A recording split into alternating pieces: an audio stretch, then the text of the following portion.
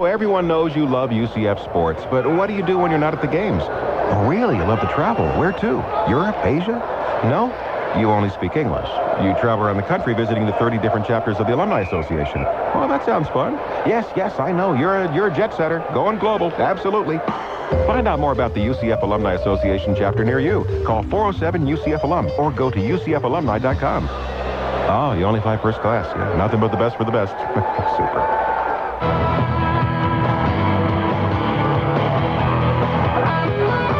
Back inside Aloha Stadium, Mark Daniels and Gary Parris and Jerry O'Neill will await the arrival of these two football teams as they'll make their way out of the field here. And as we looked back, 95 we were here, and it was the only game Dante Culpepper didn't start as he served a couple of series suspension for missing a curfew.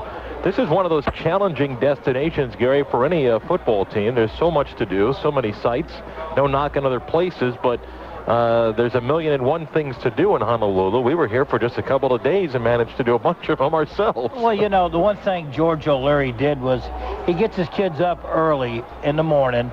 He gets them fed, then he goes out and gets his practice started. And by noon, it's over with. You're done. I mean, you're done. You got the rest of the afternoon off until that afternoon till you have dinner, and then you have some meetings, and you had some functions to do.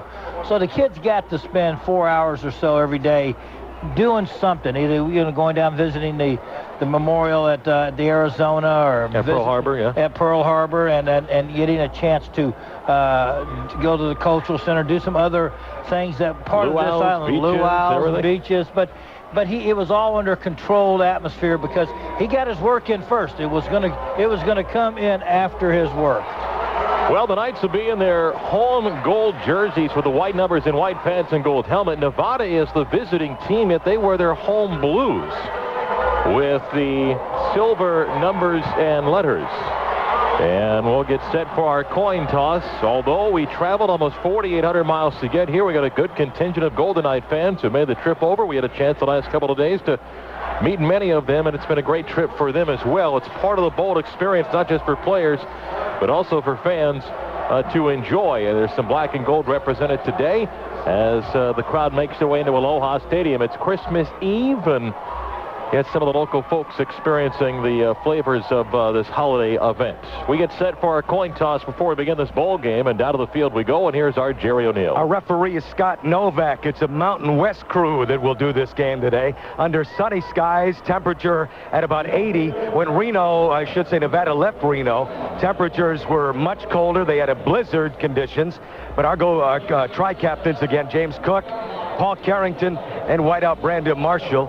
And again, this is a special day for all of us, for UCF's Golden Knights playing in their first ever bowl game. Nevada's not been to a bowl game since 1996 season, but this is a special moment for these tri-captains as well. We'll welcome in and put a microphone to our referee's face here, Scott Novak. That is a tails. Heads and a tails. Lieutenant Leaf will flip the coin. Nevada, what is your choice? Their choice is heads. It is a tail. Central Florida won the toss. So UCF will win the coin toss. Mark, they elect to receive. Light breeze here. Again, hot weather might favor UCF, who played in a lot of it. Not in a while, but of course, the big bonus, the opportunity to play in a first ever bowl game. And for these kids, it's time to play it, Mark.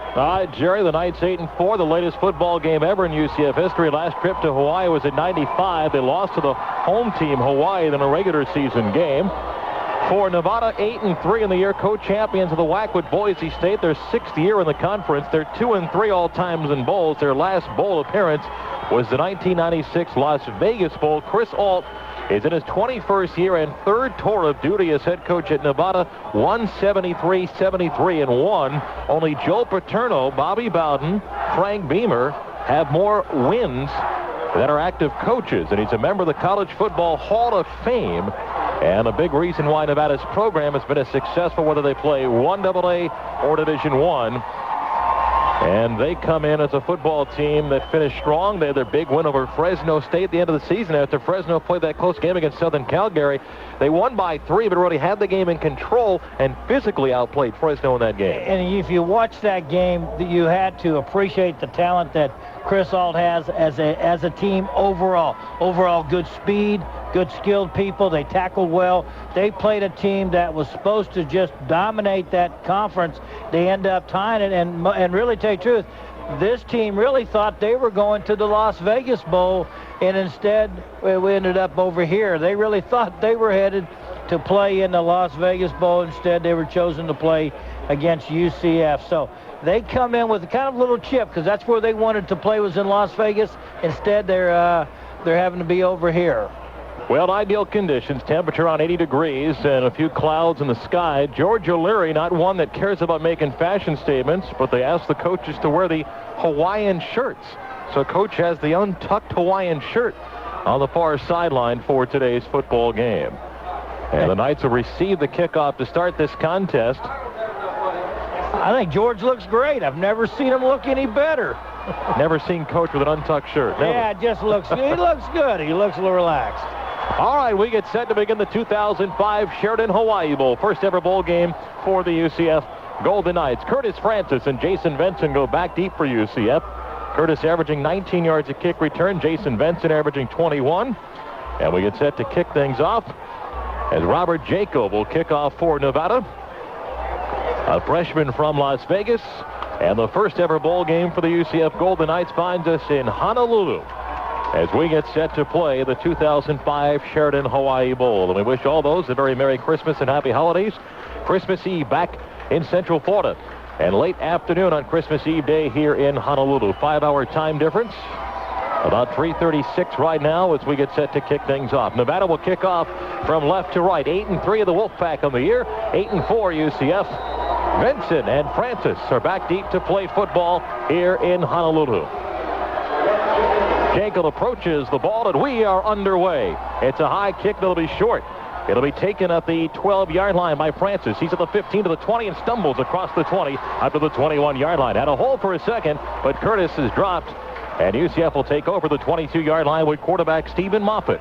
With 60% completion this year, just over 2,600 yards, 19 touchdowns, 8 interceptions. And the Golden Knights begin at the 22-yard line. Boy, did he have a hole. He cut and he slipped. He was going to cut back to his left. I feel like he had another 15 yards if he doesn't slip. First down, Knights to the 22. Double tight end set, receivers on each side. Kevin Smith behind Stephen Moffitt. On first down, 3-man front for Nevada. Now Moffitt will check off. Rocky Ross comes in motion. Stephen on first down. And off Kevin Smith. He'll run right. Kevin gets into the 22-yard line and maybe a yard at most. Up to the 23-yard line, he finds very little running room against a Nevada defense that comes up and shuts down Kevin Smith after a short gain and brings up second down and 9. Well, they run a 3-5. A lot of the times you'll see him, most of the time you'll see 5 guys on the line. But it's 3 down linemen, 5 linebackers, and then what they'll usually do is run 3 defensive backs, 4 defensive backs. Could be a 3-4-4 at times. Second out and 9, imbalanced line right. Lone receiver on the left side is Brandon Marshall on second out, the 23. Moffitt gives it to Smith up the middle. He's got home, 25-30, up across the 35, and the first down across the 40. Kevin Smith with a big run, picks up 18 yards for UCF, and the freshman from Miami gives the Golden Knights a first down. Boy, is he quick when he gets a hole. That time he got a great block up front by that offensive line, and Mark, he just spurred right through there, and he was in the secondary before you knew it. Quickness. He got a good job on the right side over there, blocking by Josh Sitton. L.J. Anderson did a good job. Quick snap, handoff Smith. He's across the 45, and Kevin up near the 48-yard line. So the Knights waste no time. They try to catch Nevada sleeping defensively, and Kevin picks up 7 more yards for UCF to the 48. Good job by the left side. Patrick Brown, Kyle Smith, Darcy Johnson on that side do a good job of getting a good surge. But Fifth ever running back in UCF to get 1,000 yards in a season, Kevin Smith. Congratulations, Kevin Smith, just a true freshman from Southridge, Miami. To give him 8 yards, it'll be 2nd and 2 for UCF at the 49. Receivers on each side, opening drive of the football game. Smith lined up behind Moffitt. And on 2nd out and 2, Stephen. Will drop to throw. He'll look. He'll throw downfield. That's a man there. Brandon Marshall. It is tip, caught. Brandon 2-1, touchdown UCF. Brandon Marshall gets the score for 51 yards out of the deep ball, and UCF takes a 6-0 lead. That was a great catch by Brandon Marshall, but he sets it all up because he makes a great move, gets to the inside, beats his man, and Stephen Moffitt does a play fake which freezes the safety, allows it to go deep, but Brandon juggles that ball twice. Great concentration. He was at it far ahead enough. The defender could not knock it out, Mark. He pulls it in for the touchdown. 51 yards. Brandon Marshall over 1,000 yards receiving now. Now Matt Prater for the extra point. Here's the snap down, and Matt's kick's up. Matt's kick is good. It's an on-the-money extra point. Brought to you by All Florida Mortgages. Timeout, 13:20 to play, and a deep ball from Moffitt to Marshall. UCF leads at 7-0. Back in a moment on 7:40, the team of the UCF ISP Sports Network. I'll be honest, Nitro, you seem kind of tired today. A late night last night? No, you've been busy doing community service? Well, I thought this was your job.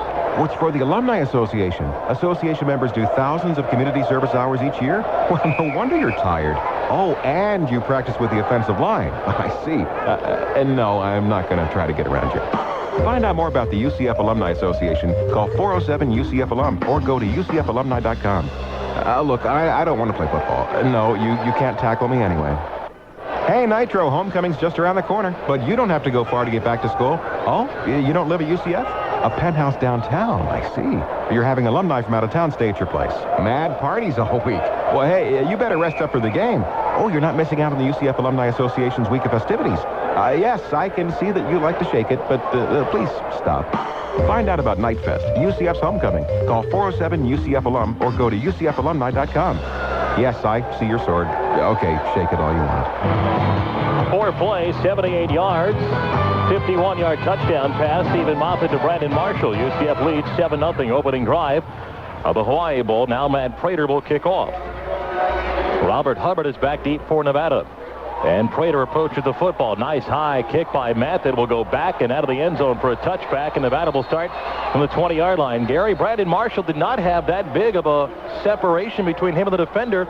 He helped make it a bigger area for him, though. Well, he got on the inside. Anytime the old saying, you've heard me say this over and over, if you ever get even, you're leaving. Once he got even, he got inside position on that defender, marking such a perfect thrown ball by Stephen Moffitt right over the shoulder. The only one that could get a hand on it was Brandon Marshall, and he was able to bring that in and get the touchdown. Jeff Roll, quarterback, 61%, 2,671 yards, 20 touchdowns, 9 picks out of the shotgun on first down. A 3-wide formation for Nevada. And Roll will take the snap. He'll roll out to his right. He'll look. He'll throw. Pass is caught at the 29-yard line. Knocked out of bounds is Khalif Spencer, the Honolulu native. Makes his 57th catch for a gain of 9. Brings up second and short. A little counter spin that time. Reverse spin out by the quarterback. He fakes the handoff to Mitchell. Freezes the linebackers. Then Spencer gets outside and just sets in the open spot there in the zone. Makes a nice catch. Got him about 9 yards on that play. Nevada averages 434 yards of offense, 184 on the ground. And on second and 1. B.J. Mitchell, WAC Offensive Player of the Year, lined up behind Rowe, who works out of the shotgun. And on second out and 1, they'll give it to Mitchell. He'll get hit of the 29 and short of the first down. A big hit. Ronell Sandy out of Titusville comes up and drops him short of the first down. 6 foot, 230-pound junior from Titusville comes flying up. Ronell Sandy makes his 47th hit for a tackle that time. Probably maybe a little bit of a loss on that, so brings up third and short. Great job by Ronell of reading that handoff. Third and short. Stephen Baker comes in now as a linebacker for UCF. On third down and about a half-yard. Roll again to the shotgun with Mitchell lined up behind him. He'll take that snap. He'll hand it off. Hubbard's going to get a first down 30, outside 35, and Benson tackles him to the 35-yard line. So third and short, they run left. Gary, unique formation. Rowe lines up in a short shotgun with B.J. Mitchell behind him. Often you see shotgun running back is to the right or left of the quarterback. Well, that time they took it just a 3. It's like a 4-yard snap. You're in a deep I formation, and all you're doing is you're turning, and you're going to show some kind of option, but he quickly handed off the ball to Hubbard, got good outside blocking, he got to the edge and got the first down. Now trip receivers right side for Nevada. Again, Rowe works out of a short shotgun with Mitchell lined up behind him. From the 35, back to throw, roll, look, screen pass coming right. Pass going to be caught at the 30. Looks for Brock, 35-40, across the 43-yard line and near a first down at the 44. Catch is made by Nietzsche and Flowers. He had 91 receptions last year. He makes his 50th this season, a gain of 9. Good job blocking by the wide receivers downfield. Khalib Spencer does such a great job blocking on that little screen that time. He ties up the cornerback to this side. By doing that, he allows the receiver to get open and get the nearly 9 yards. Second and short, and they'll hand it off. Mitchell's got a first down at the 45. That's where the surge moved. It depends on a spot. They came back and set up touching the 45, so very close to moving the chains, and they'll say he's actually short. It'll be 3rd and inches again for Nevada. Good job by Chris Welch also coming up and making that tackle along with Corey Hogue. Popped up there and made a good hit on that run that time by the running back from the Wolfpack. Baker back in as the linebacker. They move the nickel package out. 3rd and short for Nevada at the 44-yard line with Jeff Rowe, the 6'5" quarterback. Waiting for the snap on 3rd and inches. He'll hand it off. Mitchell goes outside. He's going to turn it. He's going to be hit at the 45, and he's going to be short. I think the defense is able to knock him short. John L. Neal came up and did a great job containing him. It's 4th down. They're shy of the 44-yard line. That is an outstanding play by a young cornerback that time as he came up. John L. Neal, the freshman from Baton Rouge, was able to read the run, sprinted over there, and made that hit on that. Great job of reading it. Saw where it was coming out. He got strung out a little longer than they wanted to by the rest of the defense, but John L. Neal came up with a big hit. Now Justin Bergendale, averaging 41 yards a punt, will hit it to Joe Burnett, who's at the UCF 15. Great stop on 3rd and short for the night defense. Here's the snap. Bergendale, left-footed kicker. Nice high kick and deep kick. Joe Burnett will go back. He'll let it hit over his head. It rolls into the end zone for a touchback. So great job of the defense after an opening drive touchdown by the UCF offense. Time on the field with 10:13 to play in the first quarter. UCF 7, Nevada nothing. This is the 2005 Sheridan Hawaii Bowl. Now this from Budweiser. Real man of genius. Today we salute you, Mr. Nosebleed Section ticket holder guy. With the help of 2 Sherpas and a mountain goat, you have finally reached your seats. Touch the sky. Look, you can see your house, and Canada, and Japan. I see Okinawa. So crack open a nice cold Bud Light, oh Chairman of the Cheap Seats. Mr. Nosebleed Section ticket holder guy. Bud Light beer, Anheuser-Busch, St. Louis, Missouri. I knew he'd come in handy someday. Mom, here's a true story about true savings from State Farm. I never knew his good grades could get us a discount on car insurance. I never knew our son could get good grades. Our State Farm agent always looks for ways we can save money. Like with the good student discount. Dad, if you get me a car, we could get another discount. Nice try. Look for a State Farm agent today in the Bell South Yellow Pages listings or visit statefarm.com. Like a good neighbor. State Farm is there. Back inside the ConcreteBlockHomes.com broadcast booth. Mark Daniels along with Gary Parris and Jerry O'Neill. UCF leads 7-0. Today's broadcast of UCF football is brought to you by Dodge. You can take life as it comes or grab life by the horns. Dodge, a proud sponsor of UCF football. Also brought to you by Nicholson Homes. Log on to NicholsonHomes.com to get details on how you can save. Our Jerry O'Neill on the sidelines. And Jerry, a great opening drive, but a equally impressive defensive stop by UCF on 3rd and short. Mark, an exciting thing, and these guys are buzzing about it, too, and that's the number of people from Central Florida or new converts of this program who've made the trip here. I mean, it's an inspiration of these guys, but you're right, exactly what you would have wanted. Let's come out and make a big play on offense. It inspires the other team, and the defense does their part. UCF, is now looking across the field. They feel like they're just going to come out and keep focused, drive the football down, put more points on the board, guys.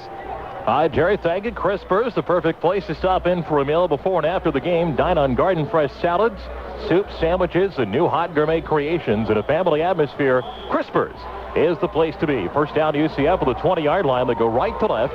Knights up 7-0. 51-yard touchdown pass from Stephen Moffitt to Brandon Marshall, who tapped the ball twice before grabbing it and scoring. But that big play by that pass right there, that makes you respect the run a little bit more.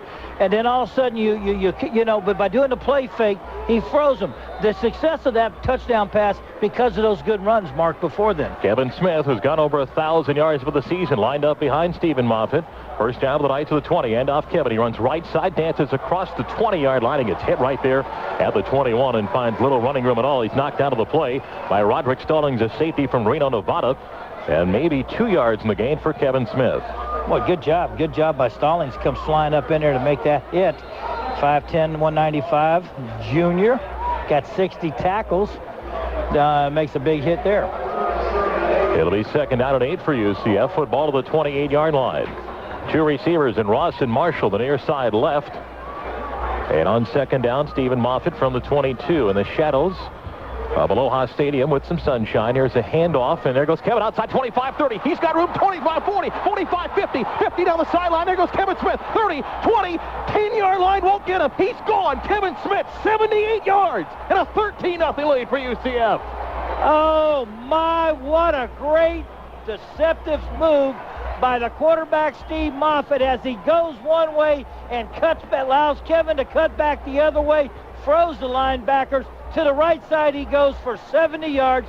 Not one hand touched him. That was a sell by the quarterback and that offensive line as it froze everybody to that one side, and Kevin went back to the outside and was able to outrun the coverage. 78 yards for Kevin Smith, longest run of the year for the Golden Knights. Now Matt Prater for an extra point. Snap down, and Matz kicks up. It's an on-the-money extra point brought to you by All Florida Mortgage Centers. All Florida, all mortgages. 9:24 to play in the first quarter in Honolulu. 14-0 UCF. This is UCF football on the UCF ISB Sports Network. Most of my calls come during bad weather. Well, I don't mind, though. It's all part of being a utility lineman. I know people are depending on me to get their lives and homes back to normal. Fast. So I got to be ready. And it's good to know my Farm Bureau insurance agent is ready to help me with solid plans designed to properly protect my home and family and to back me up with fast, fair claim service. Your Farm Bureau insurance agent. Auto, home, and life for all the everyday heroes just like you.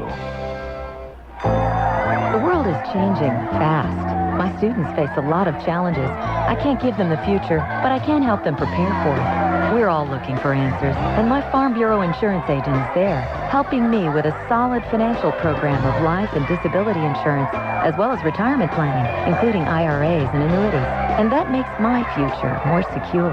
Your Farm Bureau insurance agent. Auto, home, and life for all the everyday heroes just like you.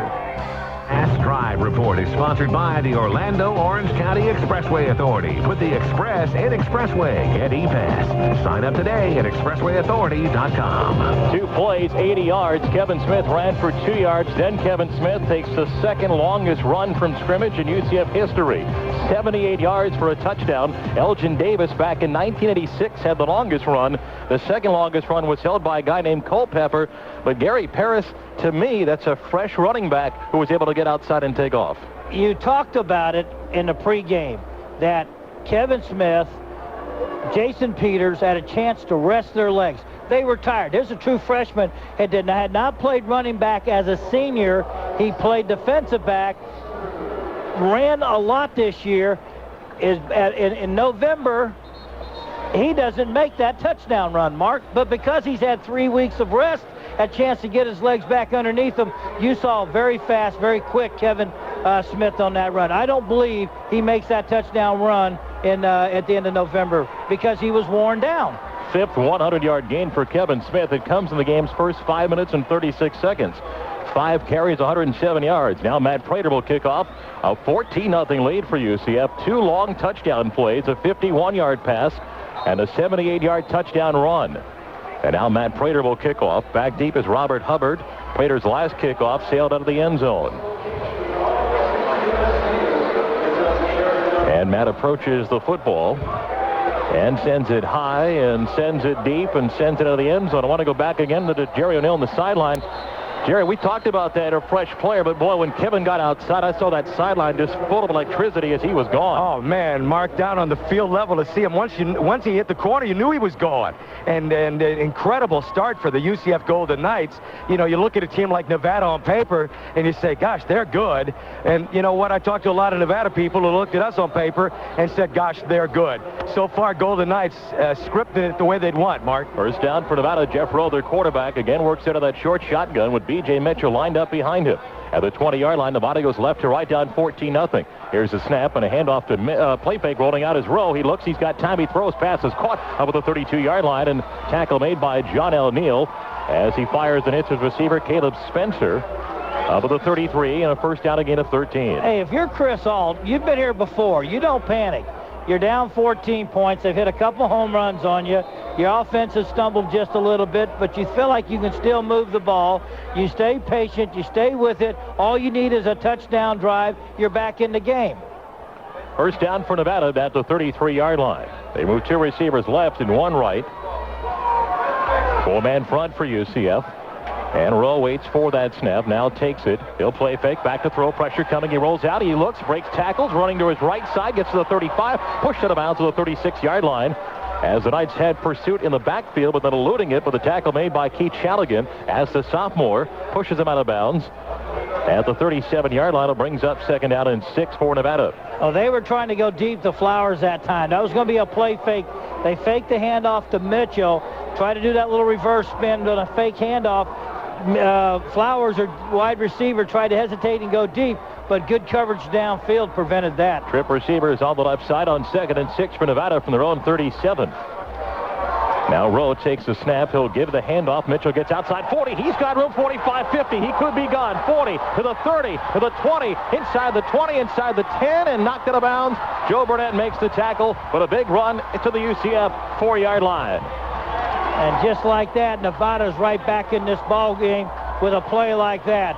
That was a great handoff.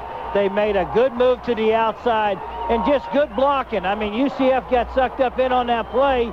When they got sucked in, the running back Mitchell breaks to the outside. Now this guy's he's the offensive player of the of the WAC conference. He's got great talent. He's got great speed. He was able to get outside and get down the sideline. Season-long 59-yard run. Robert Hubbard out in the backfield. First and goal to the UCF 4-yard line for Nevada.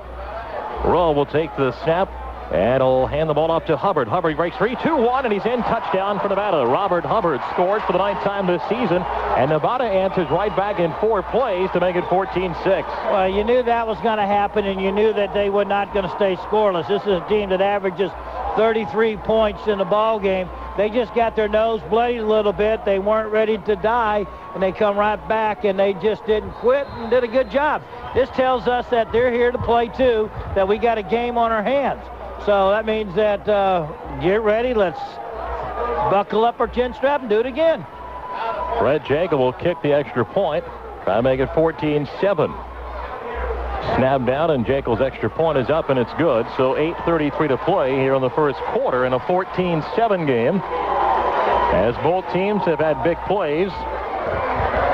B.J. Mitchell got a block and got outside and went 59 yards, and Joe Burnett with a touchdown-saving tackle. But as Gary mentioned, Nevada just needs to settle down and get in the end zone, which they did, and now we'll see how UCF responds. So we expected some points in this game, Gary, and we've had 3 quick touchdowns. I tell you, that was an impressive comeback. Again, as I felt all along that this is going to be a good slugfest of a game. Chris Ault got his team together after those 2 big scores, had his offense down in front of us, pulled them together, and he told them, just be patient. We will come back. We can get back in this ball game. All we need is a score, and we're back in it. Let's pause 10 seconds for station identification. This is UCF football to the UCF ISP Sports Network. Every Wednesday, United Way Day, Big Talk with Big John, WELE, Ormond Beach, Florida. Mardanos, Gary Paris, and Jerry O'Neill from Aloha Stadium in Honolulu. A 14-7 lead for UCF here in the first quarter of the Sheraton Hawaii Bowl. We go to the sideline and Jerry O'Neill. Mark, we have the privilege to talk to Brenton Badowski, the commissioner of Conference USA. Neutral most of the year when teams go head-to-head, but a cheerleader today. Can I say that? Absolutely. You should have heard me behind the bench a few minutes ago. It's a great start for UCF. Now, of course, Nevada has scored. What an incredible environment for the UCF program. Its first ever bowl game. You got to be happy about that. Yeah, I mean, this is a great bowl game. If you're not playing for the national championship and you're a student athlete, this is the bowl game you want to come to. And a great start. I thought both of these teams would do well offensively, but the start that UCF has is really remarkable. We're about 6 minutes into this game, and 300 yards of offense or something like that. And again, with the NFL having played 13 day games today, it's the only game going across the country. That's a lot of PR for your conference. Yeah, this game typically does a really good rating because people are, on their couches, Christmas Eve, enjoying, the family, and they're wanting to watch a little football. Merry Christmas to you. Same to you and everyone out along the radio network. That's Britton Banowski, the Conference USA Commissioner. Mark, back to you. Thank you, Jerry. Curtis Francis, Jason Benson back deep for UCF. Nevada will kick off. Knights up 14-7. The commissioner said 300 yards of offense. He was exaggerating. It's actually 262 in the first 6.5 minutes. Just seems like 300, All right, we'll now see on the kickoff what the Knights can do with it. Curtis Francis had a hole last time on the kickoff to start the game, but he stumbled on a cut of the 22. So now the kickoff to come by Jekyll. He approaches the football. High kick on the near side. Returnable. Here comes Jason Benson to the 6, 10, 15, 18-yard line, and down. Good hang time of the kickoff, and Benson will be marked up at the 20-yard line, and UCF will go to work for the third time on offense after 2 straight touchdowns. That's the key word, Mark. Great hang time. Allowed the special team people, the gunners, and the guys that are coming down on kickoff to get in there and make that tackle right around the 20-yard line. So now, UCF, what do you got to do? You got to come back. And the most important thing here, Mark, is get a couple first downs. You got to get that momentum back, even if it's just a couple first downs. 3 wide package. Now Jason Peters in the game for the first time as a running back. And from the 20-yard line, Stephen Moffitt under center. And movement across the line, I believe it was Utah that moved. I think it's Matt Hines, the defensive tackle, who came across and made the contact on Cedric Gagne-Marcoux. Mountain West crew today, and it's going to be on Nevada. He just got a little antsy there, Matt Hines did. 6'1", 285-pound sophomore from Modesto, California. Just wanted to reach over there and pop Cedric Gagne a little too quick. Still 1st and 5 for UCF at the 25-yard line. 8:28 to play, first quarter. 3 wide package, 2 to the right side, 1 on the left. It'll be Marshall and Joaquim right, Rocky Ross on the left side. 2nd down and 5 of the 25. And Stephen Moffitt will hand off to Peters. Jason cuts back, gets outside, 27, 29, and he's up near the 30. See where forward progress has a mark. He's got a first down across the 30. Contact made from Roosevelt Cooks, their leading tackler, the linebacker, but I think they'll say he crossed the 30 and a first down for Jason Peters. I tell you, did he look quick on that move himself? That handoff was designed to go up to the middle. He cuts back to the right, then cuts back to his left, and that quickness on those cuts got him his first down, though. Both these running backs look very quick. Jason Peters averaged 5.6 yards a carry. Now shotgun for Moffitt at the 31-yard line. 2 receivers on the left side. And they'll option. Stevens going to keep it, and Stevens going to get hit at the 28. Lost the football, and Stevens is hit and down, and they're pointing towards who's got it. Boy, I don't like the way Steven got hit. Nevada's pointing that they may have it. There still is no signal. And they'll say who? Nevada's football. Darcy Johnson says he was down. Boy, Steven comes wobbling off after running that option. Well, I don't know if they're going to get a review, but they'll say the Knights turned it over the 27-yard line. He who hesitates is usually going to take a loss. Steven hesitates on this. Should have tossed it. He had him in position. He's not a comfortable runner running the option. So you take it and you toss it. He tried to hang on to it. He got hit in the head, and the ball popped loose. That's a turnover that your quarterback's got to protect the ball on that play. Well, now we're going to get a replay, so let's see what we got. Here's the call by the official. Review. Our producer, Brian Fritz, back at our studios watching on the television monitor. He says he thought Steven was down. And we'll get our first use of instant replay in this bowl game. We had instant replay a few times this year in Conference USA. Going back to the play, again, whether it's a good play, bad play or not, when you're not comfortable with something, you don't do a lot of it. You're designed to run it, and if you don't see a seam, you got to toss that option. Steve did everything he could do. What he did was he carried the ball one step too farther. He got hit. Everybody collapsed on him. If he'd have tossed the ball, you may not have had anything, but you took the ball out of a guy who doesn't do much running with the ball in that position, and that's Stephen Moffitt. Well, replay will let us know if the Knights keep the football or whether Nevada takes over the UCF 27. So a big early play in this first quarter with 7:54 to play, and the Knights up 14-7. So the call came from the replay booth. It was so hard for us to tell because I saw the ball come late, and I couldn't tell. And I think he's down. Well, Darcy Johnson was the one that was screaming at the official. Darcy was right by him. I think he's going to get that ball back. Just saw it on instant replay right there. No, they're doing what you're not supposed to do. You're not supposed to see this.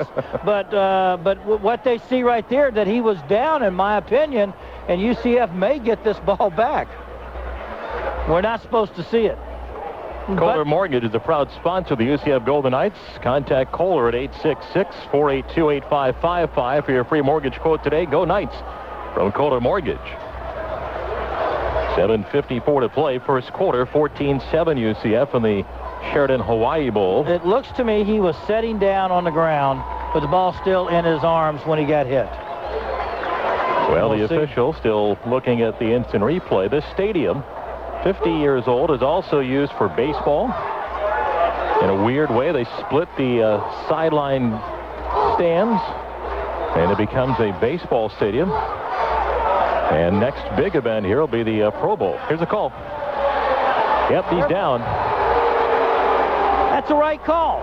That's the right call. I mean, after I saw the instant replay, he was sitting on the ground. The ball was still in his hand. So when he was down and ball got popped loose, we didn't get to see it until they showed it a little bit later. But good job by Brian Fritz, our producer back in the studio. He saw it immediately, let us know. We didn't get a chance to see it until after they started reviewing it. Ends up being a loss of 4 by Stephen Moffitt. The other thing is he got his bell rung pretty good. I think he did too. I don't think that Coach O'Leary wants to call that one again. Hyde Peters lines up behind Moffitt. What now becomes second down and 14 for UCF with their own 27. Imbalance line right.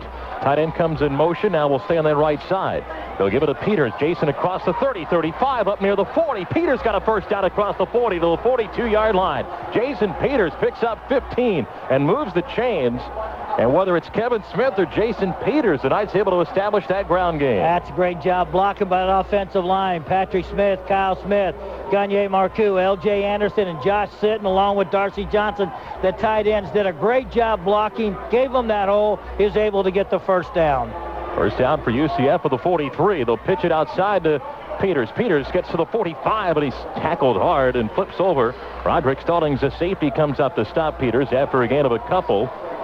And second down. So big turn of events of sorts. After you think you're losing the football, you get it back. And Gary, how about the call? Second and long. Not panic, run the football, and Peters picks up the first down. And again, you give confidence to the fact that your offensive line is doing a good job blocking. And that one play, that one pass has got them a little edgy back there on their heels, just a hair. Second and 8 from the 45-yard line. Receivers on each side for Stephen Moffitt. Long count, Stephen hands the ball off. Peters counters back to the 47 and moves up near the 48-yard line. A wall of Wolfpack defenders led by Jeremy Engstrom, the linebacker from Visalia, California, knocks him down. At the 48, third down and 5 coming up for UCF. It'll be their first third down. And that's just good line play by both sides that time, going at it. Two good teams battling for the control of the line of scrimmage. You had one team that's been dominating a little bit on the offensive side. Defense kind of pushed back that time, forcing UCF into a third down situation. Third down, long 4 for the Knights. Football, their 49-yard line. They lead 14-7 in the first quarter. 3-wide package, Joaquim, Marshall, and Ross. And a timeout called by Nevada. They didn't have the personnel where they wanted. And the Wolfpack take timeout. I believe they had 12 men on the field. They had 12 men, and they were able to get away with that because of calling timeout before the officials blew the whistle. They had 12 men on the field. So Nevada takes timeout, and Knights will face a third down and 4 when they come back. UCF this season at 39% on third downs, leading 14-7 with 6:23 to play here in the first quarter. The Knights' opening drive, 51-yard touchdown pass from Stephen Moffitt to Brandon Marshall. Then Kevin Smith went 78 yards, second longest run from scrimmage in UCF history. And the Knights leading 14-0, so Nevada score quickly, set up on a big 59-yard run to get the Wolfpack of the 4-yard line. So 14-7 game, Knights facing third down when play resumes in the football at the 49-yard line. Well, this is the kind of football you expect this to settle into to be a good game. You expect to have some getting up there, some hard hitting. These two teams fought their way back into contention in their conferences. Neither one of these teams were picked to win or even represent or even finish first or second in their respective conferences. And here they are. One's a co-champ, one's the Eastern champ. They're playing in bowl games. You got to have respect for both these teams. And you know, coming into this game, it was going to be two good teams going right at it, and we've seen it so far. Knights will travel back after this football game. It's been a great week for many of the UCF family. One of the great things, Coach O'Leary wanted to make sure that his coaches who worked so hard all season long, able to enjoy some time, brought their family out here to Hawaii. I tell you what, not only just his coaches, but how about the whole support staff? I mean, is anybody that has a family that works for Coach O'Leary and the football staff got a chance to bring their family and everybody out, the family out, wives and all. So, you know, we didn't. We got each other, but the coach did take and allow us the plane to come out. How many seats was that? 250 was filled up, and they're leaving right after the game, headed back. They'll be back around, I think, a little afternoon, around noon. Yeah. And hopefully with a victory. That makes a great Christmas tomorrow. All right, 3rd and 4, Gary. What do you look for here? You got so many options. I mean, he can run. Darcy Johnson. He can do that little play fake. If you're going to do anything, you'll play fake because they're not sure what you're going to do, because you've run the ball when they thought you were going to pass. You've passed the ball when you thought you were going to run. But a little play fake, bootleg, hit Darcy Johnson out in the flat is a potential play. Stevens thrown just one pass. It was a touchdown to Brandon Marshall of 51 yards. It was Stevens' 20th touchdown. It was Brandon Marshall's reception to go over 1,000 for the year. Kevin Smith over 1,000 yards rushing. By the way, his 78-yard run, the second longest run by a true freshman in college football this season. So 3rd and 4 for UCF. First third down of the game for the Knights. Rocky Ross will go to the right side. It'll be Sergio Joaquim and Brandon Marshall lined up on the left. Moffitt is under center on 3rd down and 4 at the 49-yard line.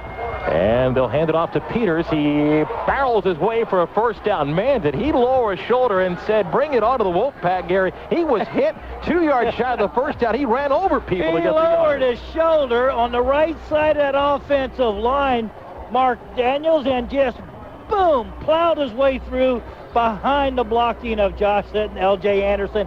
They just gave him a little bit of a crease. He lowered his shoulder. The back that came up and hit him fell back with him for the first down. Big time run by Jason Peters. You get Kevin Smith starting big early. Now Peters being the tough guy of the 45 and about a first down for UCF. And of the 45 receivers on each side for Moffitt. Steven back to throw. He pumps, he looks, he throws. Man open, pass is caught at the 35-yard line. It's Brandon Marshall. He'll dive. He's got a first down to the Wolfpack 34. Second catch for Brandon Marshall. First down to UCF in about a 34. Well, there's that play fake again. You'll play fake the running back, freezes everybody. You run a man deep down the field where it's Joaquim or whoever it may be, Ross down the middle of the field. That takes away the guys in the middle. Now that puts Brandon Marshall man-to-man. He got the first down. At the Nevada 34-yard line, first down to UCF, a 3-wide package, 2 left and 1 right for Moffitt under center. And on first down to the 34-yard line, Steven will delay handoff. Peters gets free, 30-yard line, and spins back to the 31-yard line as he's tackled on the play by Roderick Stallings, who came up there along with Roosevelt Crooks to make the stop. Gain of 3 for Jason Peters at the 31. You've got to figure that co-defensive coordinators Tim DeRuiter and Barry Sachs have got to start doing some run blitzing on first and second down, Mark, taking some chances and blitzing guys into the holes, try to stop this running attack. Second down and 7 on the Nevada 31-yard line. 14-7 UCF here in the first quarter. Darcy Johnson in motion to the right side. Here's a handoff to Peters. He hits the 30-yard line and down to the 29. Runs left side that time and not as much running room. Tackled by Charles Wilson, defensive end from Fairfield, California. Now 3rd and 5 for UCF at the 29. Well, they had 9 men in the box that time. and they were charging from the outside. They were really wanting to, what they call a run blitz from the outside. But they had 9 guys in the box, cut the gaps, and shut that run down. Ross and Joaquim right, Brandon Marshall on the left side. Jason Peters behind Moffitt on 3rd and 5 on Nevada 29. And Stephen Moffitt under center on 3rd down. Back to throw. Stephen looks, pressure coming. He throws, passes, drops by Brandon Marshall to the 22-yard line. He was open for a second, and coming up was Joe Garcia, the defensive back, an all-conference selection to make enough contact to knock it away and force a field goal try. Well, that was a blitz that time. That was his hot receiver. Had it right in his hands. He's got to make the catch. That's a drop ball by Brandon Marshall. That's the right read. That's just a drop ball, which he doesn't do often. They're bringing in Matt Prater to try the field goal, but he did make the right read on that play. 47-yard field goal by Matt Prater on the left hash. Matt 5 of 9 from this distance, season long of 49. Left hash with John Brown to hold. Try and give the Knights a 10-point lead. Here's the snap. They get it down. Matt's kick's on the way. Distance is up. Distance is good, and the kick is good. Matt Prater from 47 yards out puts it through the uprights. 4:08 to play first quarter in the Sheridan Hawaii Bowl. UCF 17, Nevada 7. Now this from Dodge.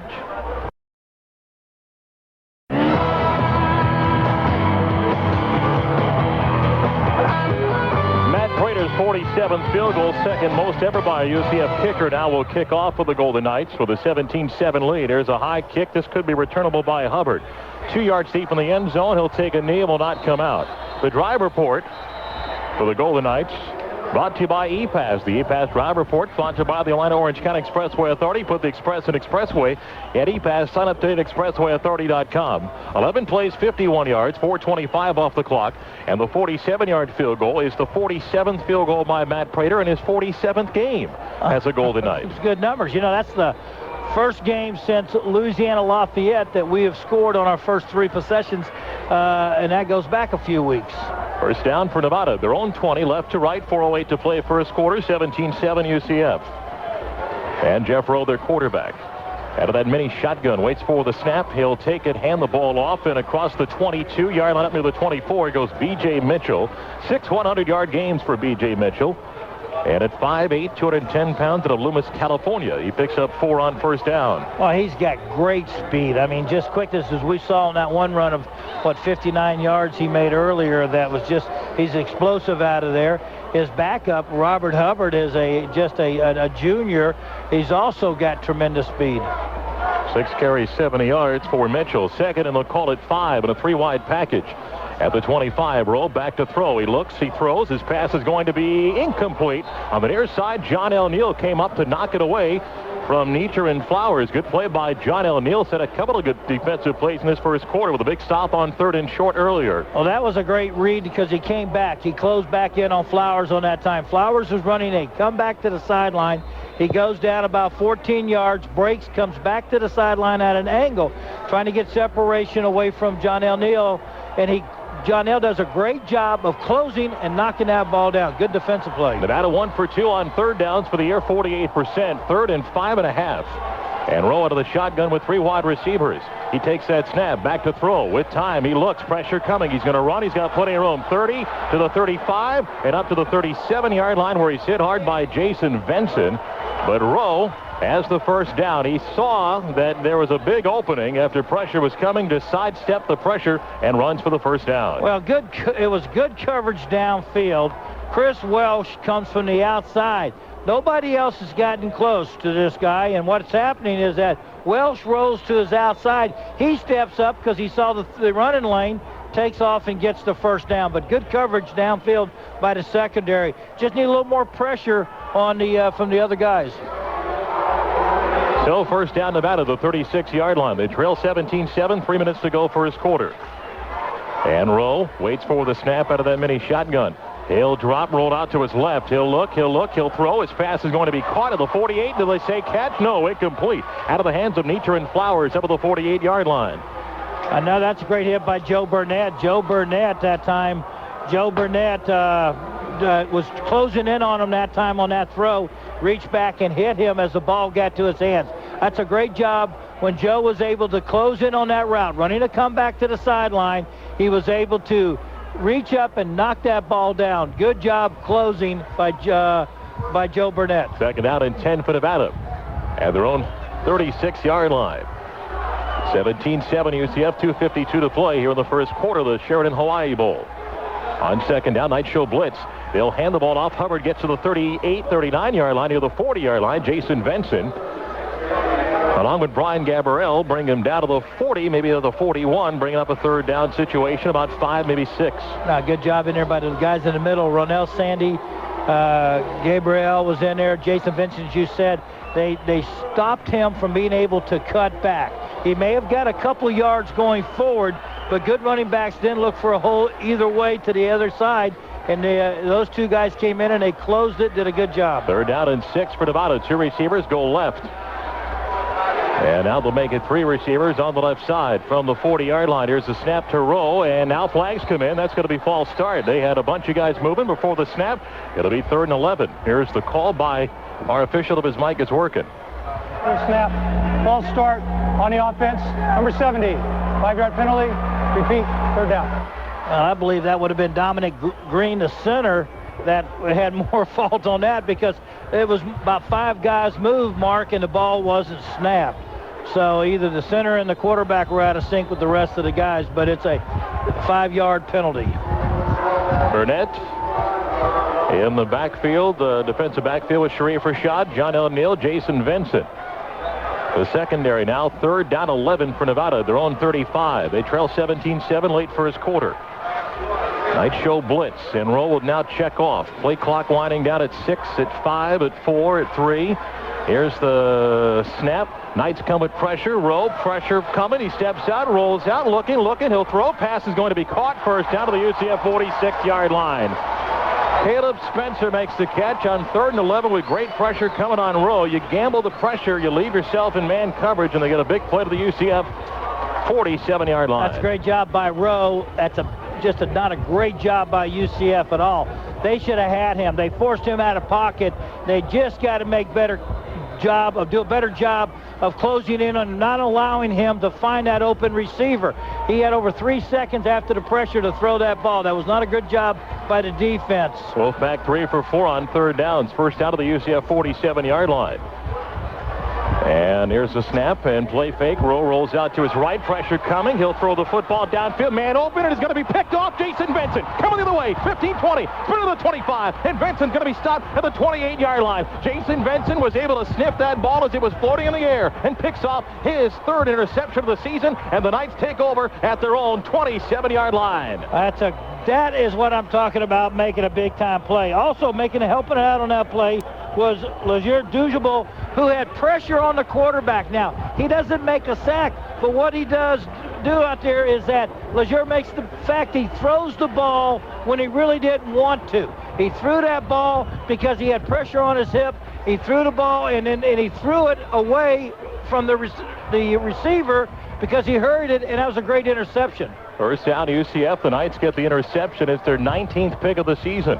Now first down for UCF. Handoff goes to Kevin Smith. Kevin runs right, across the 30. Kevin up to 35. He's dived to the first down. He's got it at the 39-yard line. Kevin Smith with 11 more yards. Give him 118 for the game and a first down for UCF. And going back to that play there by the defense. Everybody's doing their job. They're working hard. Dujabal gets out there. He forces the quarterback to throw the ball off balance, and the interception's a big play too by the defense. So you get guys working together, and you're going to make some good things happen. After a gain of 12 by Smith, first down to UCF at their own 40. Handoff, Kevin. Kevin is hit at the 40, tries to get outside, and is hit hard and dropped to the 40-yard line on an open field tackle by D'Angelo Wilson, who makes the stop. And it brings up second down and 10 at the 40-yard line. That's the first time they've been able to shut down Kevin Smith in a running play today. Well, that was a big stop by D'Angelo Williams that time because Wilson, I got D'Angelo Williams from Memphis, but D'Angelo Wilson that time, he was able to come up and make a good open field tackle. If he doesn't make that tackle, Kevin's off to the races again. Second down and 10 UCF, and the handoff goes to Kevin. He'll try to cut inside. He's hit and he dropped for a loss of 3 in the play. That time they got pressure in the backfield to drop Kevin Smith, who loses 3 and brings up 3rd and long for UCF now. The 37-yard line, that'll be the final play of the first quarters. The Knights will have some time to think about a 3rd and long, but a great first quarter in this 2005 Sheridan Hawaii Bowl. As the final seconds will tick off, it's a 17-7 lead for UCF. They've got the turnover on an interception by Jason Vincent. Up by 10. We'll go to the second quarter in Honolulu in a moment. 17-7 UCF. This is UCF football on the UCF ISP Sports Network. I've worked on cars since I was 10. My dad gave me his tools, and now his customers are mine too. Their safety's in my hands, so I'm a check and double check kind of guy. And I like knowing someone's doing the same for me, like my Farm Bureau insurance agent. My agent earns my trust with proven personal service, great coverage and claim service that's fast, fair, and double checked every step of the way. Your Farm Bureau insurance agent. Auto, home, and life for all the everyday heroes, just like you.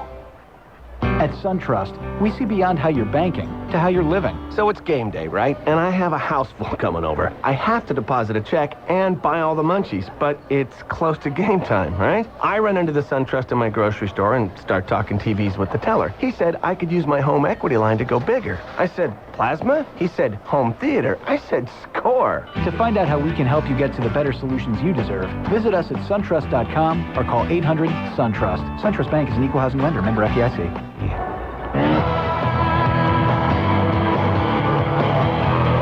Mark Daniels, Gary Paris, and Jerry O'Neill back in the ConcreteBlockHomes.com broadcast booth. UCF leads Nevada 17-7 in the 2005 Sheridan Hawaii Bowl. The 17 points, the most points scored by UCF in the first quarter this season. Total yards for UCF 214, Nevada 142. Stephen Moffitt just 2 of 3 for 62 yards. For the running game for the Knights, 117 yards for Kevin Smith, set up on a 78-yard touchdown run. And some strong running by Jason Peters for 39 yards. Gary, big 3rd down coming up for the Knights. It'll be 3rd and 12. Well, what you saw the last 2 plays on the running play was that you saw what we talked about, that Tim DeRuiter, the defensive coordinator, and Barry Sachs, the other defensive coordinator, they went and they started run blitzing. They're going to have to gamble. They know that right now that our offensive line can control the line of scrimmage. So they got to figure they got to get penetration. That means they've got to put guys in motion, or they got to, like we do on a blitz on a pass, they got to do a blitz on a run, shoot the gap, and prevent us from being able to cut back or make some contact in the backfield. And that's what you saw on that last play. Now, here comes a big 3rd down situation here. You've got to protect the quarterback, give Stephen Moffitt a chance to find his receiver, whether it be Brandon, one of the other guys in the ball game. But Stephen's got to have time to set up here and look downfield.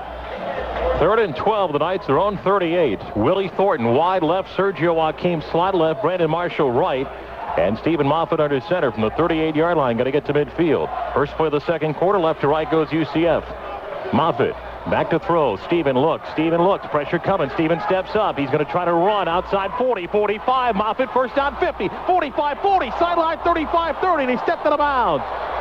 Big run for Stephen Moffitt. Took a big hit, but he got a big play. First down to the Nevada 27-yard line. That was an outstanding run. Once he saw the throwing lane there, he dropped back, he set up in the pocket. Everybody was covered. He was looking to Brandon Marshall. Brandon was covered. He saw the running lane. He took off. He knew where he had to get the first down. Once he got the first down, he went ahead and just shot to the right, down the sideline, did a good job of getting that extra yardage as he was sliding on down. Took a good hit by one of the Wolves as he comes over. That was D'Angelo Wilson. Hit him on a good hit, on a hit that time, but he bounced right back up. Shows his toughness right there. Gets the first down. Longest run by Moffitt of the season, 35 yards. His previous long was 34, and Stephen did take a pretty good hit. There was no flag. The Knights sideline was looking for one. First out of the Nevada 27-yard line. They convert a 3rd and 12. Now imbalance line right. They'll pitch it. Here comes a counter. Inside the 25 goes Kevin Smith, who lowers the shoulder and gets a couple of yards out of the 25-yard line. Well, they had 8 men up in the box that time, anticipating a kind of a run marking. When you know some teams are going to run on you, what you'll do as you're on a defensive line, you're going to try to shoot as hard as you can into make him cross over, and you're going to try to plug the holes up. If he does cut back, you want to be in a position to be there to help tackle or free your linebackers that are unmanned to come up and make that hit. 2nd and 8 at the Nevada 25. You'd like a touchdown to make it a 3-possession game. Field goal would keep it a 2-possession game. And Moffitt will hand the ball off. Kevin Smith up the middle inside the 25 down to the 23-yard line. Couple more for Kevin brings up a 3rd down situation for UCF. Nicholson Homes, a proud sponsor of this first ever UCF bowl game. Nicholson Homes, log on to nicholsonhomes.com to get details on how you can save. Well, now, if you're the defense, the thing that I would do is I'd take Brandon Marshall out of play. I don't even make him a factor. I'd take it in out on him. I make them throw the ball to either Ross or Hakeem, who's ever in the ball game, or the tight end. 3rd down and 6 for UCF at the 23-yard line. 3-wide package. Moffitt back to throw. Here comes pressure. Steven looks. He throws the ball up in the air. It's a duck that's going to fall short. He got hit as he threw that football. Brandon Marshall was open, running a post, and it falls short, brings up 4th down, and out will come Matt Prater to try a field goal. Well, they had Jamal Jackson come flying up in there on the blitz, and he's the one that got into Steven's face and hit Steven as he saw Brandon Marshall open. Now, Brandon was open.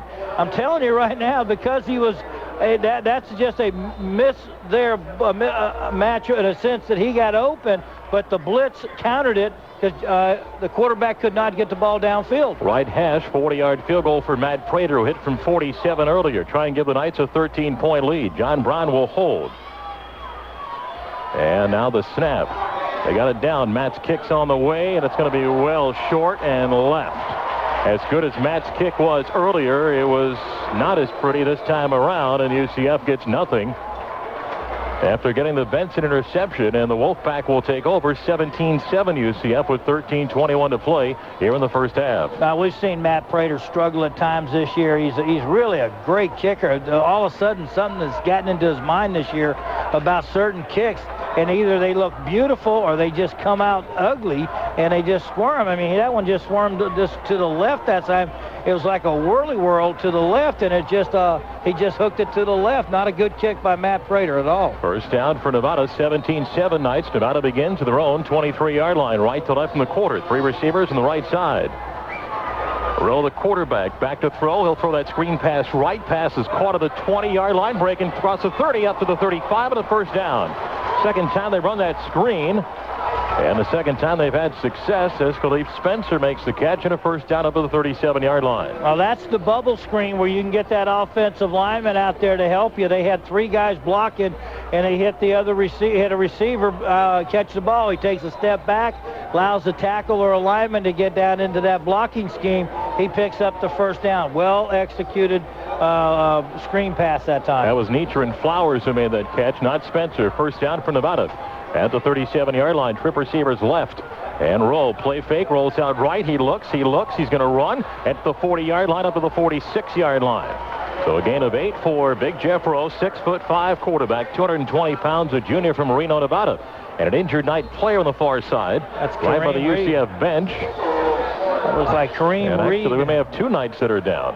We got 2 UCF players down. Kareem Reed is 1. And I can't tell who the other is. Somebody from the UCF secondary looks like they're down as well. So 2 Golden Knights go down on that play after a gain of 8 to Jerry O'Neal. Mark, that one is Frisner Nelson, and it's obvious that he is going to be helped off the field, but he is not going to put any pressure on that left leg. He actually was grabbing his left knee immediately upon going down. He doesn't want to be laying out on the field. He's going to get help off the field, but absolutely no pressure on the left leg. I wouldn't doubt if that's a knee injury, Mark. Chris Welch was the other Golden Knight who got up and did walk off on his own.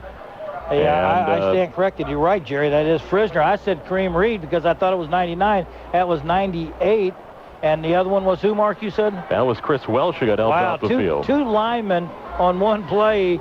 You're really thin right there when you lose because you've lost Glenroy Watkins as a defensive end. So you're a little thin on the defensive line position. So you have to make some adjustments there. You might see the young man from Vero Beach, Antonio Wallace, will get a chance to play a little bit of might get played a little defensive end. He's been working both linebacker and defensive end. And so you got Kareem Reed in there now, and you got Harrington and Welsh is in there, but you're just real thin over there right now. Well, it'll be 2nd down and 2 for Nevada when play resumes at the 46-yard line. 17-7. The missed field goal really hurt. UCF had an interception. Jason Benson picked off a pass. The Knights drove down into Nevada territory, and then Matt Prater, who hit from 47, missed on a 40-yarder and wasn't even close, and that would have given you that 2-touchdown lead. It's just a 10-point game, and Nevada near midfield.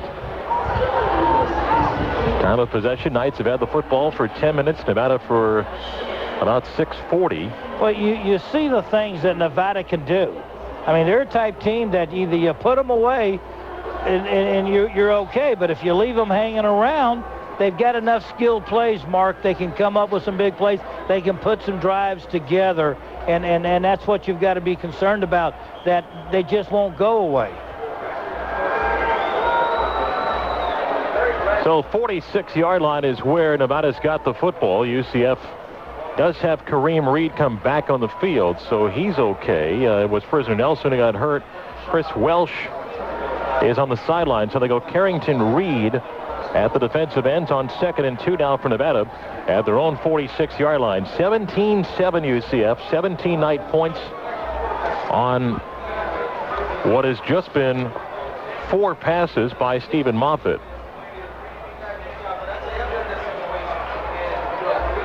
So 2nd down and 2 coming up for Nevada. 3 receivers on the near side left of the Wolfpack. B.J. Mitchell lined up behind quarterback Jeff Rowe on 2nd down and 2. He'll hand the ball off to Mitchell. He's up near the 49-yard line. He's got a 1st down, make it to midfield. He picks up 4 yards on the play, and the Wolfpack move the chains with their 7th first down. Good job by their offensive line right up front. They're led by Troy Mall, who is a first-team All-WAC conference in there, and also runner-up. 2nd team was Barnett Resnick. He's a 2nd-team All-WAC conference lineman. Those 2 guys are part of that offensive line, had a good surge that time. Injured player down now for Nevada is still 10. Stay tuned for our SunTrust postgame show for the Just Brakes defensive stop of the game. Don't wait for your brake system nightmare. Call the brake safety experts at Just Brakes today and ask about the last pads and shoes you'll ever have to buy for your car. And yes, that's for all 4 wheels. Just Brakes.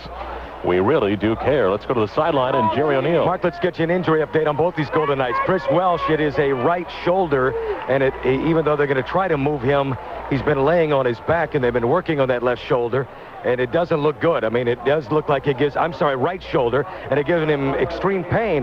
The news for Frisner Nelson may be better. When he came off the field without with the aid of the training staff, they put a great big old brace on his left leg. He's been walking around. I would anticipate he may get back in the game, Mark.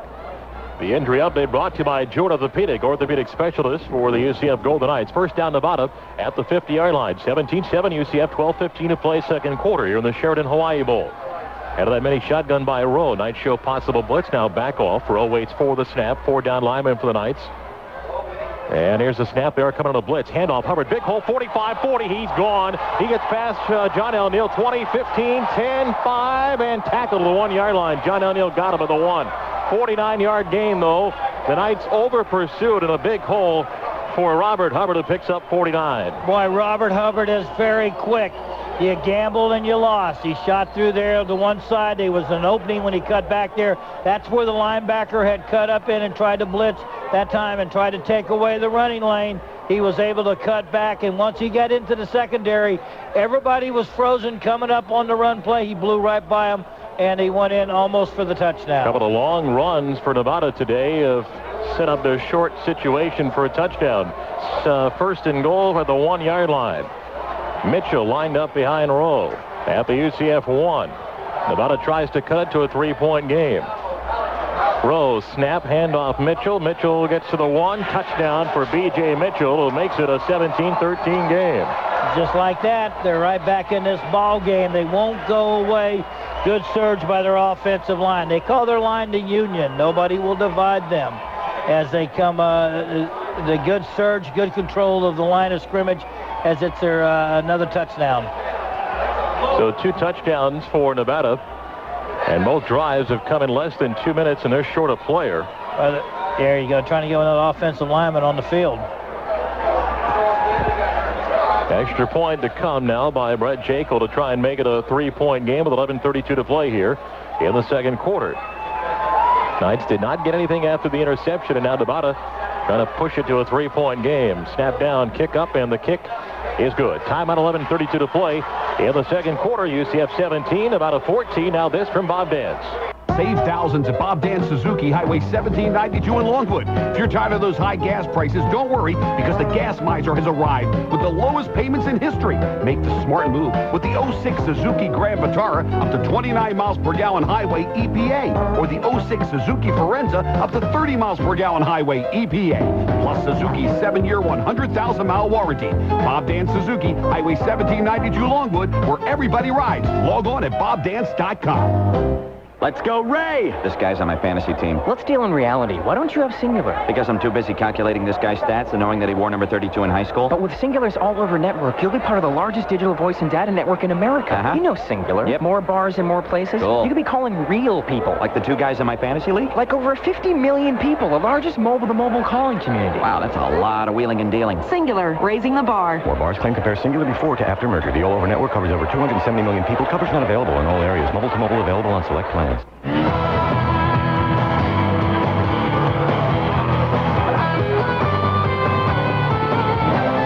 Mark Daniels and Gary Ferris and Jerry O'Neill back at Aloha Stadium in Honolulu. Knights led 17-7, picked off a pass and drove inside the Nevada 30-yard line, but missed a field goal, and the Wolfpack come back in 5 plays and score. So, Gary, instead of a 20-7 lead for UCF, the missed field goal, touchdown Nevada, and just a 3-point game. And do you think now Nevada's going to adjust their defense here? Well, I think they're going to say, okay, now that we know that you can't throw the ball, we're going to shut your run down. We're going to make you throw the ball to beat us.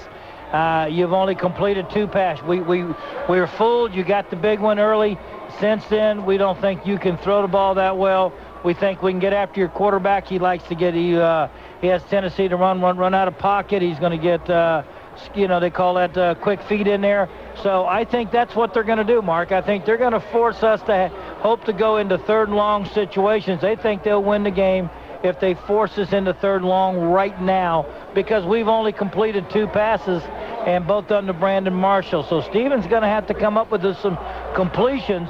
When he's been in a little bit of trouble, he's taken off and he has run. U Supply congratulates the UCF Golden Knights in this incredible season. Thanks for making Central Florida a more exciting place to call home. U Supply is congratulating the UCF football team. 17-14 Knight lead.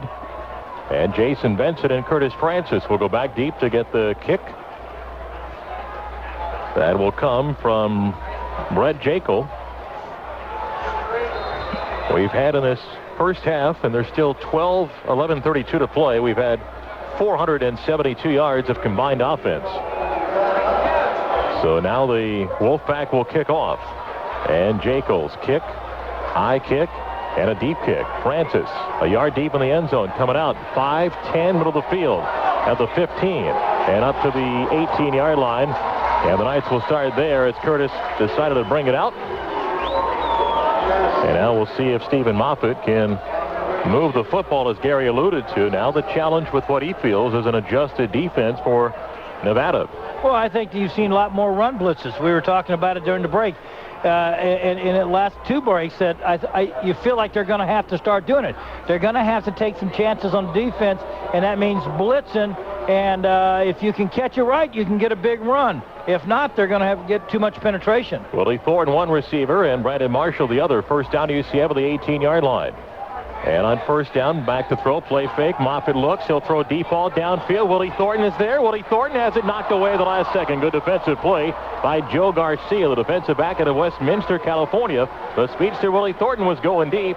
He had a step on him, but Garcia able to make it up. Ball may have floated a bit, incomplete. That's exactly what it did. It got caught up in the wind, just about a yard too short, yard or two too short on that, as the defender was able to close that gap on Thornton, because the ball was able to hang up. If that ball would have been a little more of a rope, and there's a lot of crosswind here, that could have been a touchdown. Now 2nd and 10 for UCF at the 18-yard line. They want to go 3 and out here. And on 2nd down and 10, Moffitt under center in the 3 wide package. And Stevens going to throw. His pass is going out. It's going to be caught by Sergio Joaquim. He had it, lost it, incomplete. Sergio grabbed it, and he was hit by a couple of Wolfpack players. One was Garcia, the other Roderick Stallings. Now 3rd and 10. That's a good read. That's a blitz that time they had on that time. They ran a run blitz up in there. He saw it. He read his quick out was to Joaquim. Joaquim had the ball in his hands, but a defender comes up and knocks it away just as he started to tuck it in, and he was unable to catch it the second time, so it's incomplete. Brings up 3rd and long. 3rd down and long. Stevens missed in his last 4 passes. UCF 2 for 4 on 3rd down. 3 wide package. Rocky Ross in motion.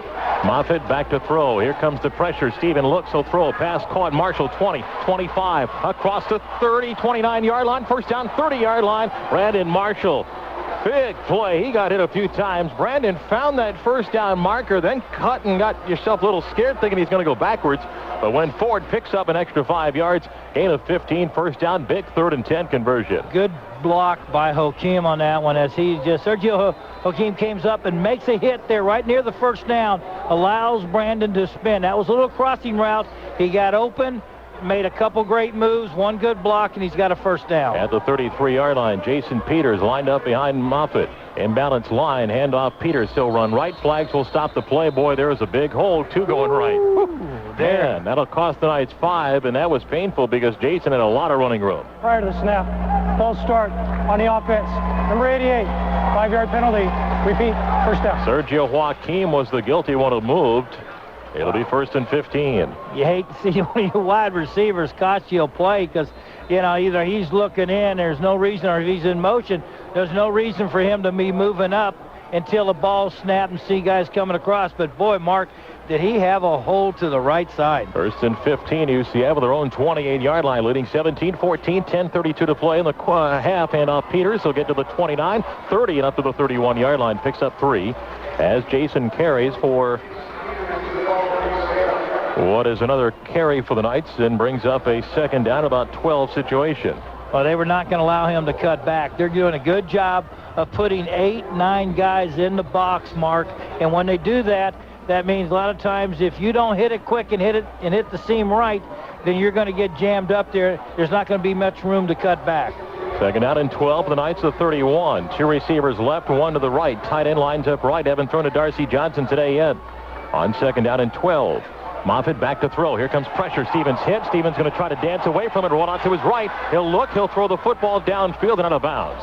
Good play by Steven, who's trying to avoid a sack and was able to get away enough to throw the football away. That was an outstanding job by Stephen Moffitt. He couldn't even hit his quick man on that time, his hot receiver. He had too much pressure that time as Roosevelt Cooks, the linebacker, come flying up in there to him. He forced him to the sideline. Now, Stephen does a great job of avoiding the sack, buying a few more seconds to throw that ball out of bounds downfield once he got outside the tackles.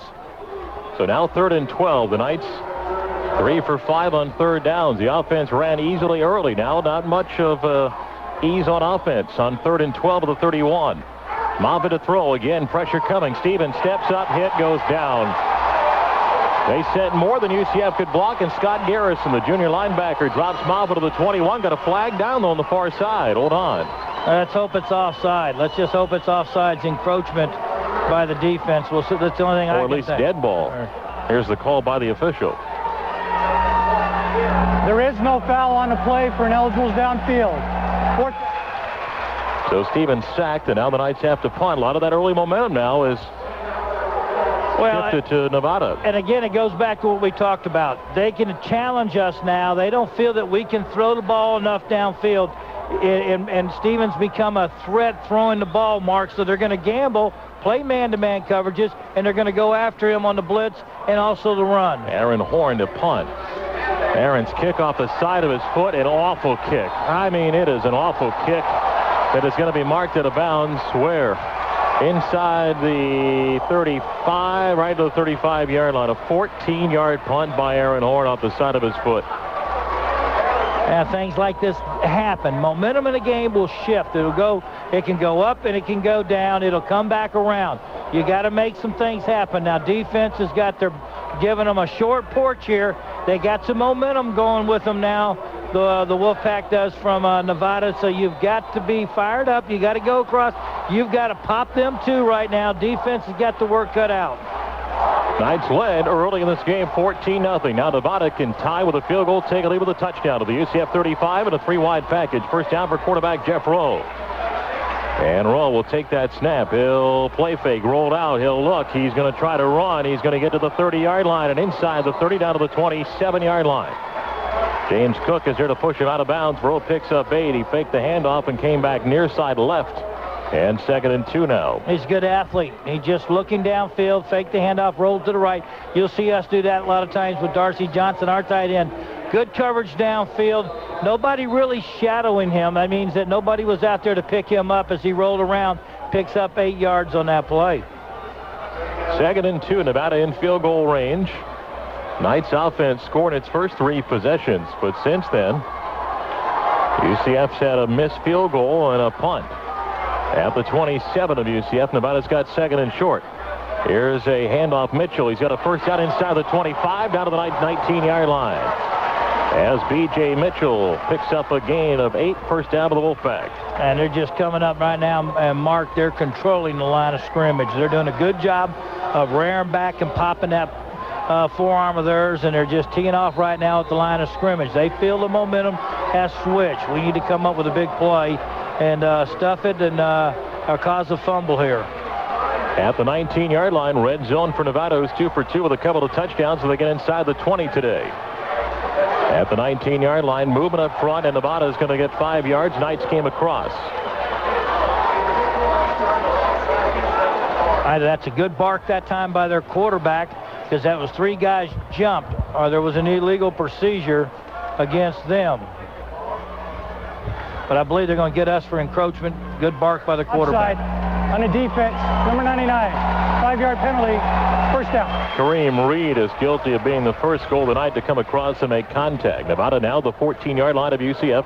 8:53 to play here in the first half. Knights up 17-14, but Nevada driving, looking for the lead. On 1st and 5. 2 receivers to the right, 1 left side. Rowe takes the snap. He'll play fake, rolled out right. He'll throw. Pass is caught to the 8-yard line. Catch is made, 1st and goal. Tackle made on the far side by James Cook.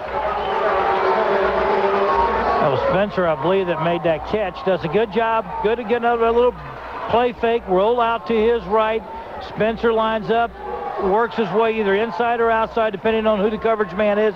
By that, I mean that if he either turns one way, the guy gives him the outside, he'll take it. The guy jumps outside, he turns back to the inside. He chose the outside. Good throw. 1st and goal. 1st and goal to the UCF 7-yard line.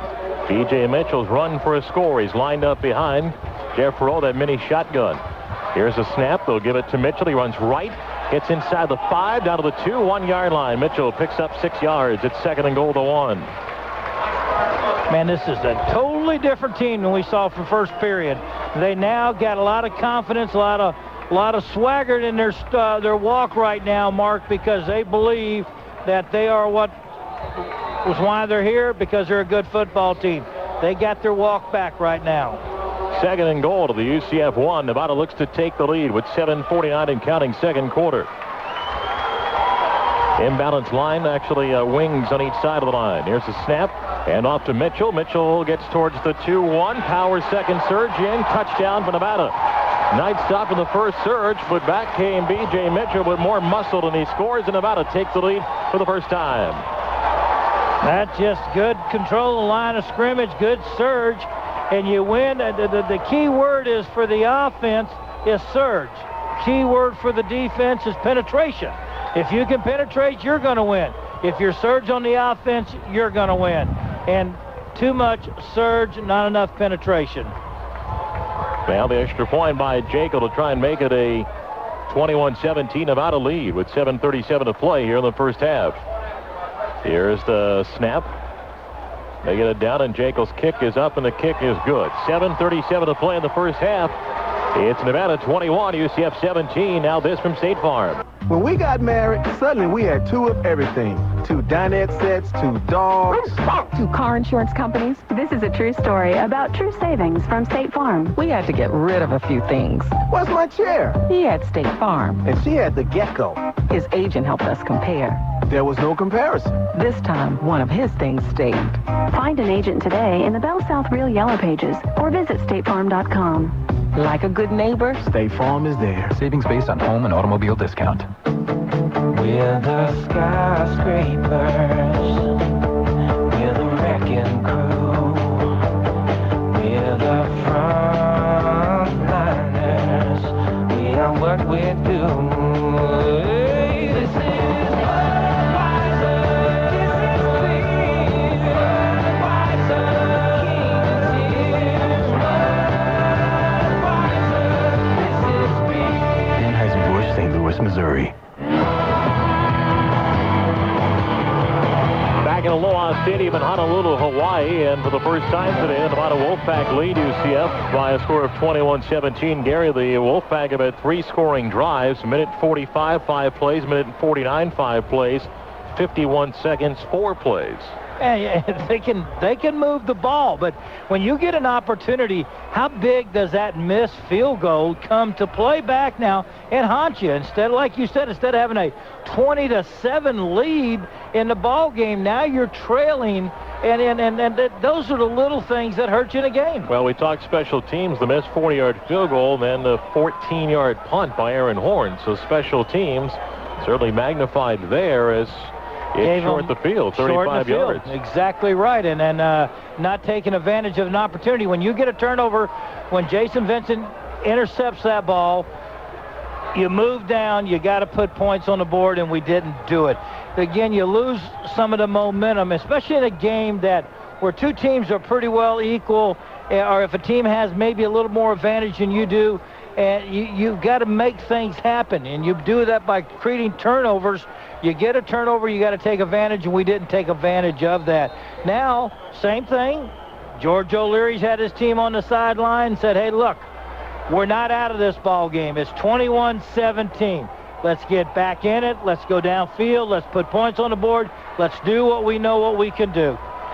Both teams have combined for over 500 yards, and we've still got 7:37 to play in the second quarter. Nicholson Homes, a proud sponsor of this UCF first ever bowl game broadcast. Visit NicholsonHomes.com for more details on their UCF special. Jason Benson and Curtis Francis going deep for the Knights. It was a 14-0 lead for UCF and a 17-7 lead.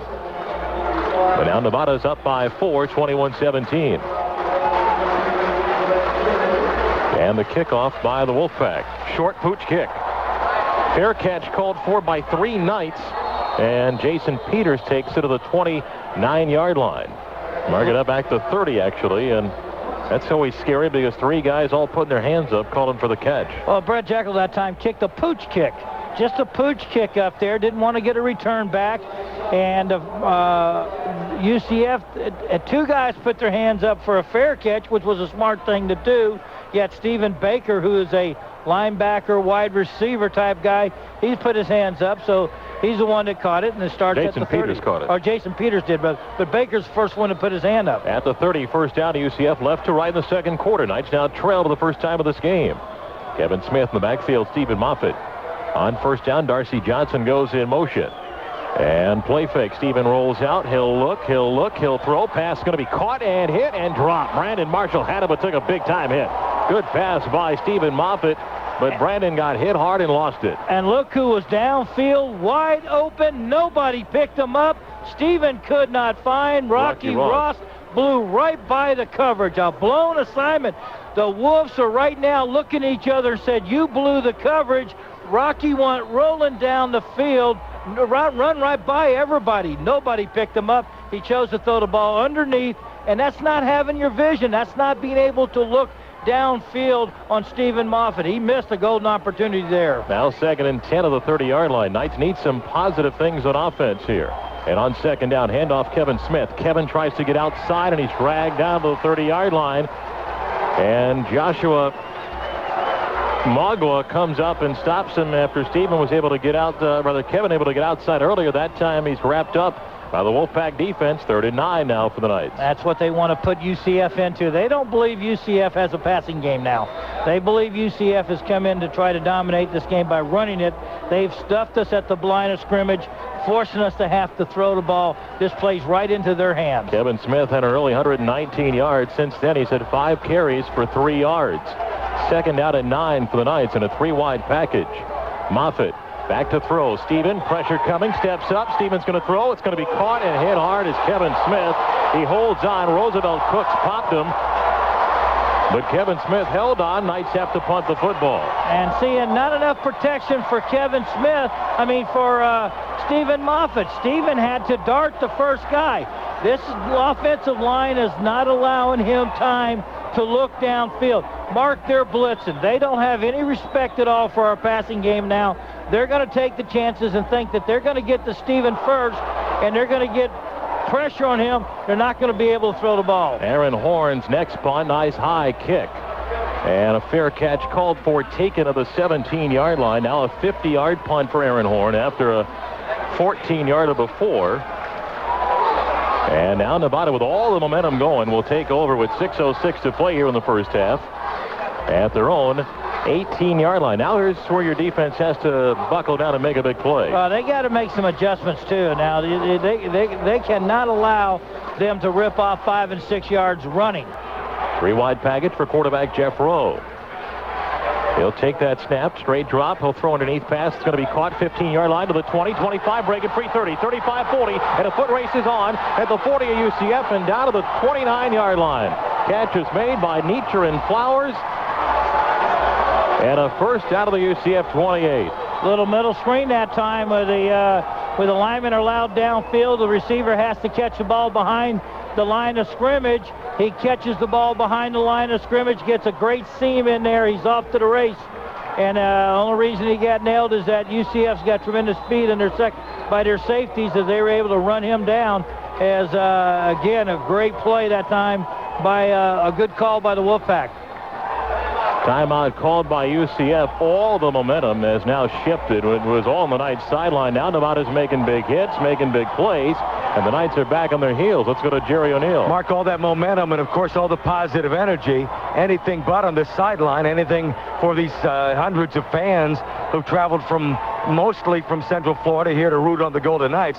When that bubble screen was going on, George O'Leary was holding court with his offense. In fact, he came over to the offensive line. They stayed sitting down, and that didn't take long. O'Leary said, "Get on your feet." He was barking at him when they hit the big play on offense to get down here to about the UCF 28.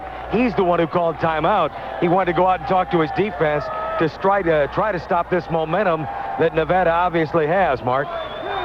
Well, football can be a weird game sometimes, an emotional roller coaster, everything going the Knights' way, and then all of a sudden Nevada sucks it right back from you. I don't want to go back and magnify it, but again, the interception by Benson, missed field goal, would have given the Knights a 13-point lead. And since then, he got touchdown, punt to 14 yards, touchdown, and a punt for UCF. And Nevada strikes big, and they're at the Knight 28-yard line looking to add to a 4-point lead with 5:46 to go in the second quarter. It has ever competed in anything. If you ever lose confidence, then you start lacking in your belief. And those who have more confidence are going to have more belief, are going to make bigger plays. At the 28 of UCF, Rowe waits for the snap. He's got 2 receivers left and 1 right. Robert Hubbard is the back behind him. He takes the snap, gives it to Hubbard, who runs right and gets inside the 25, down to the 24-yard line. Nevada over 300 yards of offense in this first half. UCF with 264. They got an offensive line right now, Mark, that walks up to the line and has a lot of confidence in itself that they can now control the line of scrimmage, that they can run any play they want to. Their offensive coordinator can step back. He can make any play, any call he wants to right now, and that's all he's having to do. 2nd and 4, the Knight 24-yard line. 21-17, about a 5:10 to play first half. And Rowe waits for the snap. Knights come with some pressure. Handoff. Hubbard tries to get outside, breaks a tackle. 20, 15, 10, 5, and a touchdown for Robert Hubbard. He scores from 24 yards out, and it's 27-7. And boy, is the defense just falling apart here in the second quarter. Ran a blitz that time. Where does he blitz from? To the left side of our left side. Where does he run? Our left side. The blitz gets picked up. If you're going to blitz, you can't afford to allow a guy to come up and block you. You've got to avoid that blitz, and you've got to get in there, and you've got to plug, and you can't come out of control. You've got to blitz under control. You've got to not, that time you see a guy come running up in there as a blitz man, you've got to be able to see the field and know you've got somebody may be coming your way. You can't run right by him. Snap down, kick up, and the extra point is good. 5:01 to play, and Nevada scored 21 straight points. And just like that, the Wolfpack lead 28-17 over UCF. Back in a moment of the UCF ISP Sports Network. Hello? Anybody out there? Who is it, honey? There's no one here, but there's a Coke fridge pack on our doorstep. Look, bear and penguin tracks. How do you know? The internet. There's also a card. It says, and...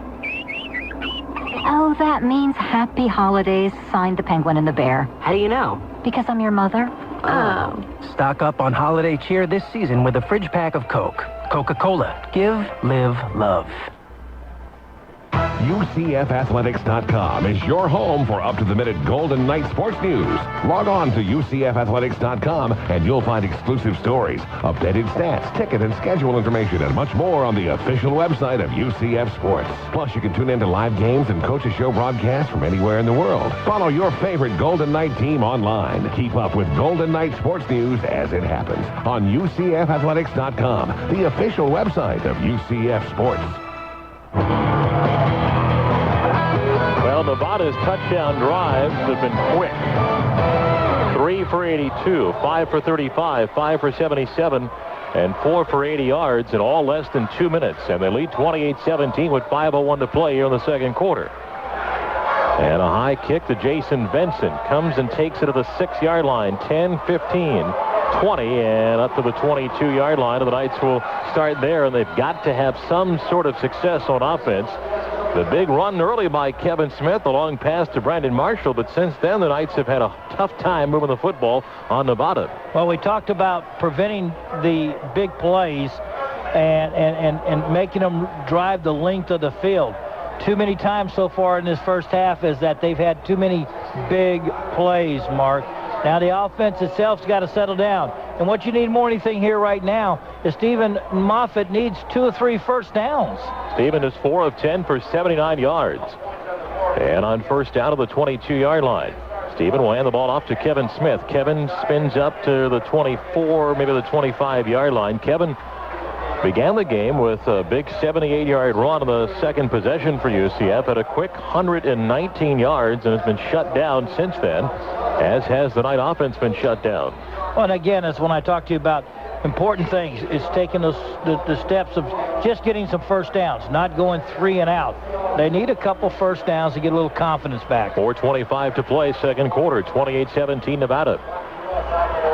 And a 2-wide set. Moffitt on second down and 8, back to throw. Stephen looks, he throws. Pass is going to be caught. Brandon Marshall, the 38-yard line. He dives up into the 39. And a first down for Brandon Marshall, a gain of 15 for UCF. And Brandon makes his 4th catch. Not a blitz that time. Everybody was picked up. No blitz. Brandon Marshall runs a comeback to the sideline. The offensive line does a good job allowing Stephen Moffitt to look over the secondary, find his receiver. He found Brandon. Throws a nice pass out there to Brandon. As Mark said, that's his 4th catch for unofficially 92 yards. First down to UCF at the 39-yard line. 3:55 to play in the half. Imbalance line right. They'll pitch it right to Kevin Smith. They'll look for a block. Kevin gets outside of the 40-yard line. He's face masked. Where's the call there? They tackled up in the cage to the 42-yard line. I thought they grabbed the face mask of Kevin, but there is no flag. They'll say he picked up a gain of 3 yards in the play to the 42. Well, it looked like he was going to be able to get outside the edge.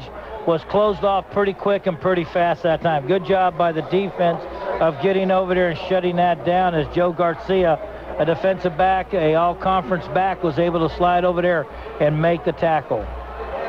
7 carries, 8 yards for Kevin. The last 7 carries have gone for 8 yards after the first 6 went for 119. 2nd and 7 for UCF at the 42-yard line. Now Stephen will check off with 4 in the play clock on second down and 7. Moffitt, play fake, rolls out right, looking. He'll throw. Pass is going to be caught. Rocky Ross, is he inbounds? They'll say yes. Catch made at the Nevada 43-yard line. And the freshman from Jacksonville makes his 17th catch of the season right in front of the Nevada bench. I don't think he was in. I think he may have had a step out. I think he had a step out. This one may be reviewed myself. Nice catch. Good throw and everything, but I think he may have been had a step out. I'm hoping all you got to have is 1 foot in, but I was thinking that the other foot might have been on the out. We'll take it to the 44-yard line. It's First close. down to UCF. It's close. 3 minutes to play in the half. Knights could really help by getting a touchdown to take some of that momentum away. Imbalance line left with the tight ends expanded, and they'll pitch it left side to Kevin Smith. Kevin cuts inside 40-yard line, outside 35. He's got a spinning move, 30-yard line, still to spin inside the 27-yard line and down at the 26. Kevin Smith, who we mentioned him and shut down the last 7 carries, 8 yards, but not that time. He explodes to the Wolfpack 27-yard line, a gain of 17. Great job blocking out there. I'm telling you right now, Tony Eldermeyer makes a beautiful hit on that play, on that block, and he does, when he gets to the cut outside, he's able to pick up 7, 8 yards, then he spins, he does a spin, and then he gets the rest of it on his own there, and he picks up another 7, 8 yards after he gets hit. 144 yards for Kevin Smith. Imbalance line right, UCF at about a 27-yard line. 2:35 to play in the half.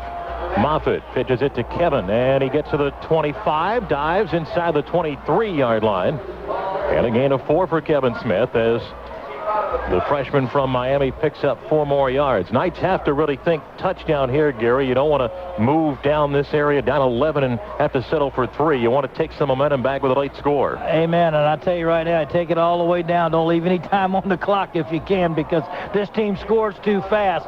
Yes, you're thinking touchdown, and you're thinking taking all the clock you can. Second down and 5 on the Nevada 22-yard line. Imbalance line right. Brandon Marshall lined up left on 2nd and 5. And a play fake, back to throw, looking, he'll throw to the end zone. Darcy Johnson got hit. Holy smokes, you got to be kidding me. He got shoved at the 5-yard line, and there's no flag.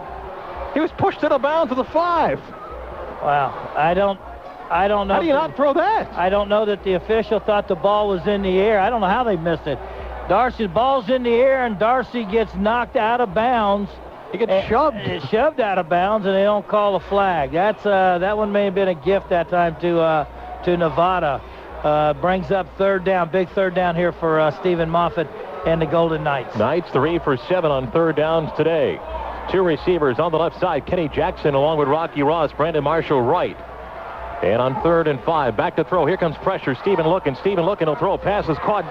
Brandon Marshall, the 17, spins outside of the 16. He's got a 1st down. The market at the 16-yard line. Brandon Marshall playing big today. Makes his 5th catch and a 1st down for the Knights. And Brandon, I think, is going to have his 7th 100-yard game this season. Well, he's the hot man on that blitz that time.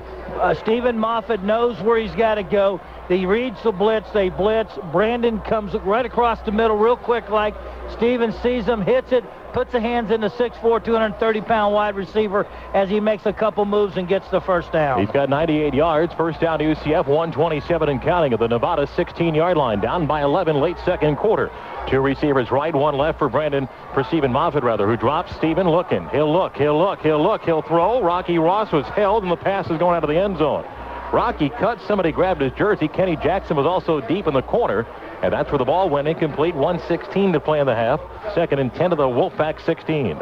Well, good coverage downfield, and he was throwing to an area, and the only person who was going to get that would have been the receiver, because the defense was waiting for somebody to come open, and they would jump on him. Nobody did. It was good protection, good coverage, good protection, though, by the offensive line. And Steve did what he had to do.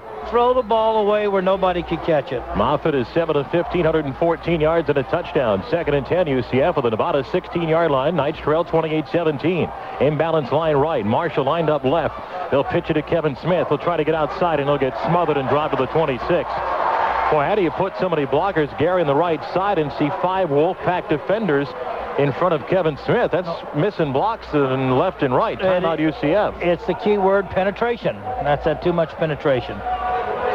So the Knights take time with 1:08 to play, and they'll face a 3rd down and 15 coming up.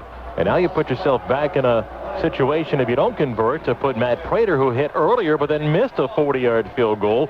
And you're down 11 here. Well, you've got good athletes on the other side that are reading this run really well. You got guys like Garcia that get across. D'Angelo Wilson have been able to jump across there. You got linebackers that have been doing a good job of reading. And on that toss that time, Mark, just way too much penetration. They anticipated the toss. They read the toss. They were able to get across there and penetrate in front of the blockers. And that's the key. When you don't control the line of scrimmage, you allow that penetration. It really makes it tough. He tried to stop and cut back, but he lost all of his momentum, was cut down. Gary, average yard per play. UCF 7.6 yards per play. That's pretty good. Nevada's averaging 11 yards per play in this football game. Total yards 331 for Nevada, 321 for UCF. That's just way too many, for 11.0 yards per play.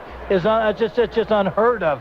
That means your defense is really not doing a good job of stopping big plays. That means they're getting big plays.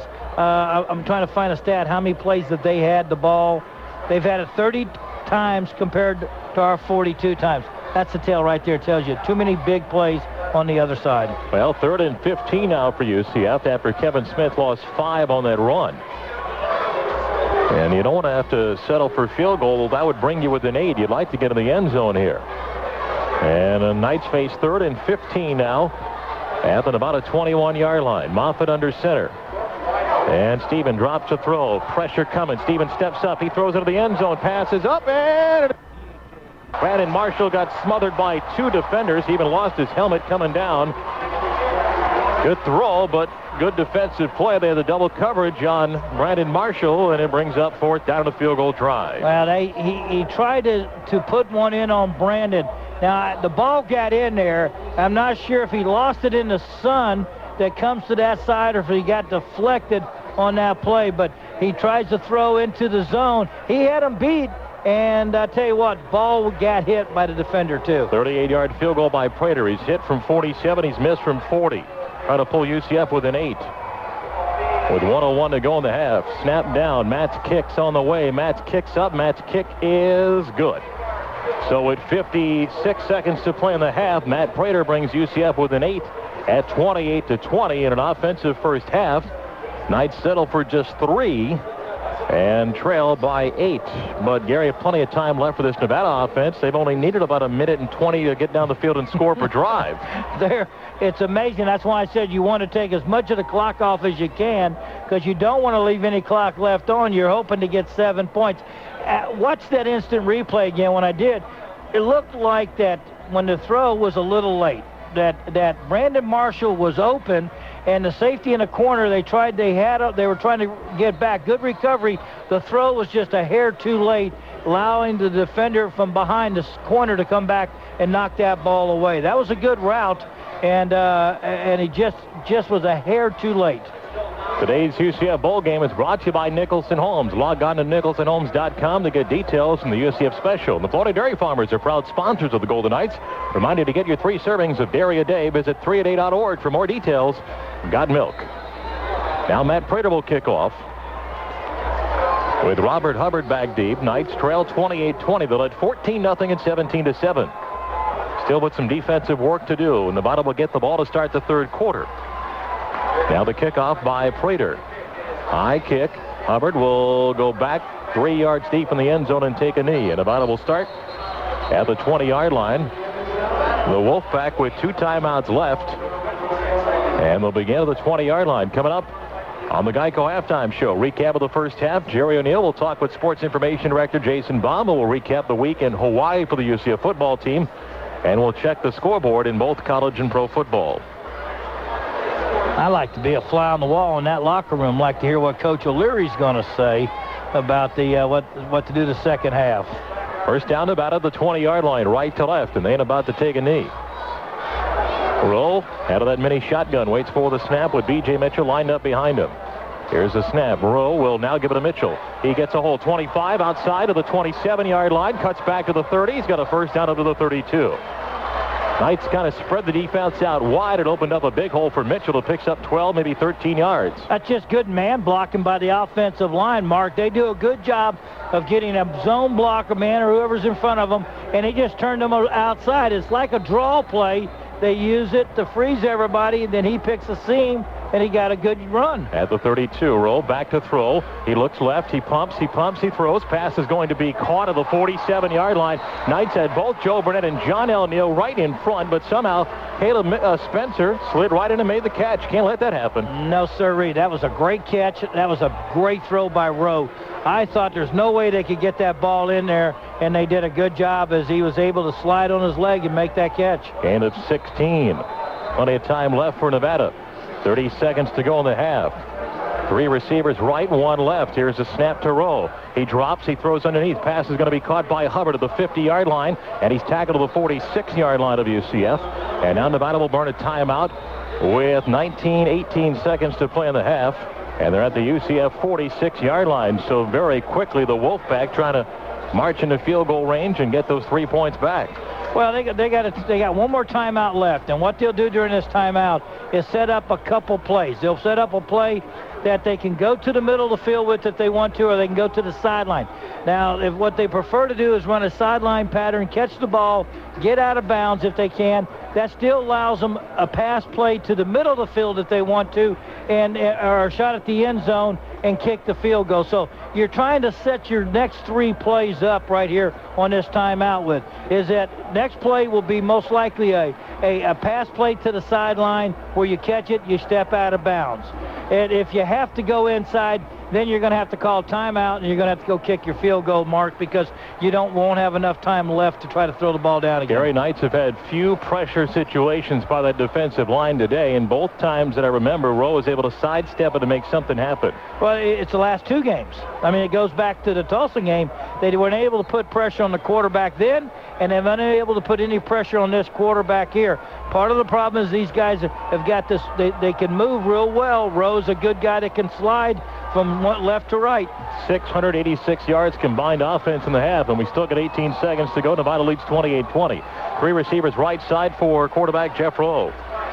And he'll take the snap and drop and look. Pressure coming. Rowe dances around it, rolling backwards, avoids it, still looking. He's got a room to run. 50, 40. Oh, he's over the line. He threw the ball to the end zone. It's going to be tipped, caught, touchdown. He's over the line. This will come back because he crossed the line of scrimmage. It will not count. No touchdown. Threw the ball in the end zone, but he was 4 yards past the line of scrimmage, and here comes a call to bring it back. It was a great throw, great catch, but he was too far down, and he'll call back. He'll not only lose the down, but there's only... Put you at a field goal range, and it'll take him out of field goal range. Here's a call. Legal forward pass on the offense, number 3. Quarterback was beyond the line of scrimmage when he threw the pass. There'll be a 5-yard penalty from the spot. Loss of down, 3rd down. And the thing, too, that is just upsetting to Coach O'Leary. Made the catch. He made the catch right there with all of these guys downfield. That's how close, if it hadn't been that 3 or 4 yards, that's another touchdown. Well, the upside, though, is it takes you at a field goal range, but what Jeff Rowe just proved is I can throw it deep, and they can catch it, so you have to do it again. It's a Hail Mary. I throw again. Here's what I do. I scramble. I throw another Hail Mary. It's just like a punt downfield, Mark, and that's what you're going to play for. You got 5 seconds left to go in the half. Throw the ball down the field. If UCF intercepts it, hey, it's just no different than a punt. Well, 5 seconds to play in the half. Ball of the UCF 48-yard line. 3 wide receivers. Here comes the Hail Mary. Rowe's got the arm, no question about it. He drops, and they'll hand it off to Hubbard, who's going to be tackled to the 49. That's surprising, and the half will end. Nevada takes an 8-point lead. The locker room at 28-20 over UCF. Knights led 14-0 and 17-7. We'll get the comments of UCF head coach George O'Leary. Nevada will get the football to start the 3rd quarter. An offensive first half, 684 yards combined offense. Let's go to our Jerry O'Neal. All right, as the teams will make their way off the field to the locker room, we'll catch up with Coach O'Leary. Coach, can we get a word going to the locker room? He'd rather not talk right now, guys. He shakes us off. He wants this football game. It's a party to come over here and play, no question about it. His focus and the focus of the team was to end the party with a win on this field, guys. Well, Knights trailed 28-20, down by a touchdown and 2-point conversion, but had offensive momentum early. Nevada's adjustments frustrated UCF, and Nevada will get the ball to start the 3rd quarter. We'll come back with the Geico halftime show in a moment, and the 2005 Sheridan Hawaii Bowl. It's Nevada 28, UCF 20. Now this from Dodge. America is choosing Dodge. And during the Dodge year-end event, you've got even more to choose from on our best lineup of vehicles, like the Bold Charger with available Hemi power. And you even get a choice on the offer. Qualified lessees can lease a 2006 Ram 1500 quad cab for $299 a month for 39 months with $999 due at signing. Tax, title, license, and dealer transfer service fee extra. Or choose our Miles of Freedom plan. 2 years or 24,000 miles of gas and scheduled maintenance and a 5-year or 60,000-mile mechanical limited warranty. On vehicles like Caravan, America's best-selling minivan, or the Ram Mega Cab with the biggest cab in the world. One great lineup, 2 great deals. Only at the Dodge year-end event, but you have to hurry. Both offers end January 3rd. Maximum gas amount 2367, 6,000 miles, scheduled maintenance intervals for 2 years or 24,000 miles. See dealer for details and a copy of the limited warranty. Call 888-4DODGE for lease details. Offer requires dealer contribution of $24.10 and a lease through Chrysler Financial. Not all buyers will qualify. Offers available on select models. We'll be back after this timeout for your local station of the UCF ISP Sports Network. Follow the Golden Knights all year long with Night Vision, official newspaper of UCF Sports. This 28-page publication will be mailed to your home business 10 times a year. Each action-packed issue contains exclusive articles and photos, plus schedules, stats, and more. Get all the inside scoop on your favorite Golden Knights sports team by subscribing to Night Vision for only $19.95 per year. Call 1-888-877-4373, extension 121 to go inside the huddle with Night Vision, the source for UCF sports news. Subscribe today. For up-to-date breaking news on the Golden Knights, there's no better source than UCFathletics.com, the official website of UCF Athletics. UCFathletics.com provides detailed content and results on all Golden Knights sports teams with innovative photos, live games, and coaches show broadcasts, along with in-depth interviews about the Golden Knights. UCFathletics.com is your complete online source for sports news when you just have to know. Visit UCFathletics.com and make it your start page each time you log on to the internet. Go to the source, UCFathletics.com. So, Nitro, being a big star, I'm sure you bring home a pretty nice paycheck. True? And what do you spend all that cash on? Really? Cars? A yacht? Jewelry? And the UCF Alumni Association? They award more than $40,000 a year in scholarships? That's great. Well, it's awfully generous of you to be so giving. Well, sure, yeah, I'll still pick up lunch. Find out more about the UCF Alumni Association. Call 407-UCF-ALUM or go to UCFalumni.com. Yes, I know your entourage doesn't work for free. Law firm of Colling, Gilbert, and Wright would like to remind you that this broadcast of UCF football is authorized under rights granted to International Sports Properties Incorporated by the University of Central Florida and is intended solely for the entertainment of our listening audience. Any publication, rebroadcast, retransmission, or commercial use of the descriptions and accounts of this game without the express written consent of ISP Sports and the University of Central Florida is prohibited. The announcers are selected by ISP Sports and approved by the University of Central Florida. Brought to you by the law firm of Colling, Gilbert, and Wright, your business legal team when the game is on the line. Back at Aloha Stadium in Honolulu, where the sun begins to settle down and the shadows now across the entire field and just about all of the stadium. And for anybody who's ever been out here, you know how scenic it is. We have been fortunate to come out here a second time, and boy, the sights are absolutely amazing. Yesterday, we took a drive around the entire island, went to the famed North Shore side, and saw some of the most incredible waves that you would ever see in your life. It's just hard to believe there's so much beauty in one state, and we're so thankful this to be part of our country is Hawaii. It is so beautiful. Hi, Gary. Halftime, Knights down 8. Some thoughts on what we'll see UCF try to do here in the second half? Defensively, they've got to get a little more aggressive, and they've got to take a chance. They've got to shut down the run. Mark, they're giving up too many big plays right off the bat, and they've given up a bunch of them here in the first half, things they didn't want to do. They've got to get some tackles behind the line of scrimmage. They got to get some penetration on their offensive line, against their offensive line, rather. Their offensive line has controlled the line of scrimmage, and they've got to adjust that. They're going to have to take some chances, whether by the blitz or they're going to have to do some more stunning, but they're going to have to gamble, and they're going to have to shut it down. Offensively, Stephen Moffitt has got to get control of his game, and he's going to have to start finding his key receivers, trying to make some plays happen, get the offensive line back where they're controlling the line of scrimmage and picking up the blitz a little better. We did not do a good job of picking up the blitz in the first half. Knights outscored Nevada 17-7 first quarter. Wolfpack outscored UCF 21-3 in the second. Matt Prater will kick off, and Robert Hubbard is back deep for Nevada. Let's see if the Knights can stop the Wolfpack early and get that football back. They trail by 8. Third quarter begins to the 2005 Sheridan Hawaii Bowl. And Prater's kick is going to bounce to the 5. Returnable. Hubbard to the goal line. Down to the 5. Down to the 10. And he's hit it and dropped to the 16. Got a flag down. That flag has to be a hold. They're going to be a push in the back. Yeah, tackle on the play by Mike Malatesta. Yeah, there will be I think we'll Mike. Get a block on Nevada. Here's the call. Hold on Nevada. That'll back them up. So, Gary, here's a chance for the defense now to pin those ears back and try and shut down Nevada. Exactly right. Good job by the coverage on the special teams that time. And plus they get the shove in the back, and it's going to give an additional half the distance to the goal. And you're right. Go make them go long. And not I'm not talking about doing it in 5 plays. They're going to go down long. Make them make an 8, 9, 10 play drive, because then there's a chance they might make a mistake in those drives, and that's where you take advantage of it. Now the drive starts for Nevada. They're on 8-yard line. They go left to right here in the third quarter. Nevada leads UCF 28-20.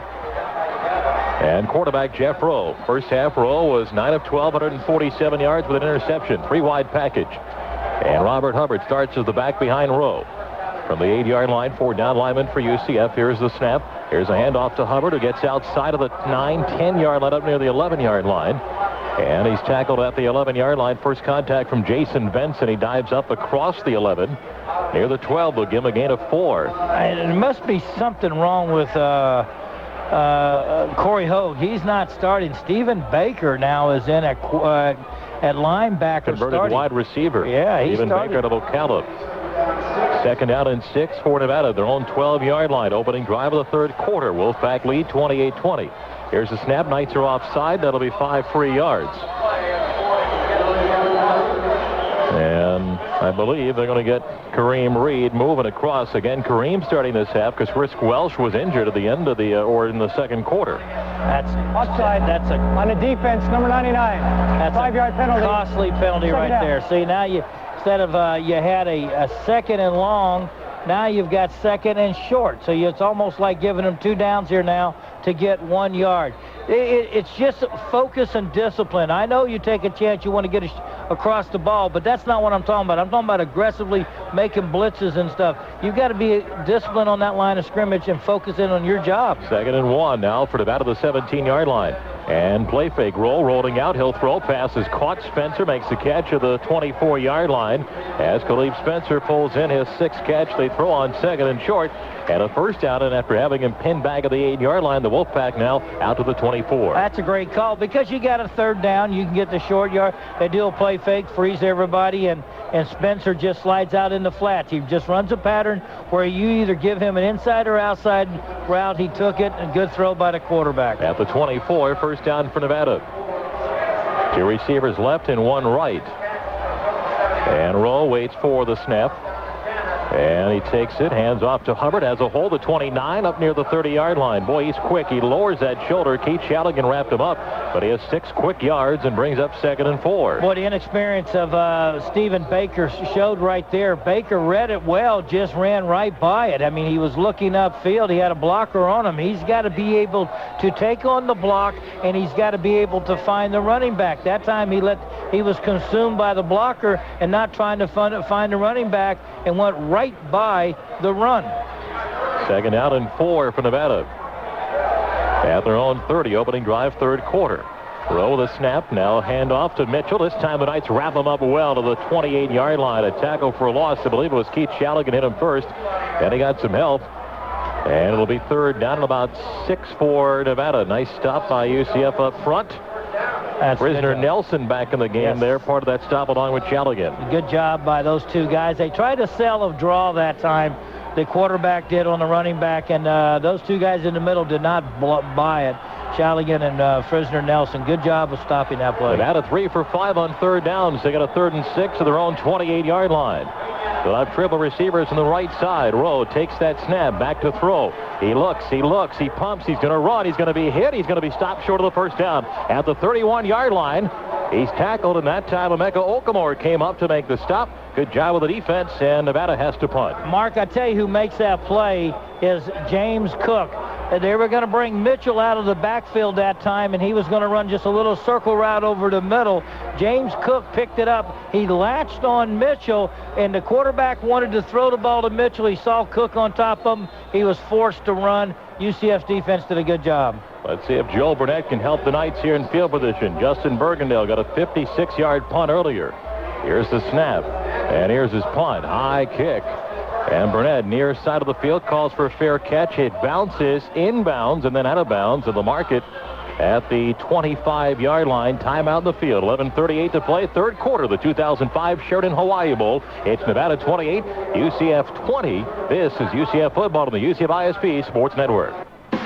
Celebrate their first ever bowl appearance. Nicholson Homes wants to give you 10,000 more reasons to cheer on UCF this season. From now until the end of the year, just mention UCF and receive up to $10,000 off your choice of options.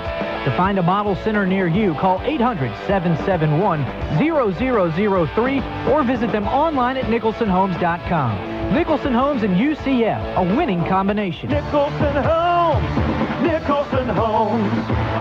At SunTrust, we see beyond how you're banking to how you're living. So it's game day, right? And I have a house full coming over. I have to deposit a check and buy all the munchies, but it's close to game time, right? I run into the SunTrust in my grocery store and start talking TVs with the teller. He said I could use my home equity line to go bigger. I said, plasma? He said, home theater. I said, score. To find out how we can help you get to the better solutions you deserve, visit us at suntrust.com or call 800-SUNTRUST. SunTrust Bank is an equal housing lender, member FDIC. Today's game is brought to you by Dodge. You can take life as it comes or grab life by the horns. Dodge, a proud sponsor of UCF football. To the sideline and Jerry O'Neill. Mark, Gary mentioned about Corey Hogue not on the field during the last defensive stand for UCF. He's got a left-hand problem. He's sitting down. They taped it up. I can't tell whether it's a thumb or actually just the hand itself, but it does look as though he'll go back in the game, but that's the reason he was not out there during the first defensive series. The injury update brought to you by Jewel Orthopedic specialist for UCF Athletics. 11:38 to play, third quarter. Nevada leads UCF 28-20. Knightsville at 14-0 and 17-7 before Nevada's offense really got cranked up. But Gary, good stop. Knights give up a first down, but after that, did a good job. And they had to. That was a big play they needed to make. And again, the pressure, good coverage downfield. And James Cook picking up that running back coming out of the backfield. That's who the quarterback wanted to go to. That was a great job, and that forced him to go to fourth down. Some key things happen there, and you appreciate the little things. Just like a guy like James Cook sliding over and doing his job like there and saw the running back. That's an experience. You know, Stephen Baker, we talk about him as a linebacker. You know, this junior. They think he's going to be a good linebacker. First down, UCF at the 25-yard line, right to left in the third quarter. Three-wide package for quarterback Stephen Moffitt with Kevin Smith behind him. And on first down, Stephen under center will hand the ball off to Kevin Smith. Tries to get outside, looks for a block. Kevin bounces to the 26-yard line, and that's all he ran into. One of his blockers, that was Josh Sitton, trying to spring a block for him, and Kevin ended up running into him. Yeah, Big Josh knocked Kevin down. It looked like he had the outside, but Josh kept stringing it out himself.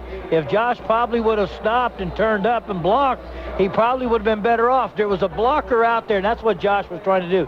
He was trying to get the corner out there, and Kevin ran into him. Brandon Marshall goes right. Rocky Ross near side left. 2nd and 9, UCF at their own 26-yard line. Down 8 here in the third quarter. And Moffitt on second down will drop the throw. He'll have pressure. He'll throw. Pass is going to be caught. One-handed grab. First down, 35, and across the 35.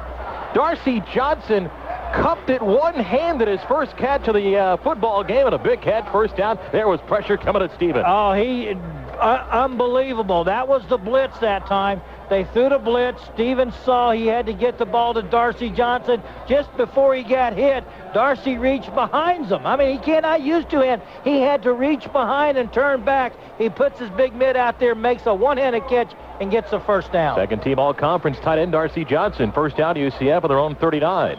And on first down, handoff Kevin Smith out the middle, 40. Kevin up to the 43-yard line, maybe the 44.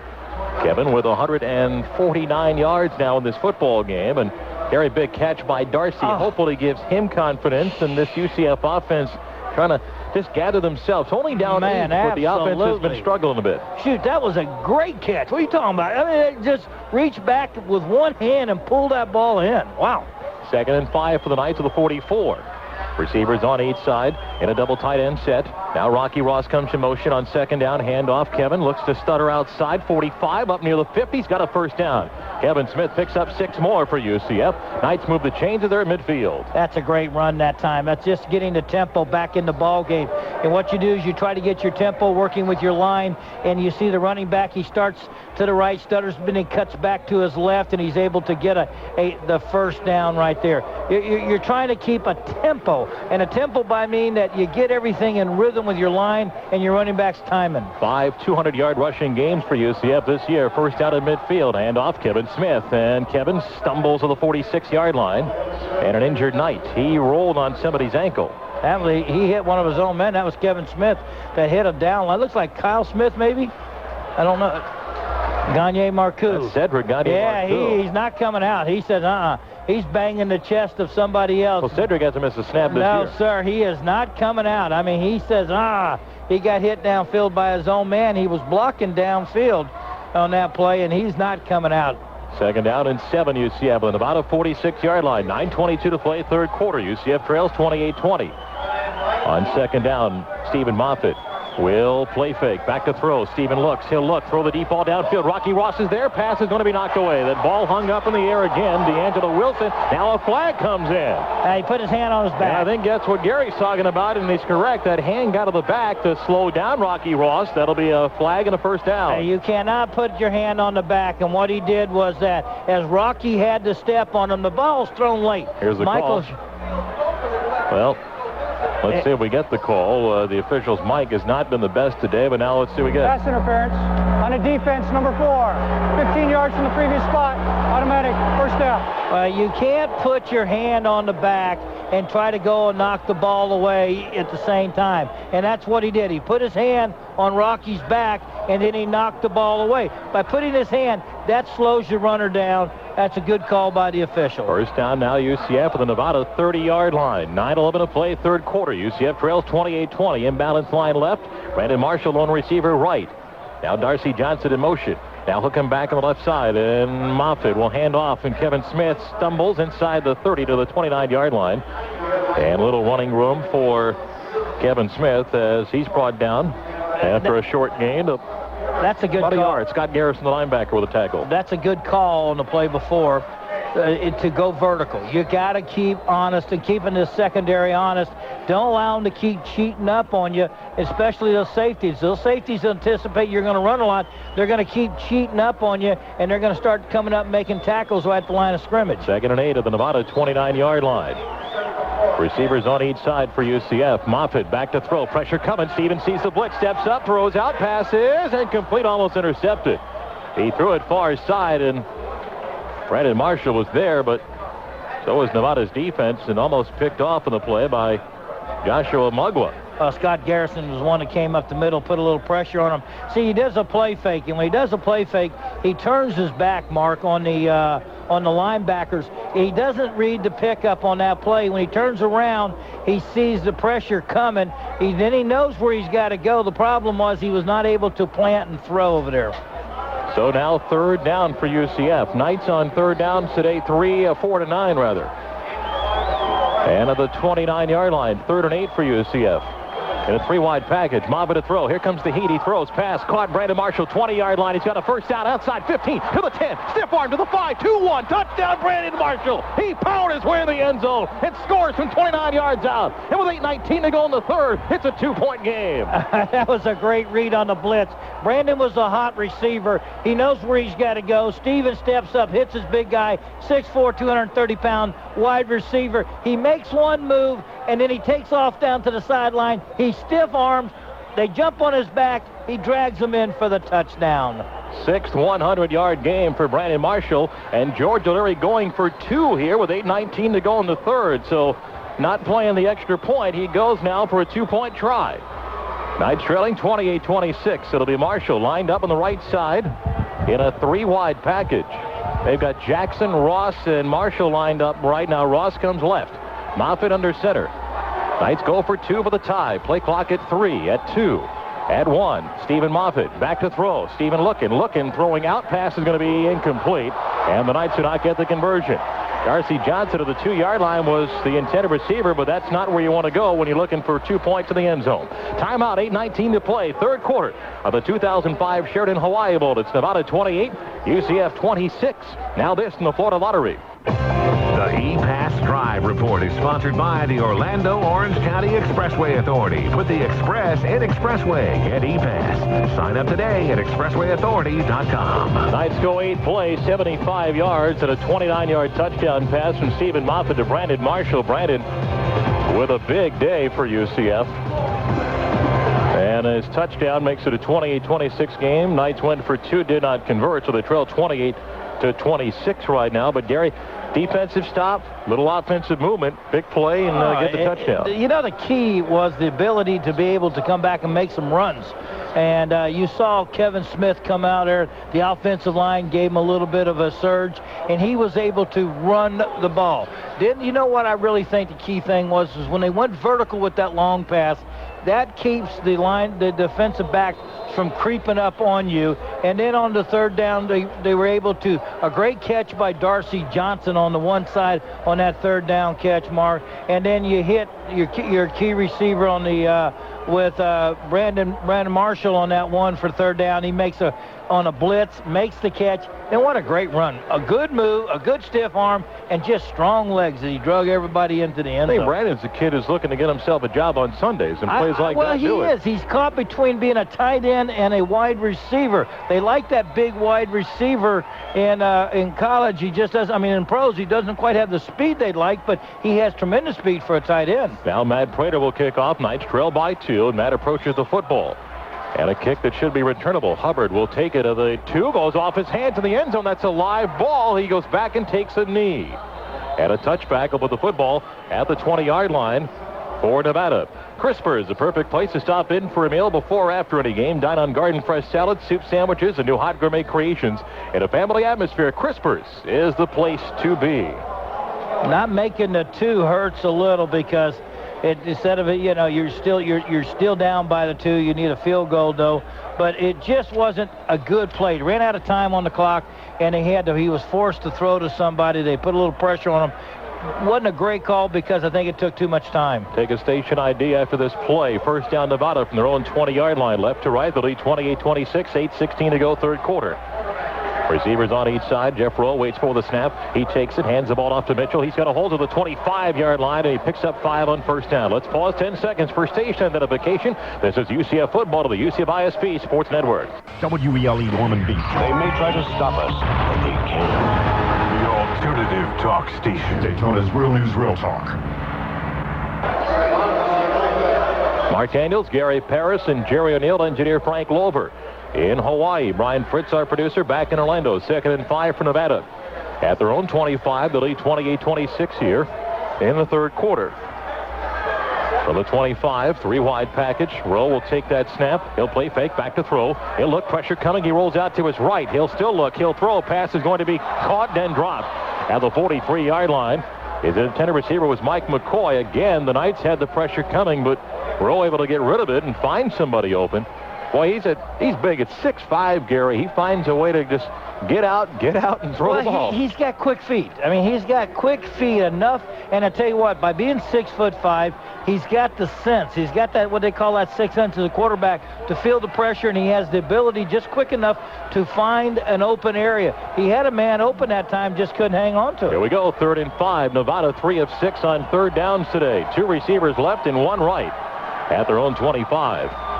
Rowe takes that snap, drops, rolls out to his left. He looks, he throws. His pass is caught, first down, as Caleb Spencer had the soft coverage on him, and he picks up 7, maybe 8 yards, and they move the chains. Wow, that's just good call. They had everybody. What they did is they took 3 guys and they flooded one area.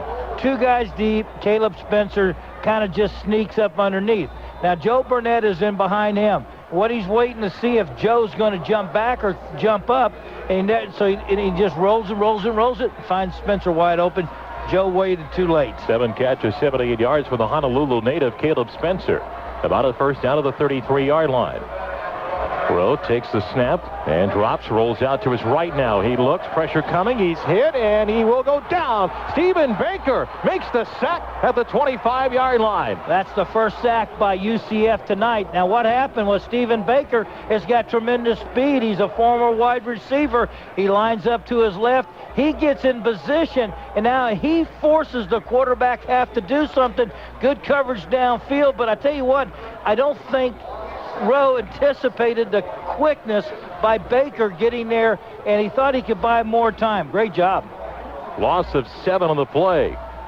Big sack by Stephen Baker. Now second out and 17 of the 26 for Nevada. 2 receivers left, 1 right. Rowe takes that snap. Now he'll hand the ball off to Hubbard. Hubbard gets outside 25, looks for a block to the 30, gets up to the 35-yard line, and brings him in a 3rd down and 8 situation. As Hubbard picks up about 9 on the play, 6:13 to play, 3rd quarter, 28-26 Nevada. Brings up 3rd down, as you said, but good job by Hubbard picking up those 6-7 yards there that they had lost on that sack by Baker, getting him back now in a situation where you can see Rowe going to move around some way, somehow. You got to get some pressure on this quarterback, and we have not done it but one time tonight. 4-7 on 3rd downs for Nevada. Trip receivers on the left side on 3rd down and 9 for the Wolfpack at their own 34. 2-point lead for the Wolfpack.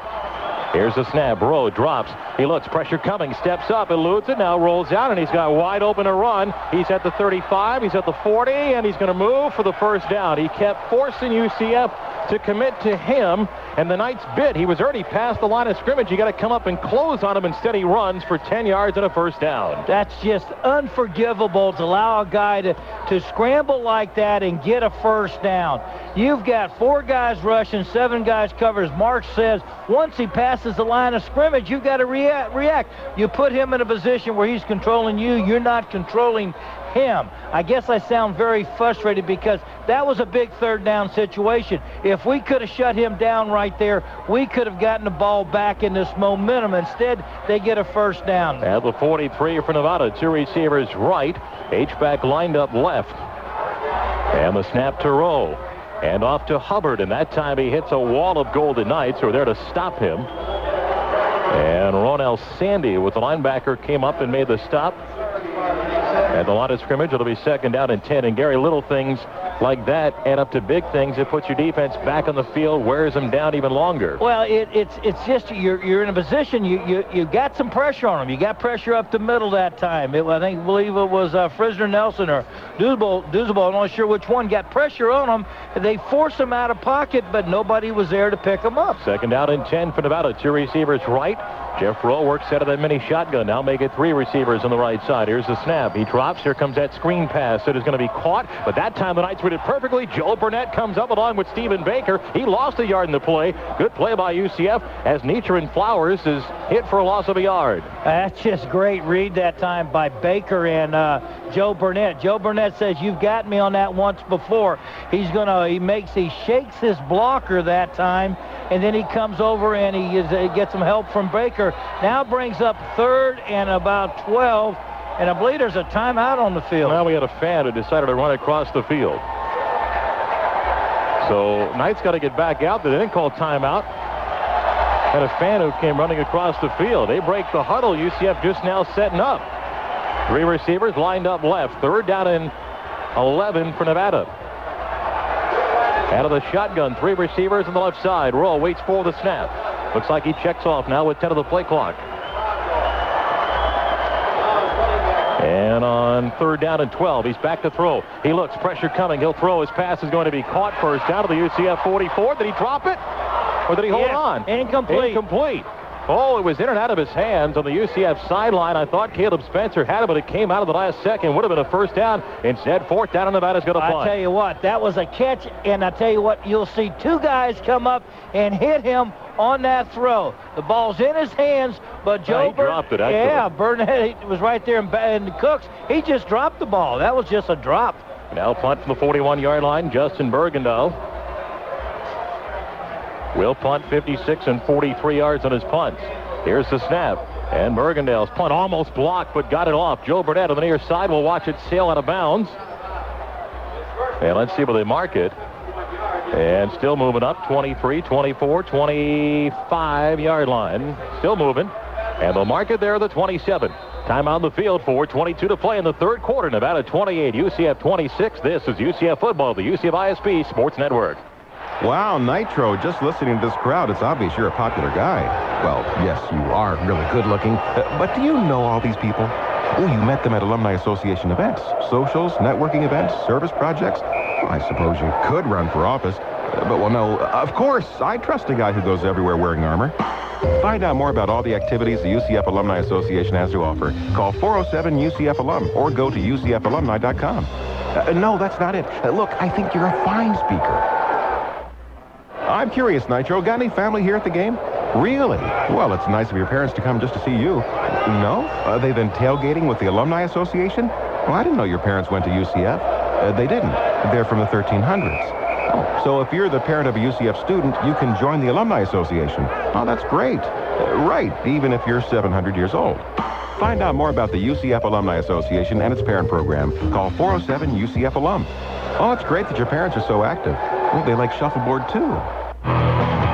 For the best deals on all of your insurance needs, contact Davenport Insurance at 407-629-2011. That's Davenport Insurance, 407-629-2011. U Supply congratulates UCF on a great season and their first ever bowl game. Thanks for making Central Florida a more exciting place to call home, courtesy of U Supply. And today's broadcast of this first bowl game for UCF is brought to you by Nicholson Homes. Nicholson Homes online at nicholsonhomes.com. Click on and find out about the UCF special. To the sideline now in our Jerry O'Neill. Mark, to further update the injury to Chris Welsh, his day is over. He's in street clothes with a great big wrap around his right shoulder. We mentioned in the first half when both Ian Frisner and Nelson went down on the same play, Frisner looked to be the most serious of the two injury-wise. They could put a great big wrap on his knee, a brace, and he's played back in this game. But Welsh in civilian clothes, be they black and gold, with a big ice pack on his right shoulder. It's all wrapped. His night is over. All right, Jerry, thank you much. The injury update brought to you by Jure Orthopedic, official orthopedic specialist for the UCF Golden Knights. After the Nevada punt, they marked the football at the UCF 26-yard line. And the Knights will go to work. Kevin Smith, 21 carries, 161 yards. Stephen Moffitt, 9 of 19, 156 yards and a couple of touchdowns. Total yards, Nevada, 406. UCF, 380. 786 yards of offense while the two teams combined. First down, Knights to the 26, trailing by 2 here in the third. Darcy Johnson goes in motion on first down. And off goes to Kevin Smith. He's hit and dropped after maybe a half yard at the most. As Nevada not fooled that time as Scott Garrison came in to make the stop and dropped Kevin Smith. And Gary, as you mentioned, Nevada's going to force UCF to beat him with a pass. Even though Stephen Moffitt's hooked up with Brandon Marshall for over 100 yards, they still feel that the Knights have to go to the air. Well, you're right, and I think they're still trying that. That time Garrison makes a great tackle from his linebacker position, and UCF's got to do what they're doing right now, still run and mix. Second down and 10 for the Knights on the 26. Moffitt back to throw. Here comes pressure. Stephen is hit. He's loose. He throws. Pass. Caught Darcy Johnson open. 35-40. 45 to the 50. Darcy out of bounds, and a flag comes in for a late hit. He was out of bounds when they hit him.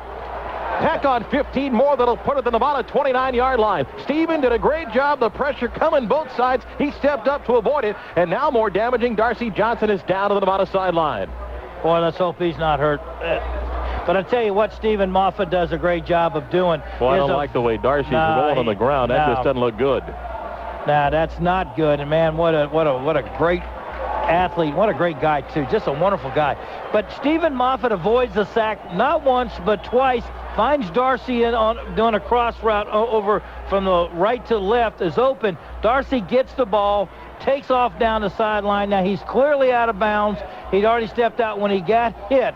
And they're going to tack on 15 yards on that play. Well, Darcy now being aided off, and we'll get an update from Jerry O'Neill. Boy, you didn't like the way that he was hit as he went flying down. Other thing I noticed, Gary, Darcy made the catch in his right hand. He's running sideline to his left, put the football in that left hand to protect it. If it's going to get hit and pop out, it's going out of bounds. All good tight ends will do that. 30-yard gain, tack on 15 with a penalty. Turned into a 45-yard play. Of concern now for UCF is Darcy Johnson being helped off because that is a big loss in so many areas, Gary, for UCF if Darcy can't return. Well, he's a great blocker, for one thing. He's good at picking up the blitz. Two, he's great about running routes on the hot route. Now you have to go to Antonio Eldemeyer and Mike Merritt, guys that just don't have the experience. Eldemeyer's a great blocker, just doesn't have the receiving experience that a Darcy Johnson gives you. Well, maybe Darcy just got his bell rung, but it looked more serious than that.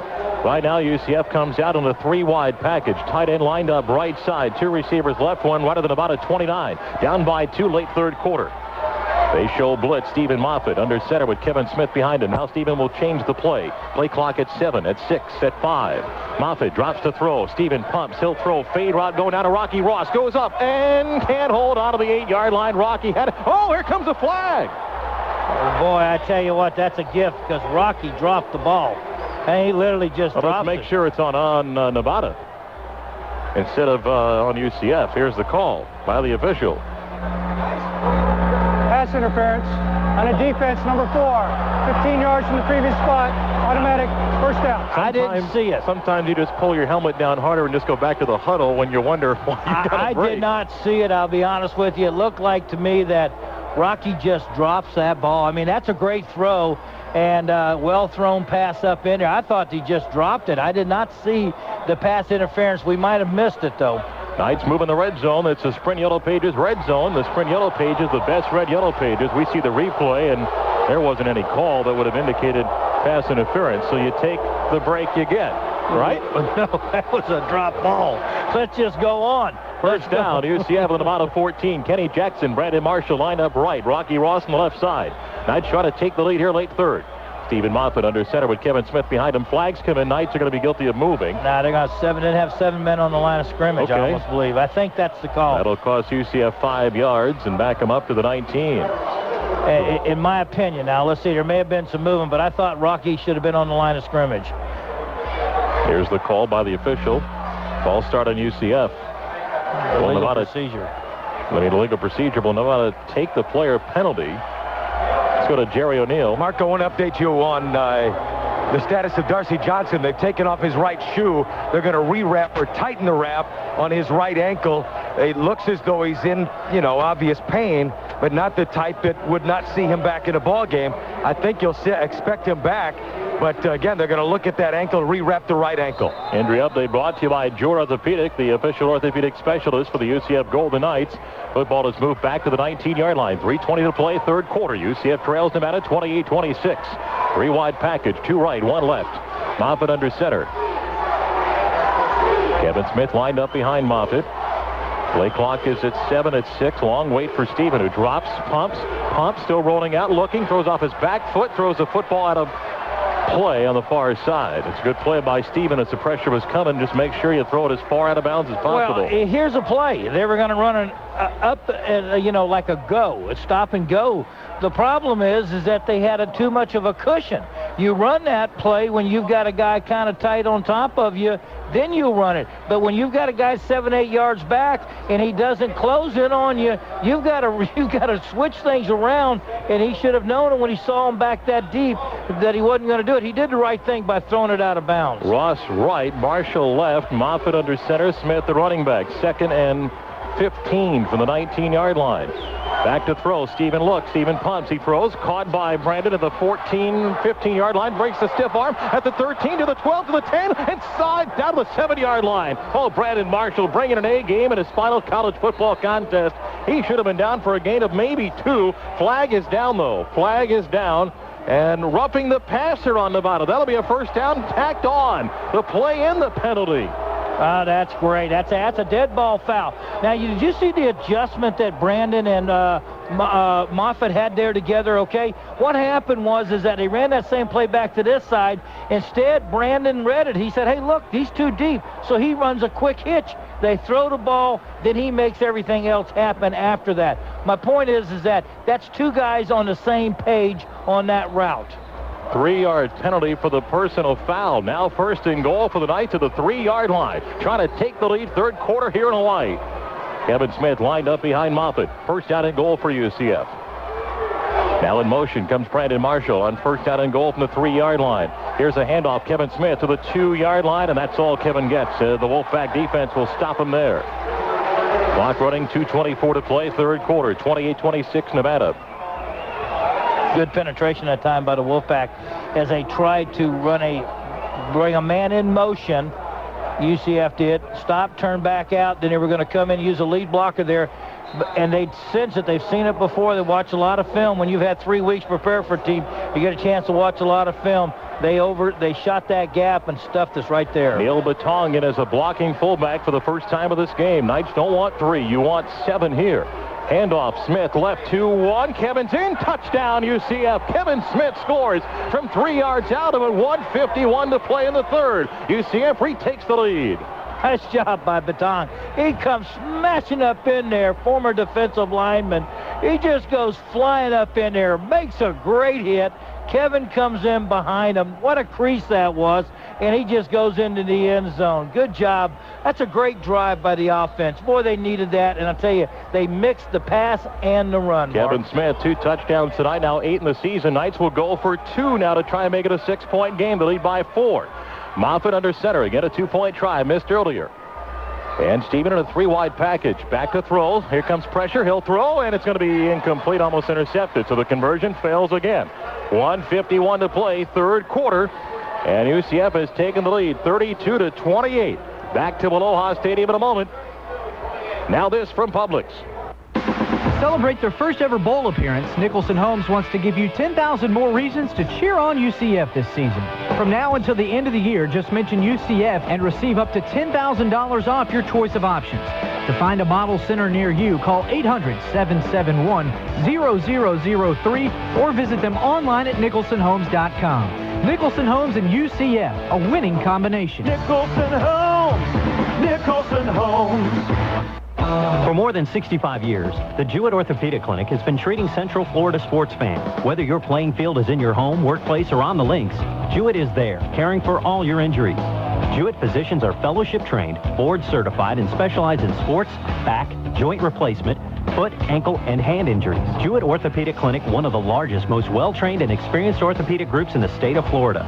Internationally recognized but locally focused to be your team physician. Jewett Orthopedic Clinic, proud to be orthopedic physicians of the Golden Knights.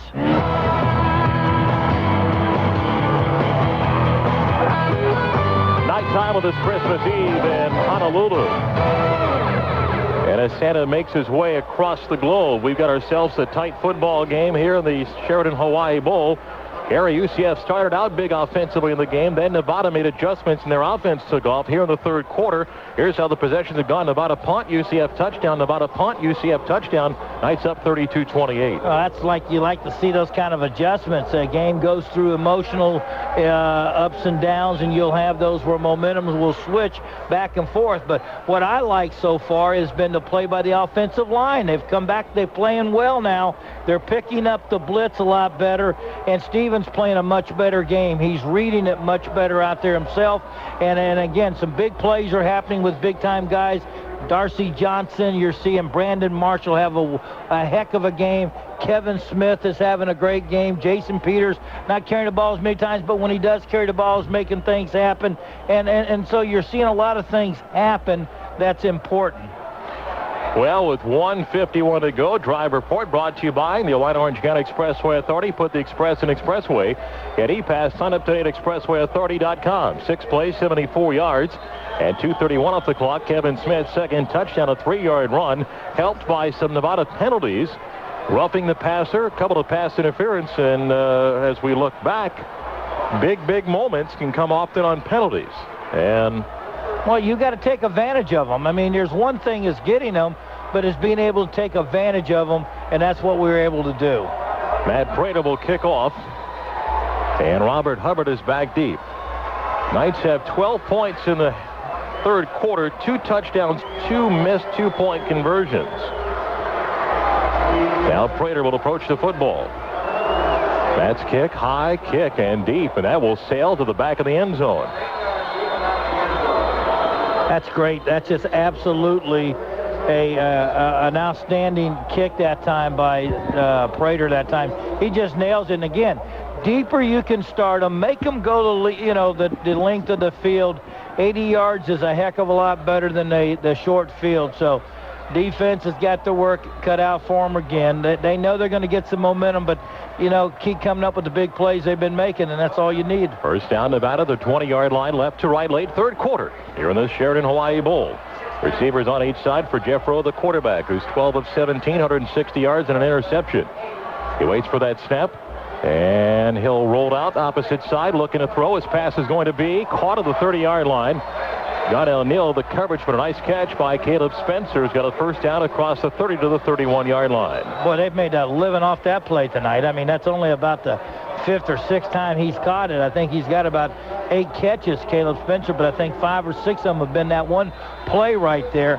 And it's deceiving because you fake on the handoff to a running back, and then they do a good job of selling it, and Spencer gets open. At the 31 for Nevada, 1:28 counting third quarter. Knights up 32-28. Tight end goes in motion from the right to left side. And Rowe rolls out, same play, looking, he'll throw downfield, man is open, and he overthrew Spencer. Oh, he snuck behind John O'Neill. And Rowe, who's pretty accurate, just overthrew him. And that's what you do on a play. You set it up again, you come back, and everybody bid on it. And that time he fooled them. He had his man wide open. That's the stop and go that you'd like to see. The problem is a blown coverage there by either the safety. And Mark, because he does such a good job of faking that handoff, and you think Mitchell's got the ball, safeties are biting, and that's why he got open behind him. Second down and 10 for Nevada. Receivers on each side. Back is Mitchell behind Rowe. Back to throw. He'll throw underneath. Here's that screen pass. Caught at the 30-yard line. Dancing in traffic to the 35, up to the 39, 40-yard line. Catch made by Etran Flowers, and looked as if it'd be a short gain. Instead, he gets about 9. He'll be just shy of the first down of the 40-yard line.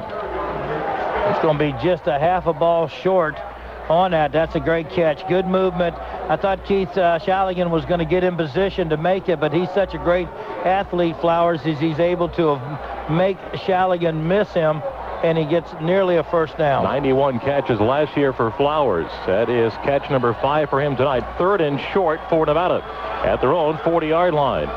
Mitchell lined up behind Rowe out of that mini shotgun. He takes the snap, handoff to Mitchell, who's got a first down, 40, 45, 50 into the UCF 47-yard line. Big hole right side of the line on a first down for Nevada, what could be the final play of the third quarter. Boy, you saw that coming. You thought UCF might have a shot at him, but he's so strong, he's able to break the tackle and get in there, and he's picks up an extra 5 or 6 yards on just hard running. Over 1,350 yards this year for B.J. Mitchell. Nevada, first out of the night, 47-yard line. They look like they're going to get a playoff before the quarter ends. In a 3-wide set, 2 left, 1 right. Rowe waits for that snap. And he'll take the snap, and he'll roll out to his right. He'll throw. Pass going to be caught. Tight end 40, 35, and bumped out of bounds. First down inside the 35, down to the 34-yard line. And a catch is made for Nevada, and they'll move the chains. Anthony Pudawell makes the catch as the third quarter comes to an end. We'll come back with the fourth quarter from Aloha Stadium in Honolulu, Hawaii in the 2005 Sheridan Hawaii Bowl. It's UCF 32, Nevada 28. We'll come back in a moment.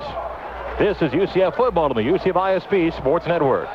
Okay, Nitro, everyone knows you love UCF sports, but what do you do when you're not at the games? Oh, really? You love to travel. Where to? Europe? Asia? No? You only speak English. You travel around the country visiting the 30 different chapters of the Alumni Association. Well, that sounds fun. Yes, I know. You're a jet setter. Going global. Absolutely. Find out more about the UCF Alumni Association chapter near you. Call 407-UCF-ALUM or go to UCFalumni.com. Oh, you only fly first class. Yeah, nothing but the best for the best. Super. I'll be honest, Nitro, you seem kind of tired today. A late night last night?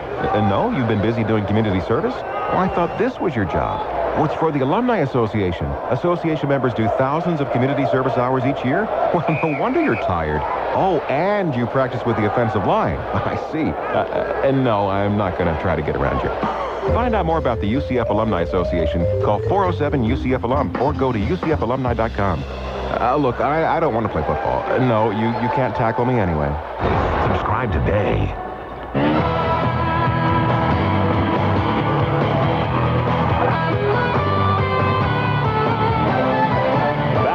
Honolulu. Mark Daniels, Gary Parris, and Jerry O'Neill. We get set for the fourth quarter. Gary Parris, nobody would have told us in August that we'd believe that, hey, you're going to have a 4-point lead in the bowl game going into the fourth quarter, but here we are. Nevada's got to the UCF 34. Knight's offense has played well. Defense has played better in the third quarter, but now Nevada with a drive of the Knight 34. Well, you know they're going to do that. They're too good of a football team to completely, totally shut out the second half. You know they're going to get some points. You just got to come back and do a good, as we did in the third period. We had 12 points in the third period, 2 touchdowns, and we went for twice we went for the 2 points and didn't get them. So, the third period is the period you wanted. Now you got to bend here and you got to break a little at times, but you don't just totally break down. And they're going to give up some points, but you got to keep fighting back. Well, Kevin Smith's got a Hawaii Bowl record in rushing yards at 167. He's got the longest run at 78. Matt Prater's got the longest field goal at 47. Fourth quarter begins. Nevada goes right to left. UCF leads 32-28. They outscored the Wolfpack 12-0 in the third quarter. Now first down for Nevada at the Knight 34. Injuries have also come into play here against UCF. We'll update that in a moment. Now Rowe waits for the snap. And he'll hand the ball off to Hubbard, who gets hit at the 32-yard line and tackled there. Paul Carrington is out of the game right now. Or Jerry O'Neill's been busy getting updates, as Paul was hurt earlier. And Antonio Wallace is in the football game now and involved in the defensive end spot. Yeah, he's normally a linebacker, but he's playing some defensive end. He's a young man out of Vero Beach that getting a chance. I know he's all excited about being here. He's in a big game right now. At the 32 of UCF, second down and 8. 2 receivers left, 1 right, trying to force Nevada to perhaps at best a field goal.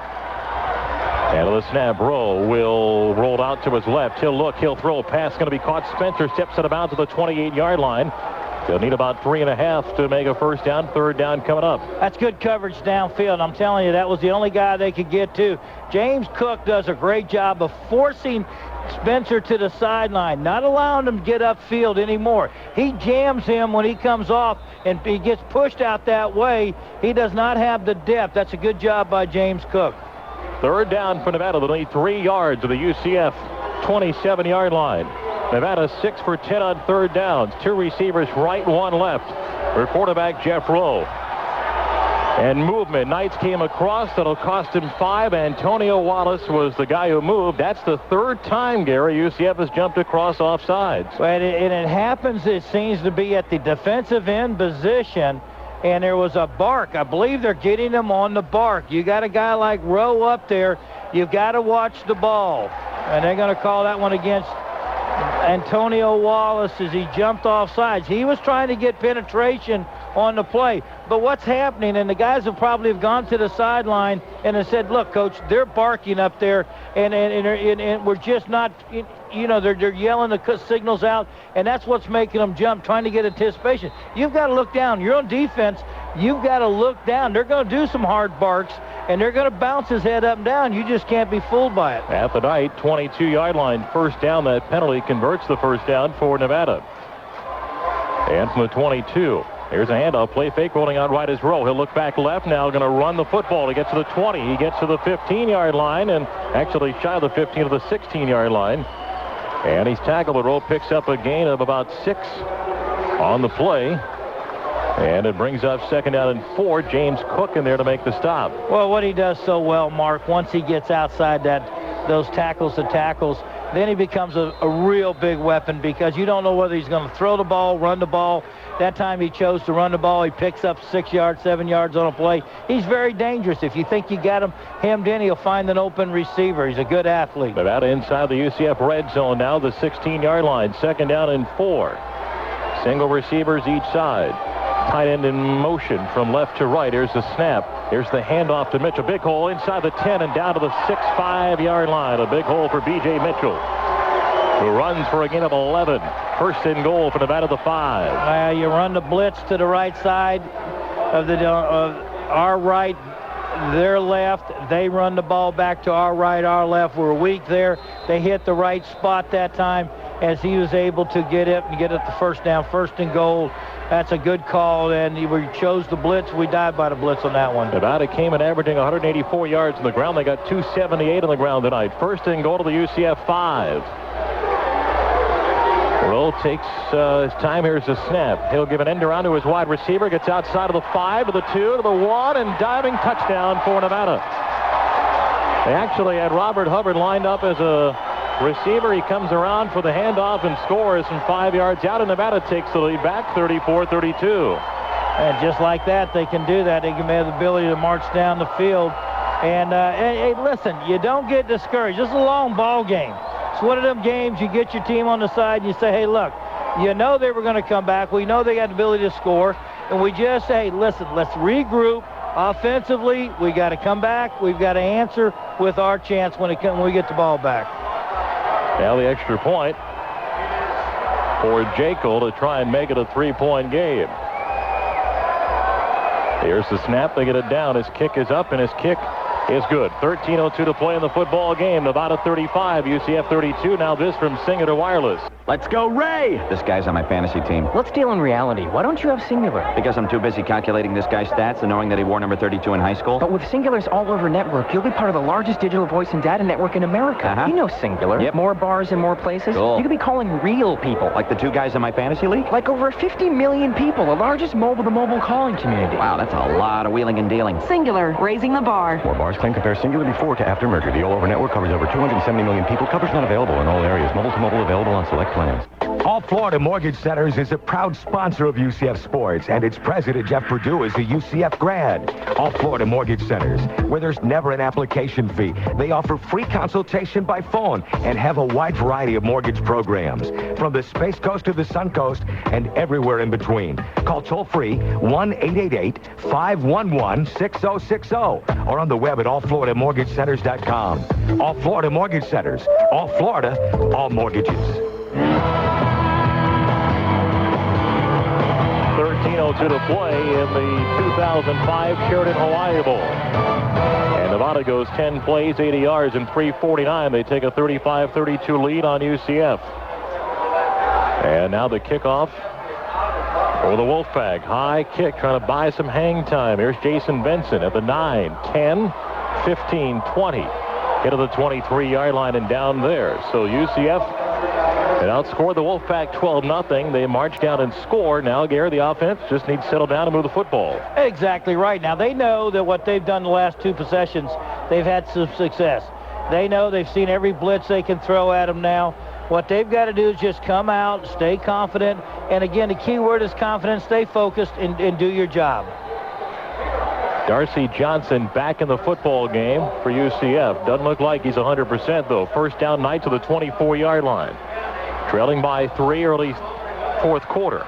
And off Jason Peters. He's up to the 25-yard line, and that's all. Maybe a yard and a half for Jason Peters, who gets his 9th carry of the football game. I like seeing Jason break that. Darcy does a good job doing an ISO block. Darcy Johnson's tight end, comes across in motion. He stops, then he turns upfield and blocks. He kicks, he tries to hit the middle linebacker to the inside. You're ISOing on him. You try to come in behind, but too good a job by the rest of those Wolves. Second down, they'll call it 8 for UCF, just across the 25. 12:22 to play in the game. Knights trail by 3. Stephen Moffitt back to throw. Pressure's coming. Stephen looks. He pumps, going to tuck it, going to try to run. 25, 30, and steps out of bounds where? With the 31-yard line, 3rd and 3 coming up for UCF. Had a blitz on that time. He was able, a little pressure. He's able to, like you said, he tucks it. He rolls to his left. He's looking downfield. Brandon Marshall can't get away, so Stevens sees the gap. He runs it.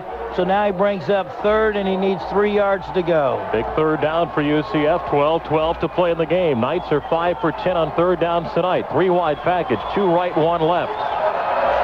On 3rd down, back to throw. Steven looking. He'll look.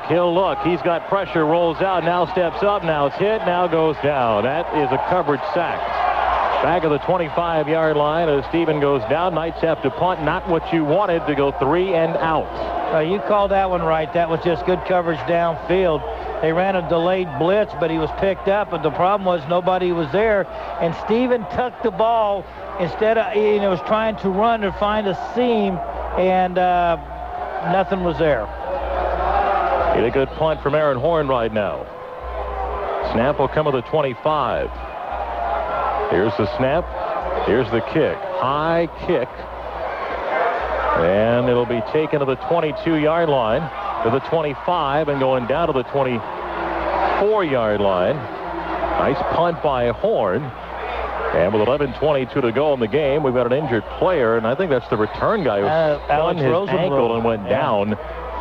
He was cutting back, and he fell, and when he fell, his ankle got caught up underneath him when he got hit that time by the coverage. 52-yard punt. And we'll keep it here with 11:22 to go. And see what transpires with the injury. With 11:22 to play in the game, it's a 35-32 lead for Nevada.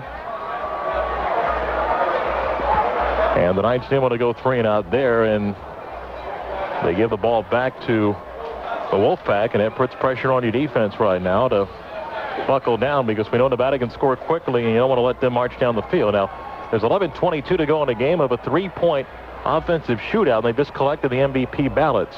Have you ever seen anything more odd in your life? I know. I'm really upset with that. I almost didn't want to just hand it to him.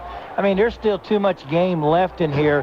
Somebody could have an MVP. I mean, you know. Drew wants to go home, I think, after this game. Let's go to Jerry O'Neill. Marco's going to give you an update on Paul Carrington. He was off on that last series because Gary was right. It was a stinger. He'll come back on the field for the UCF Golden Knights.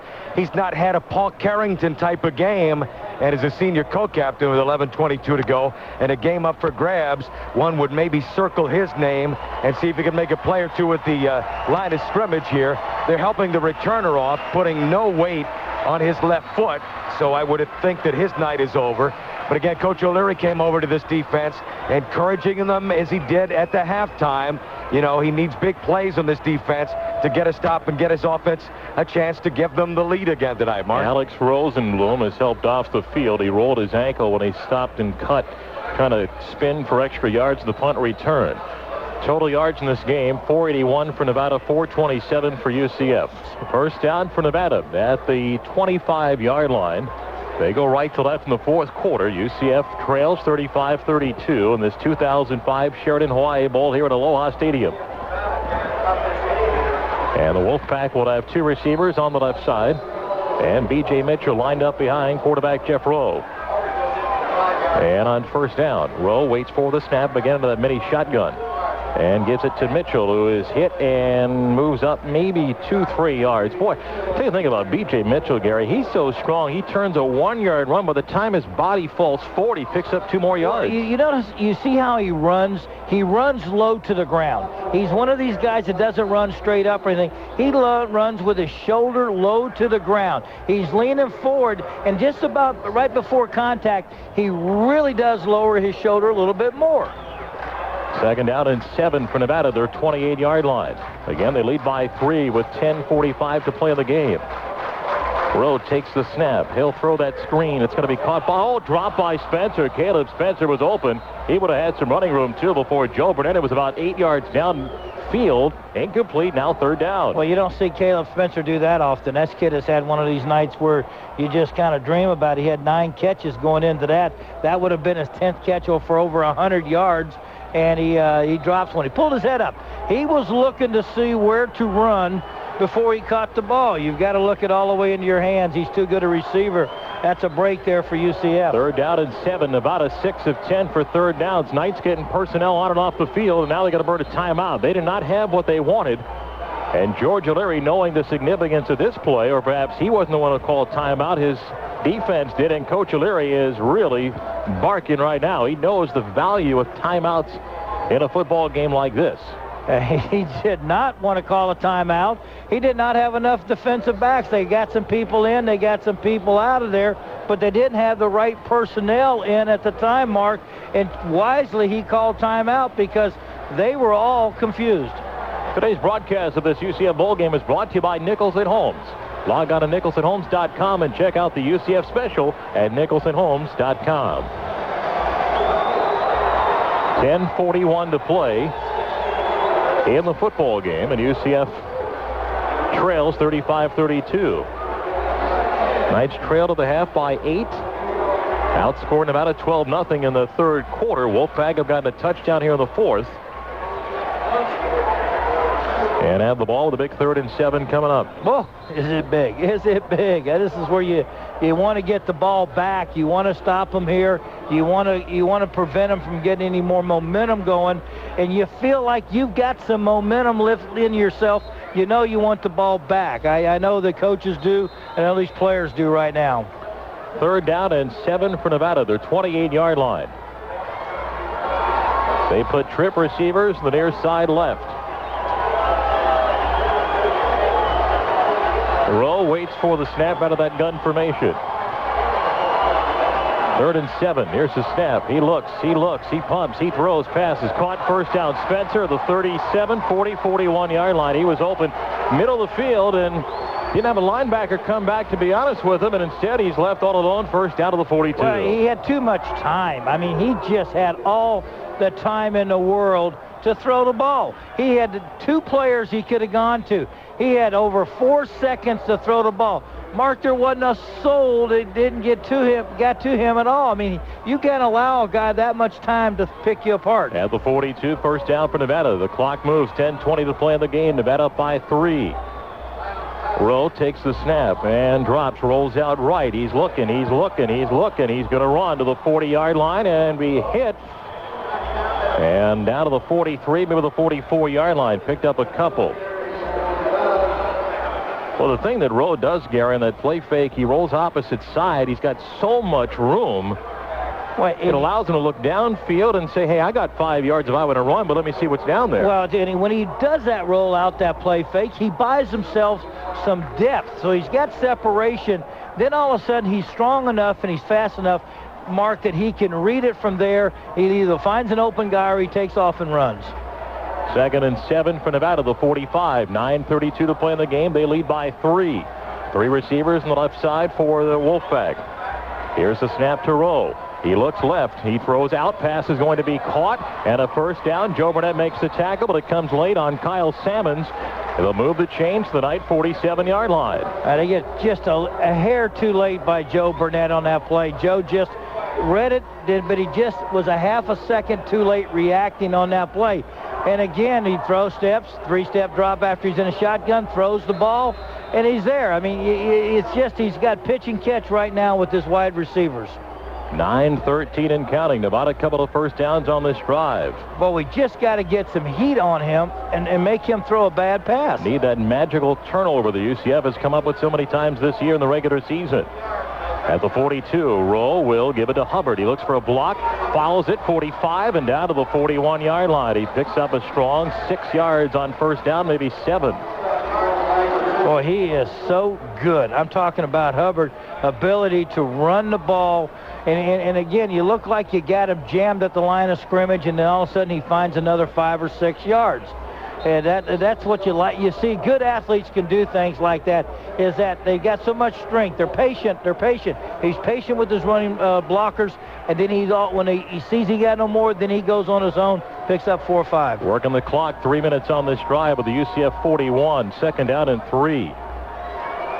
And the snap, hand off to Hubbard. He will get hit at the 37. Fumble! I think the Knights got it. Ball on the ground. Does UCF have it? They do. They get the turnover late in the football game at the 35-yard line. Waiting for a big play, Paul Carrington. He comes up with it. That football was laying on the ground for about 5 seconds before somebody got it. It was in between the legs, and nobody knew it was there. Paul Carrington saw it. A great hit. I'm not sure who made the hit for UCF on the play, but it came flying out of there on the ball bounce. Frisner Nelson, and it's behind Stephen Baker's legs, and he doesn't see it. That's a good job of hitting by Frisner. Good recovery by Paul Carrington. So UCF takes over. They get the big turnover. Now the 35-yard line. Down 3 with 8:09 to play in the game. Stephen Moffitt under center and balance line to the right side. And off goes to Kevin Smith. Kevin to the 35. Kevin up to the 40 to the 41-yard line. Gain of 6, maybe 7 for Kevin Smith. As the clock will hit 8 minutes to play in the game, and UCF trailing by 3. Boy, that was a big turnover there for UCF, because if you go down and they score and they fall behind then by what would be 10 points, it's all, you may have dug a hole you might not be able to get out of. A gain of 6 for Kevin Smith. 2nd down and 4 for UCF. At the 41-yard line. Moffitt under center. And off to Smith, right side. He's got room to the 44, 45. Depends on a spot. Close, perhaps. Maybe a little bit shy. With 7:25 to play in the game. Well, and they'll call it 3rd and inches. You got good eyes. I guess I'm wishful thinking. I want it to be an extra foot, but that you had the right call, Coach. He's just a half a foot short of having the first down on there. 3rd and inches, a huge 3rd down. Batongan is a blocking back right now. 3rd and short at the 44 for UCF. Moffitt.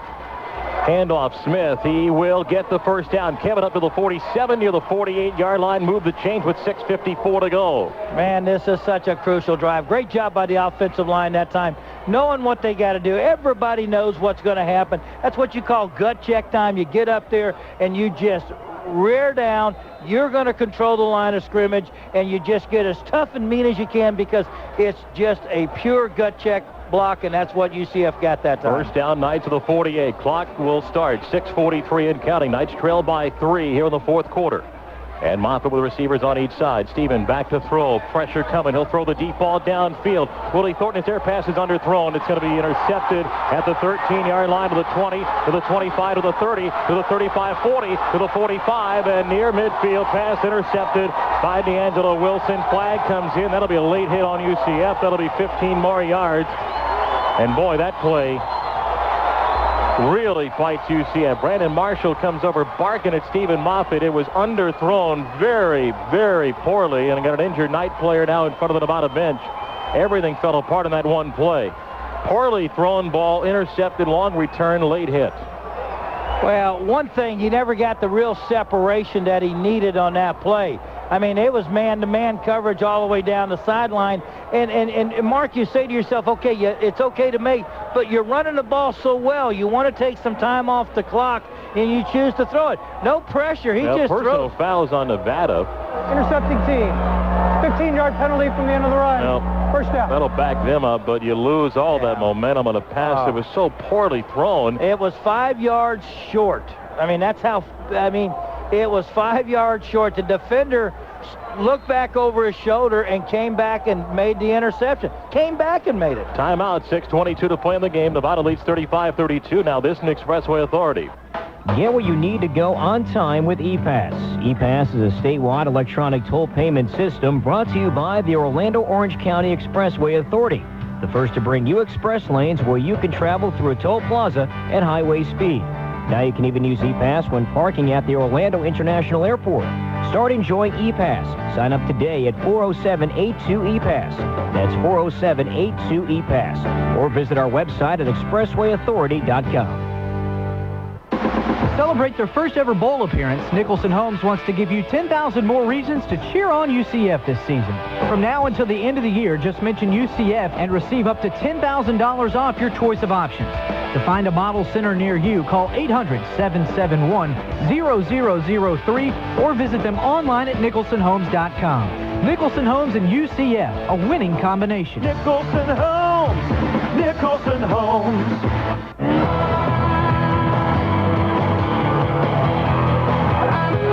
6:22 to play in the game. Stephen Moffitt's pass underthrown, intercepted.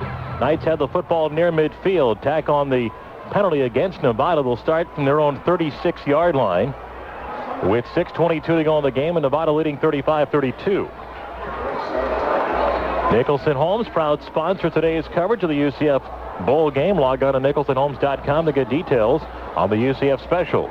And U Supplies congratulates UCF on a great season in their first bowl bid. Thanks for making Central Florida a more exciting place to call home, courtesy of U Supply. Now, Gary, the defense again needs to buckle down. Cedric Gandhi-Marcoux was the injured Knight, who did walk off on his own, but after that underthrown pass by Steven, now the defense has to shut down Nevada because you can't assume you're going to get more than one more shot offensively. You don't want to have to think you got to get a touchdown. You got to try to force a punt. Let's go to Jerry O'Neill first. You can only imagine what was going on along this sideline. First of all, the UCF wideouts were barking noticeably at Stephen Moffitt. What are you doing? What are you doing?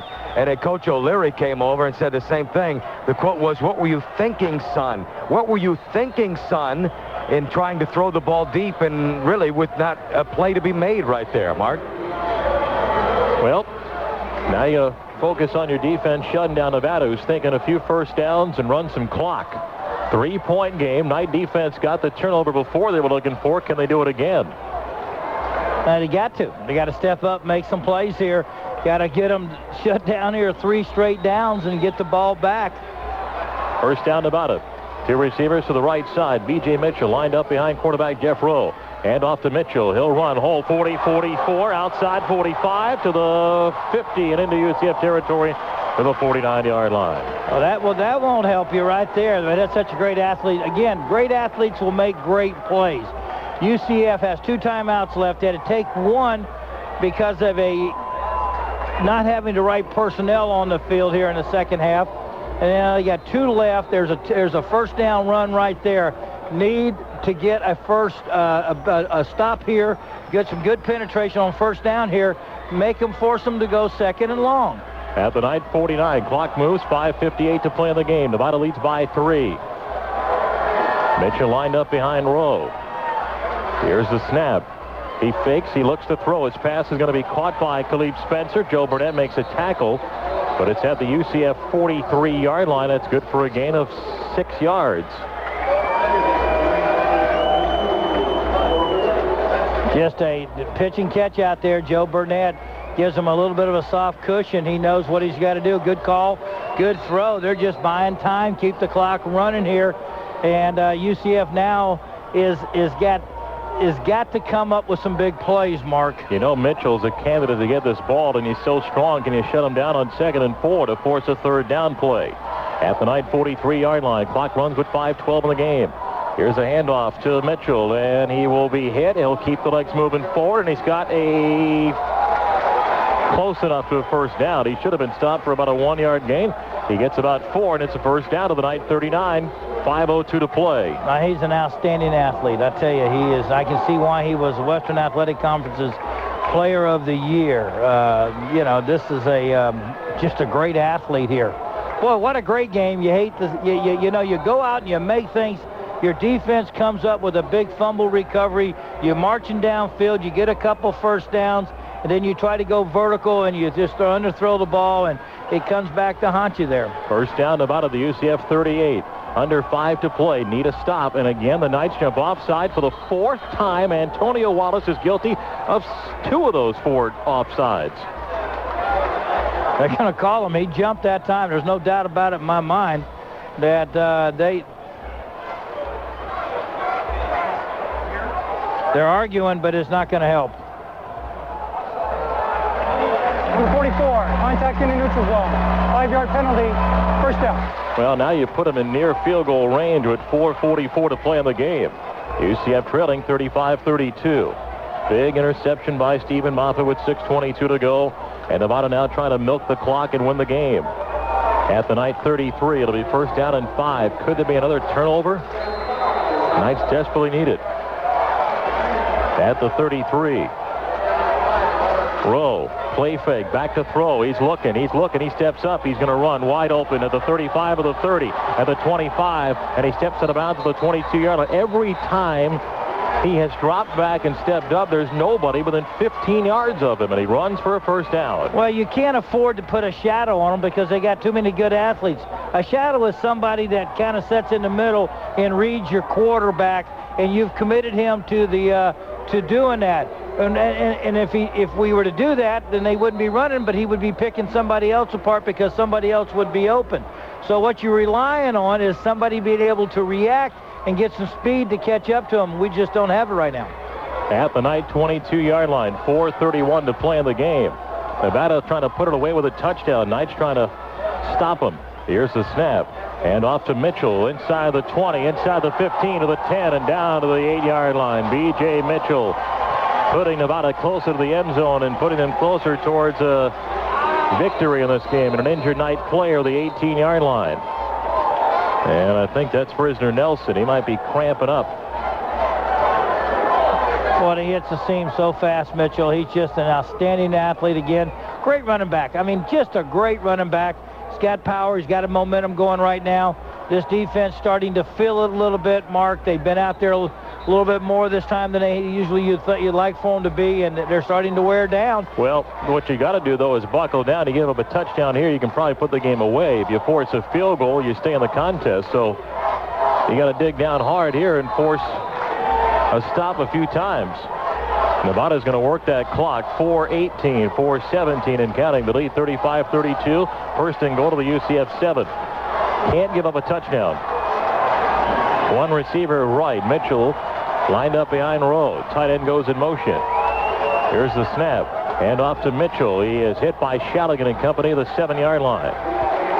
They'll work the clock now, moving under 4 minutes to play in the game. It's good penetration that time by the defense, as there might have been even a little bit of a loss on that play, as he was just great. Shaligan got up underneath his man, got penetration. The rest of the guys got in there and they helped out. You know, when you get a little help from everybody, Gabriel was in there on that play. Ronell Sandy comes up and makes the hit too. So you need another one. Need two more to force them, like you said, at least kick a field goal. Second and goal to the Knights 7-yard line. 3:27 and counting in the game. Mitchell lined up again behind Rowe. He'll play fake, rolled out. He'll throw. Pass is going to be caught. Touchdown. Nobody picked up the tight end, and that really puts the Knights in a hole. Travis Branzell makes the catch, and just like that, it's a 41-22 game. You got Baker in the ball game, his inexperience. You got Hogan in the game, and both of them are talking to each other. Somebody forgot to go out there and slide out there and pick the tight end up. It wasn't such a great play. It's just a missed assignment when the tight end gets open out there in the flat like that. He didn't try to fool anybody. He just rolled out there and he was wide open. Now the extra point has been about up by 10 with 3:18 to play in the game. Here's the snap, and the kick is up, and the kick is good. Timeout, 3:18 to play in the game, and UCF, who was driving to perhaps tie or take the lead with a big interception, and Nevada is able to answer, and they lead by 10. 3:18 to go, 42-32. Now this from Dodge. America is choosing Dodge, and during the Dodge year-end event, you've got even more to choose from on our best lineup of vehicles, like the Bold Charger with available Hemi power, and you even get a choice on the offer. Qualified lessees can lease a 2006 Ram 1500 quad cab for $299 a month for 39 months with $999 due at signing. Tax, title, license, and dealer transfer service fee extra. Or choose our Miles of Freedom plan. 2 years or 24,000 miles of gas and scheduled maintenance and a 5-year or 60,000-mile mechanical limited warranty. On vehicles like Caravan, America's best-selling minivan, or the Ram Mega Cab with the biggest cab in the world. One great lineup, two great deals. Only at the Dodge year-end event, but you have to hurry. Both offers end January 3rd.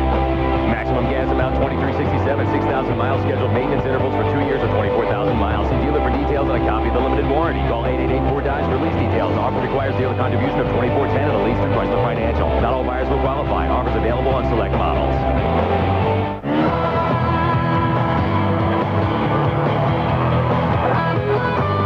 3 minutes, 18 seconds left here on the Sheridan Hawaii Bowl. The UCF led 32-28 late third quarter. They now trail after 14 points by Nevada.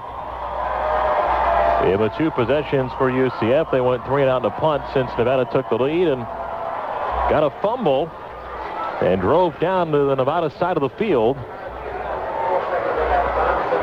Actually got checked out, got to the 48-yard line, and then Stephen Moffitt went deep to Willie Thornton and underthrew him by about 8 yards. Easily intercepted, and now Nevada marches down the field, 7 plays, 64 yards, and now big hole for UCF. You know, I understand sometimes that you try to want to hit a home run or something like that, or you try to gamble, but I'm not sure. It's not upset with the call so much as, but you put your quarterback in that position where he feels like he's got to throw the ball, and I don't know if that's the call that you make it. And again, I'm not second guess, but you've just reeled off a couple first downs on the ground, and you're doing a good job of getting the line of scrimmage. And I'm not sure that you put your quarterback in that position. Now, he has to make the right decision. Obviously, he didn't. And an ID after the kickoff, Jason Benson. And Curtis Francis back deep. Knights down by 10 with 3:18 to play. And they'll go for the short pooch kick. Fair catch called for and taken to the 24. Let's pause 10 seconds for station identification. This is UCF football on the UCF ISB Sports Network. Every Wednesday, United Way Day, Big Talk with Big John, WELE, Ormond Beach, Florida. Merry Christmas back in Central Florida. It's after midnight. Mark Daniels, Gary Paris, and Jerry O'Neill, along with engineer Frank Lover. UCF trails Nevada 42-32 here in the Sheridan Hawaii Bowl. Knights need to move quickly. Stephen Moffitt in a 3-wide package under center of the 24-yard line. Back to throw.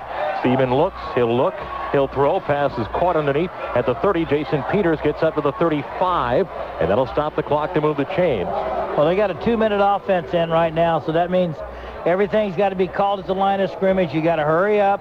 You still got your 2 timeouts. You still got to get up to the line of scrimmage. You got a long way to go. You got to get a touchdown and then an onside kick. At the 35, Moffitt out of the shotgun. Back, looks, he throws out. Caught Brandon Marshall, who will cut in, and Brandon will not get out of bounds. He gets caught at the 44-yard line. Got to get up and move. 2:57 and counting. Brandon spun inside. He should have spun outside. Picks up 9. Clock moves. 8 catches, 149 yards for Brandon Marshall. Football at the 44, 2:45 and counting. Knights down 10. 3-wide package. Shotgun for Moffitt. Here's a snap. Deep drop. Looking. He throws. It is caught. That's Darcy Johnson of the 50. Clock stops. First down. Move to the 49 of Nevada. Gain of 7. And moving as quick as they can is UCF. 3rd catch for Darcy. This is going to be like one of them games where you got to have 1,200 yards total offense. At the 50-yard line. Here's the snap. Moffitt looks. He throws out. It's caught and out of bounds at the Nevada 47-yard line with 2:25 to play by Jason Peters, who makes that catch. Well, what they're doing right now is you're going to rush 3 or 4 guys, drop 7 back, not give up a deep pass, but give everything underneath. Force them to have to kick the onside kick. You may let them work their way downfield and get a touchdown, but you want to use as much clock as you can. At the Nevada 47, 2 timeouts left for the Knights. They trail by 10, a 3-wide package. And Moffitt out of the shotgun. Here's a snap. Stephen, deep drop. He looks, he throws. Man open, caught 30-yard line. Brandon Marshall breaks a tackle, still on his feet at the 30 and down to the 29-yard line. First down, a gain of 18. That clock will stop there. They'll hurry up, get up. And again, Brandon having a heck of a day. That's his 9th catch, 167 yards of receiving. Clock will start as they mark the football. 2:16 to play in the game. Football the 29 of Nevada. Here's the snap. Moffitt to throw. He throws out. Passes wide of Rocky Ross to the 20-yard line. 2:09 of the clock. He was trying to hit Rocky on a reason why was that he was giving Brandon a break out there. He wanted Brandon to take a break. He thought he could go to Rocky on the right side that time. Threw that one away. Coverage was out there. 167 yards, a career high for Brandon Marshall. Now over 1,100 yards in receiving for Brandon. One of the top years of a night wide receiver. 2 receivers left, 1 right. At the Nevada 29 with 2:09 to play in the game. Stephen Moffitt back to throw. They now come with some pressure. Stephen looks, he throws. Pass is caught. Kenny Jackson 20. Jackson tries to get outside. He dives. He's got a first down. That'll stop the clock. Kenny Jackson picks up 12. That's a good crossing route that time. You got 2 minutes left to go in this ball game. You still got 2 timeouts. You're trying to save your timeouts for the onside kick situation if you get it, but you may have to use one here right after this play. 2 minutes to play in the game. Football to Nevada 17-yard line. Here's the snap to Moffitt. Stephen looking. He throws out. Passes wide of Rocky Ross again. 1:53 to play in the game. Brings up second down and 10. 1:53 left. UCF trails 42-32. You need a score. You need an onside kick. You don't have, well, you need a touchdown at some point. If you face 4th down, you could kick the field goal because you need 2 scores. You need the 2 scores.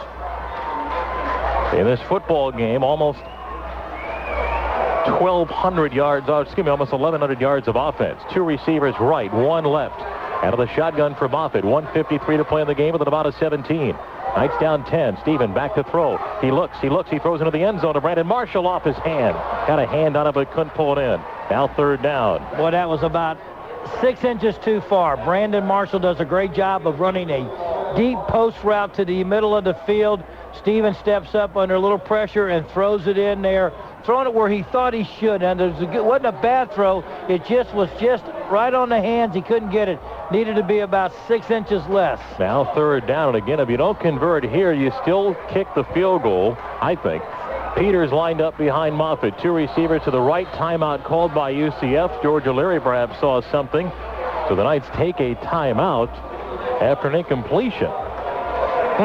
Not sure of that timeout, unless the clock was running down. I don't know. Maybe George wanted to get everybody together and get them had a play. He may have had a play that they wanted to run. They couldn't get it in. They decided to change that play, and they thought it was a better play. And so it's better to take time out and get the right play in. The clock had stopped because of the incomplete pass. But what I think may have happened is that Coach wanted to play. He called a play. He didn't like it. He wanted to put another play in, and in trying to get it in there, they decided to call timeout. Each team run 73 plays in this game. Nevada's got 580 yards of offense. UCF 499. The 499 is the second highest output of the year, but the offense is down by 10 right now, 42-32, with 1:49 to play here in the Hawaii Bowl. With the football, the Nevada 17-yard line, UCF facing third down and 10. So a big play. You say if we don't get it, we kick a field goal. I'm going to say that they'll probably go for it on fourth down. Well, let's hope they score on third down. I'm just saying, let's just saying, but that may have been another reason, too. It's called 2 plays. Third down and 10 of the Nevada 17. 1:49 left, Knights down 10. 2 receivers right, 1 left. Moffitt under center. Stephen back to throw. Here comes pressure. Stephen is going to be hit, goes down to the 31-yard line, and now you're out of, he got a deep field goal range. They set the kitchen sink at Stephen, and the Knights could not pick up the blitz. They're going to call timeout, UCF. And not sure the play they called. It was like Stephen wanted to go down the sideline, but he felt the pressure. He looked back. He dropped back.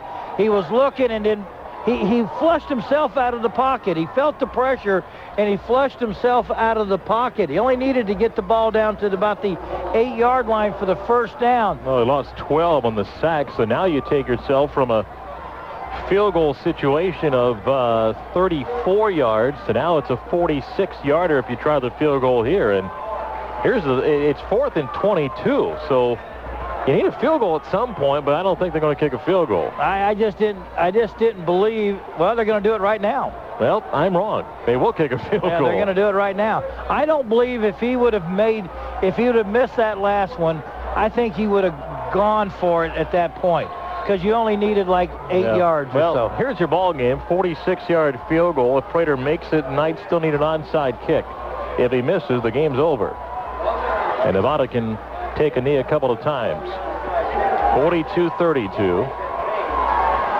Matt Prater will try a 46-yard field goal towards the left hash. John Brown to hold to try and make it a 7-point game. Here's the snap. They get it down. Kick's on the way. Kick is up, and the kick is good. So Matt Prater gets 3, and with 1:32 to go, now you need an onside kick here with 92 seconds left, and UCF down by 7. Nothing's impossible. It's not over till it's over, Yogi used to say, and this is not over yet. This one is it's a great game. I mean, it's just a great game. I mean, you love it, except we're on the short end of it. Would love to see us on the other end of it, but both teams have fought hard. The offense has just been on both sides, as you said, 1,100 yards or something total offense almost? Well, Matt Prater's got 3 field goals. That gives him 49, second most by a UCF kicker in a career.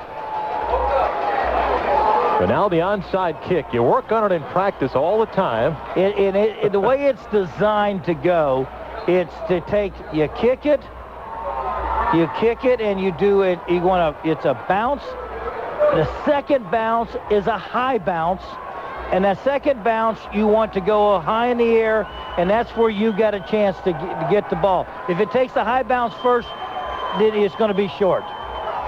Well, Prater's got it lined up. Looks like the kick is going to go to his left. The Knights have 6 lined up on that left side. And they got the all-hands team.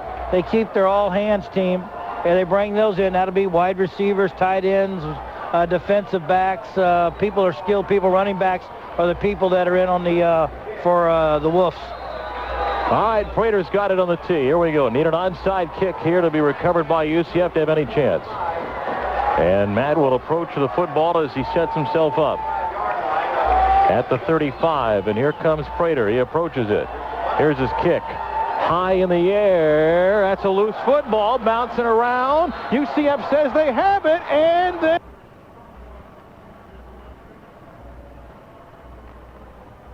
What a great recovery. What a great kick by, and I believe trying to get number 46. Jeff Branham. Jeff Branham recovers that for UCF, and the Golden Knights are not dead yet. Whoa, they got no timeouts left.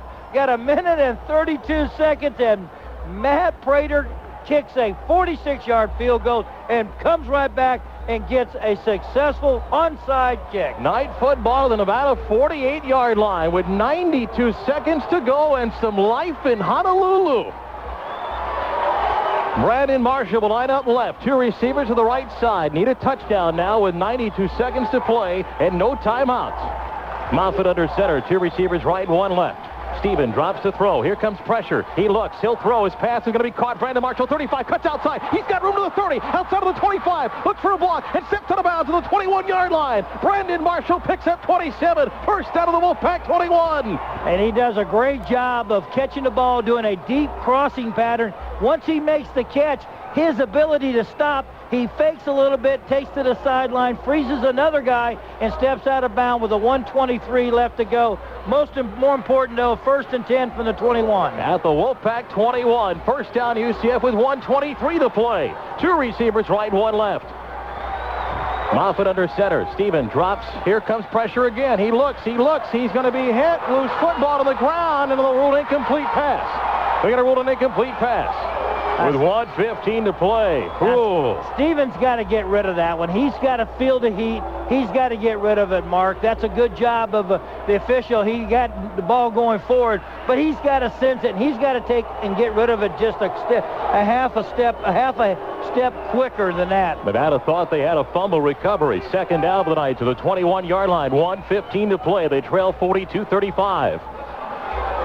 Brandon Marshall will go left. He's had 10 catches, 194 yards. He's going out with a fight. Moffitt under center, 3-wide package. Steven drops. He'll look. Here comes Heat again. He'll throw. Pass is going to be out of the hands of Rocky Ross, the 9-yard line. He got his hands on it, but couldn't pull it in. It's 3rd down. Just a hair high there for Rocky Ross, the freshman.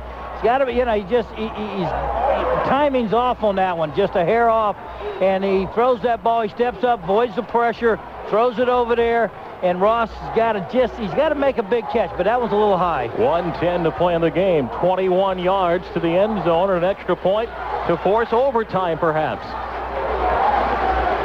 Marshall left. It'll be Jackson and Ross to the right. Shotgun now for Moffitt on 3rd and 10 at the 21. Here's the snap. Steven looks. He looks. Here's pressure. Steven's going to roll it out right. Flag down, coming back likely for a hold. He'll throw. The pass is going to be incomplete. There's a flag down, likely a hold. I'd decline it, make him go to 4th down. Or, let's see, George O'Leary screaming face mask. Now, he may be just campaigning for something here. Now, they're going to call, it'd be a holding call most likely. Here's the call. 5-yard face mask. Face mask, Nevada. George O'Leary knew what he was talking about. Coach O'Leary. That's not a first down. That's 5 yards. It's 3rd and 5. But it's 3rd and 5. It's just an incidental contact, just a 5-yard penalty. But George O'Leary, he knew it. He saw it, and he got it. Good job, Coach. Football, the 16-yard line. 3rd and 5 with 1:01 to play in the football game. That's important right there, because now it just gives you an opportunity. In the last 2 plays, Mark, they have just put a lot of pressure. Tell you what you do. You find number 6, okay, and you sandwich him, all right? I don't care about the other guys. If I'm the Wolfpack, I find number 6, and if he gets off the line, I'm going to make you run gassers. Side judge came in to stop the play for a second, reset the play clock. 1:01 to play in the game. 3rd and 5 for UCF. At the Nevada 16, Knights trail 42-35. Somebody else has got to make a play here. It's got to be either Joaquin or Ross. Somebody else has got to... Jackson of the game now. Jackson and Ross and Marshall, 3-wide package from the 16-yard line on 3rd down and 5. Stephen Moffitt back to throw. Here they come. His pass going to be caught. 10, 5, 2, 1, and touchdown for you. Oh, Brent Marshall! Oh, guys, I don't even know how he gets off the line of scrimmage. I don't know how he does it, but he gets off. He gets the inside slant. And not only does he catch it, but he runs in and gets the touchdown. We're an extra point away from tying this ball game. Wow, how does he get off the line of scrimmage? Now got to make the extra point, and there's still plenty of time left with 55 seconds for Nevada and 3 timeouts. John Brown will hold. Matt Prater will kick to try and tie the game up. Snap down. Kick up. Kick good. 55 seconds to play in Honolulu, and we're tied at 44. Talk about a Christmas gift here in Hawaii. Oh, my gosh. What a great game. But I still don't understand how Brandon Marshall, and what a great read by the quarterback, Stephen Moffitt, to find him. They came up to jam him, and he made the jam man miss him. I'm talking about the guy that's coming up to jam him at the line of scrimmage. He's such a great athlete. He made him miss, Mark, and when he got inside, there was a perfect thrown pass, and he walks into the touchdown. Well, here's the thing now. Don't celebrate too fast. There's 55 seconds to play, and Nevada's got 3 timeouts. Well, it's not a question. We're celebrating because we're in this position. I'm excited, whatever the outcome may be, to be here right now, 42-42 with 55, down by 10 points. And that's a great turnaround. That's what you look for as a builder of a team right there. Wow. But plenty of time left. Plenty of time. Too much time left. We know that. Now you need a kickoff out of the end zone by Matt Prater is what you need. 55 seconds to play in regulation. Tied at 42. UCF was down by 10. Got a field goal, got an onside kick, and has received an incredible performance by Brandon Marshall. 3 touchdown catches. Now Moffitt kicks off. Hubbard back deep for Nevada. And the kickoff by Prater. This is going to be returnable or not. No, over his head into the end zone for a touchback. And Nevada takes over the 20-yard line with 55 seconds to play and 3 timeouts. The UCF defense, Gary, one thing you can't allow 8, 10, 12 yards. Bop, bop, bop. Well, you can't. You got to keep them. I don't know how long their field goal kicker is, but I know this. You cannot allow him to get to the 35-yard line. You've got to keep him at midfield and there. So whatever you got to do, you got to put a little pressure, but you got to take away the short passes up underneath. And if they're going to catch you, give them 5 yards, but do not give them 25 yards. I agree. Longest field goal by Brett Jekyll this year is 40 yards. First down for Nevada, the 20-yard line. 2 receivers right, 1 left. Out of the shotgun for Roll. He'll take the snap, roll out to his right. He'll look. He's still looking. He's going to run. He's going to be hit. He's going to go down to the 20-yard line. A ferocious rush for the Knights. That time will drop him. And timeout Nevada with 45 seconds to play. That time, Gary, great coverage downfield, and the defensive line was able to at least force Roll outside. What they did, they strung it out. They had a guy in front of him. He could not turn and run the ball upfield. He strung it out, and good coverage downfield, as you said. So he couldn't get out. So what he does, he turns back in, and they get the. And when I say he couldn't turn out, he had a defender right there in front of him that made the hit, forced him back in. 45 seconds to play. 2 timeouts left for Nevada, all tied at 42. What a football game it has been here in Honolulu for the 2005 Sheraton Hawaii Bowl. This is outstanding. The pace we're on, we thought we had a lot of time before our flight. I mean, I'm telling you right now, when we threw the interception, And again, that goes back to when Moffitt just underthrew. We thought the game was over with. Well, the touchdown to go by 10, you thought. Yeah, but now you're down 10 with 3:18 to go, but still some defense left to play here, and you're just trying to force overtime. 45 seconds left, 2 timeouts left for Nevada. That's the night chant on the far sideline of the faithful black and gold that have traveled almost across the globe to a degree to see this football team perform tonight. Now Nevada out of their timeout, second down, and it'll be 10. We'll call it second and 9 at the 21-yard line. 3 receivers on the near side left for the Wolfpack. Now they empty the backfield. And Rowe waits for the snap. He takes it. Back to throw. He looks. He throws. His pass is going to be caught at the 27-yard line, dancing around to the 27 and up to the 31. That'll stop the clock. Catch was made. Stephen Baker missed a chance to make a tackle on Nietzsche and Flowers. Instead, he ends up getting 11 yards and stops the clock, and they move the chains. And the defensive line was able to at least force Rowe outside. What they did, they strung it out. They had a guy in front of him. He could not turn and run the ball upfield. He strung it out. And good coverage downfield, as you said. So he couldn't get out. So what he does, he turns back in, and they get the...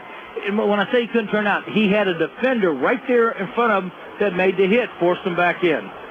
45 seconds to play. 2 timeouts left for Nevada, all tied at 42. What a football game it has been here in Honolulu for the 2005 Sheraton Hawaii Bowl.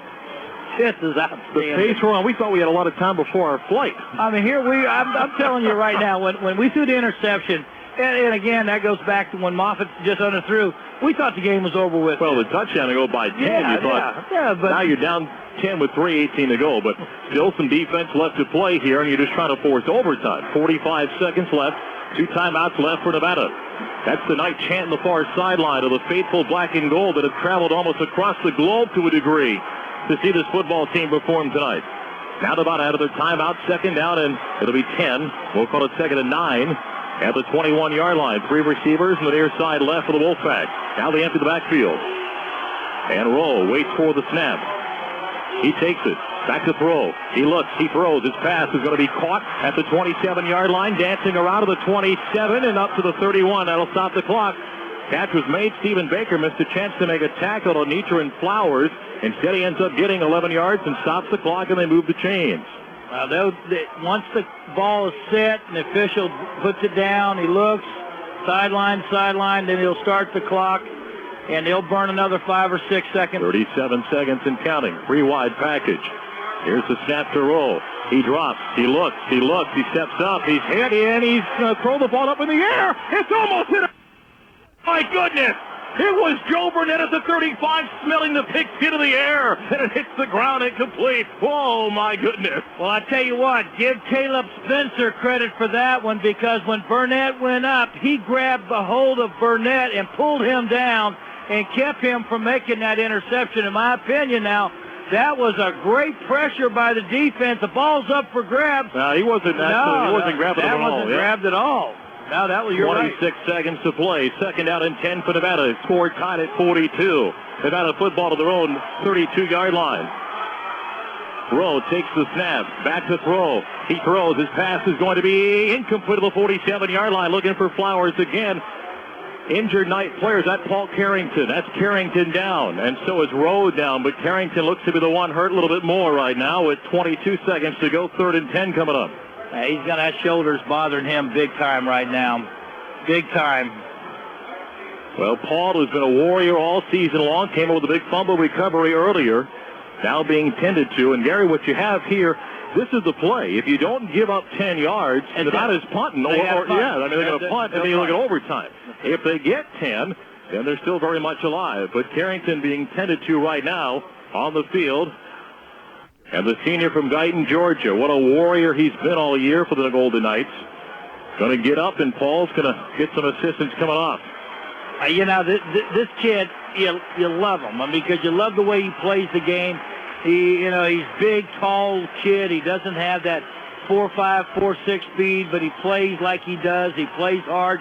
And he's a kid that was committed to this program this year, to making it a better program. And the reason the defense, I think, is where it is today and it plays well is because of Paul Carrington.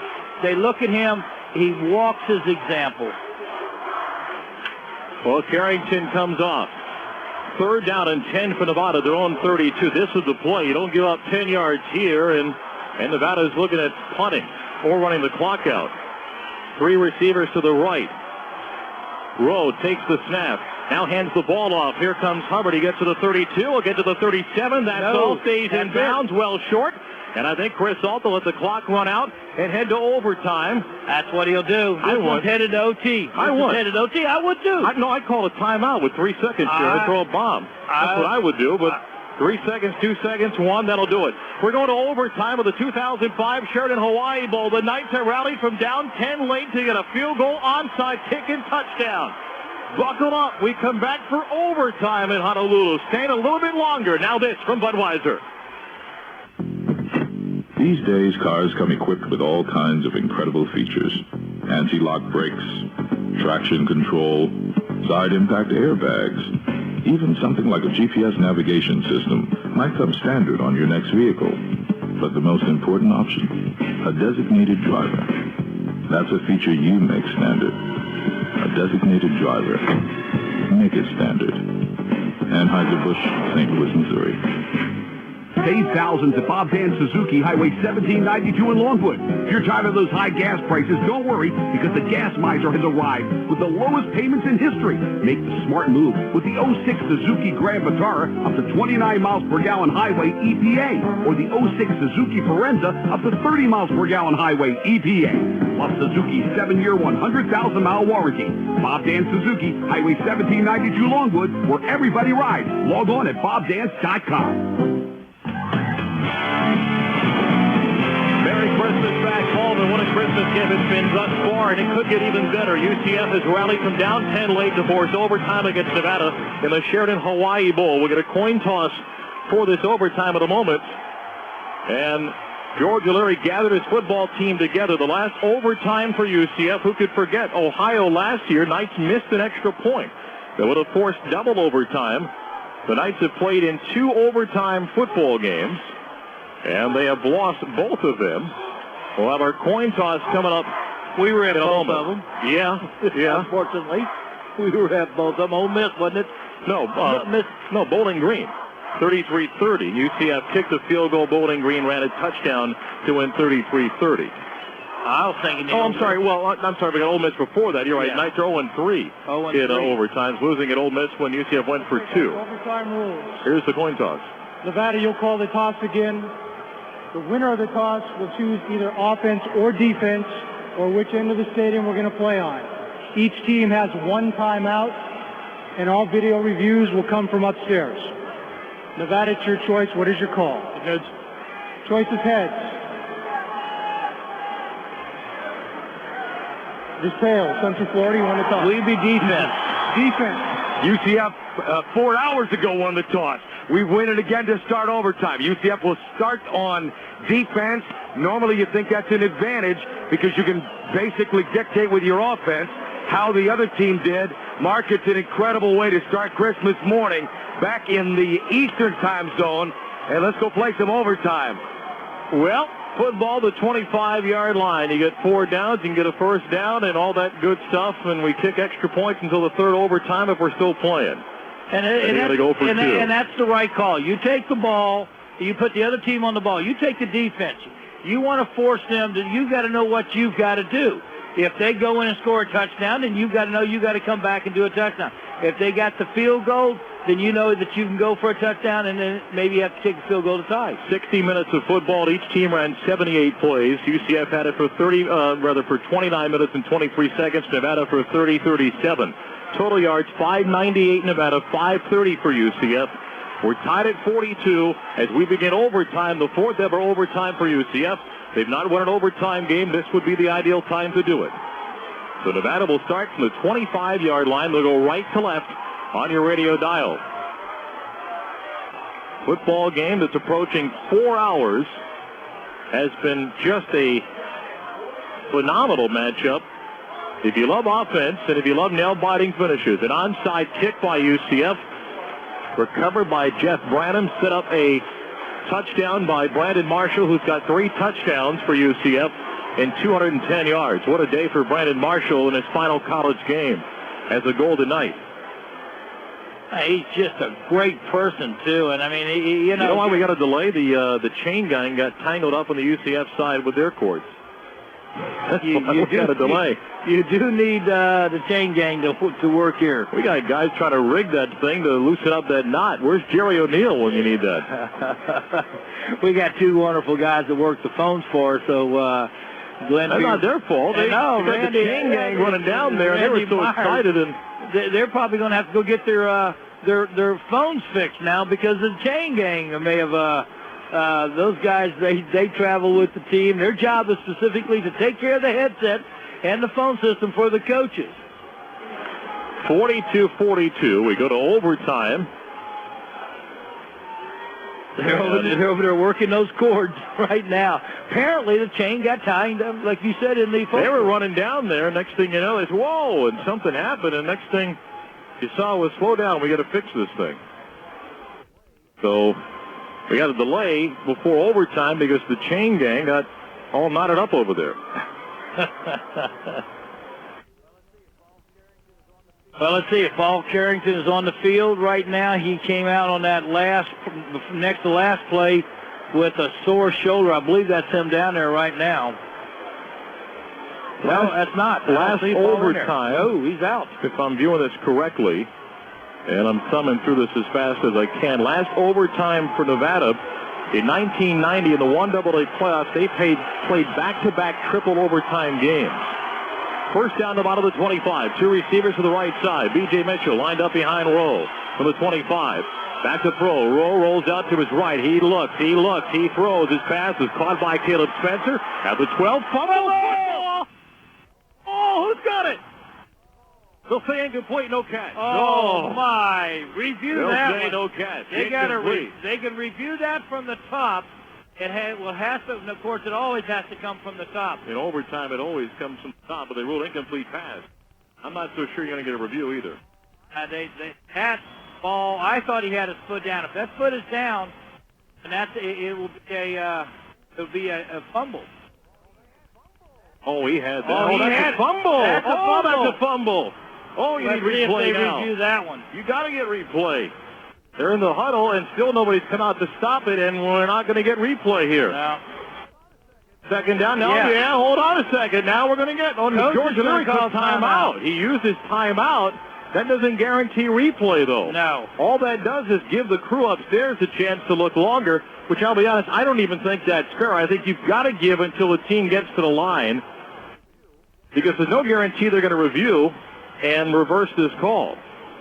The Knights have burned their timeout. Did you get an overtime? It'll be second down for Nevada at the 25. Well, we saw it. I saw it, but I want to see it again. That if they don't change that, then you throw away the review because he caught the ball, his feet hit the ground, then he was moving, he got popped back. What we saw. Of course, the officials there right on top of it. George O'Leary's on the field talking to the officials, saying we're going to get a review. And I think they're going to say, nope, we're not getting anything. And that's why Coach called time. I don't think he wanted to talk to his defense. He was trying to buy some extra time for the replay booth. And now he's still arguing, and I don't think it's going to be to any avail. I think the Knights will not get the benefit of the replay.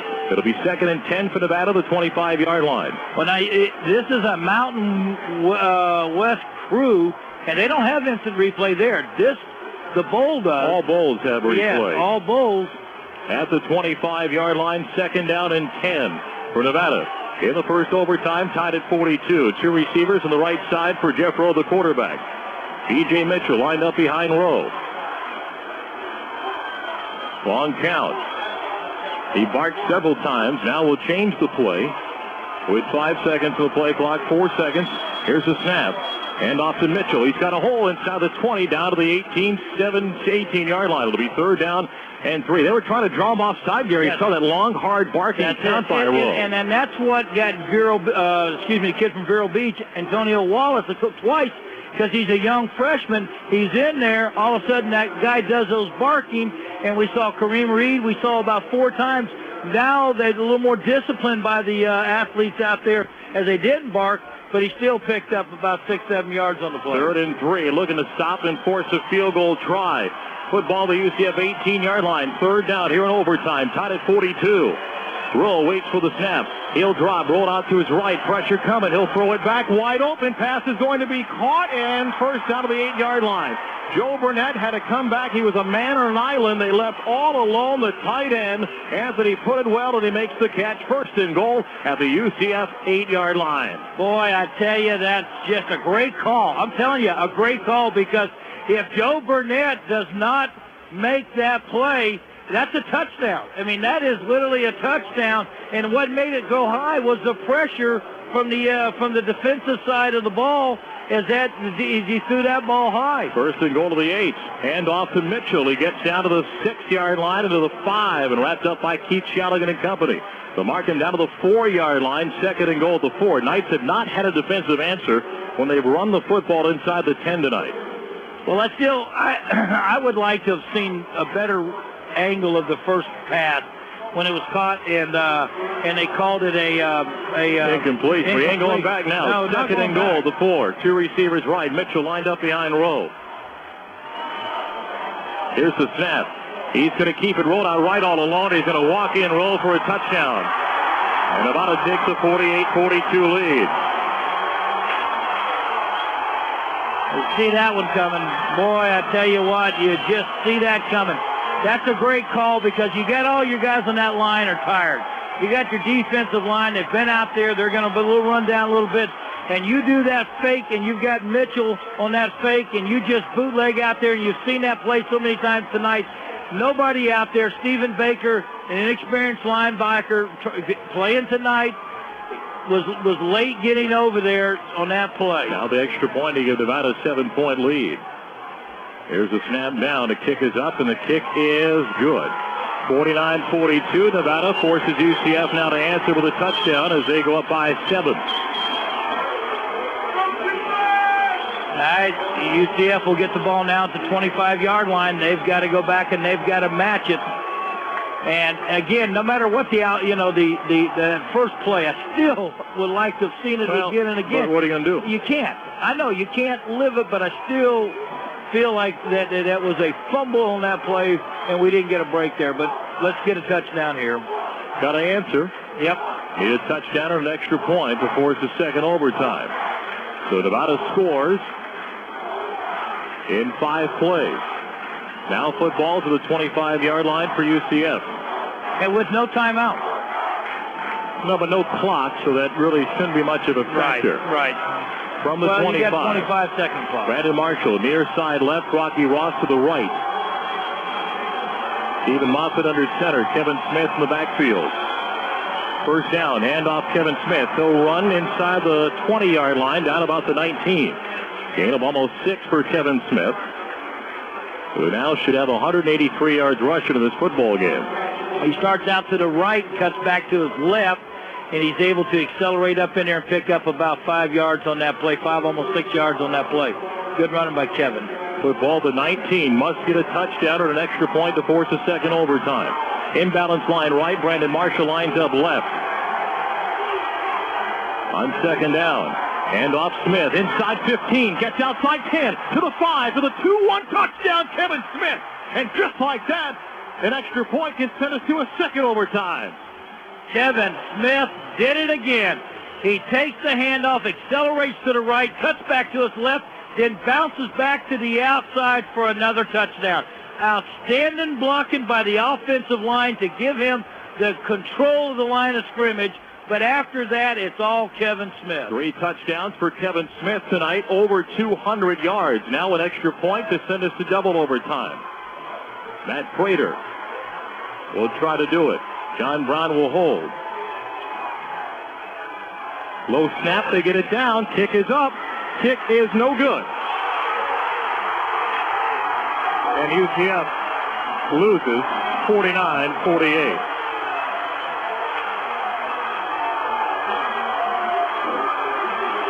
Second straight year the Knights missed an extra point in overtime.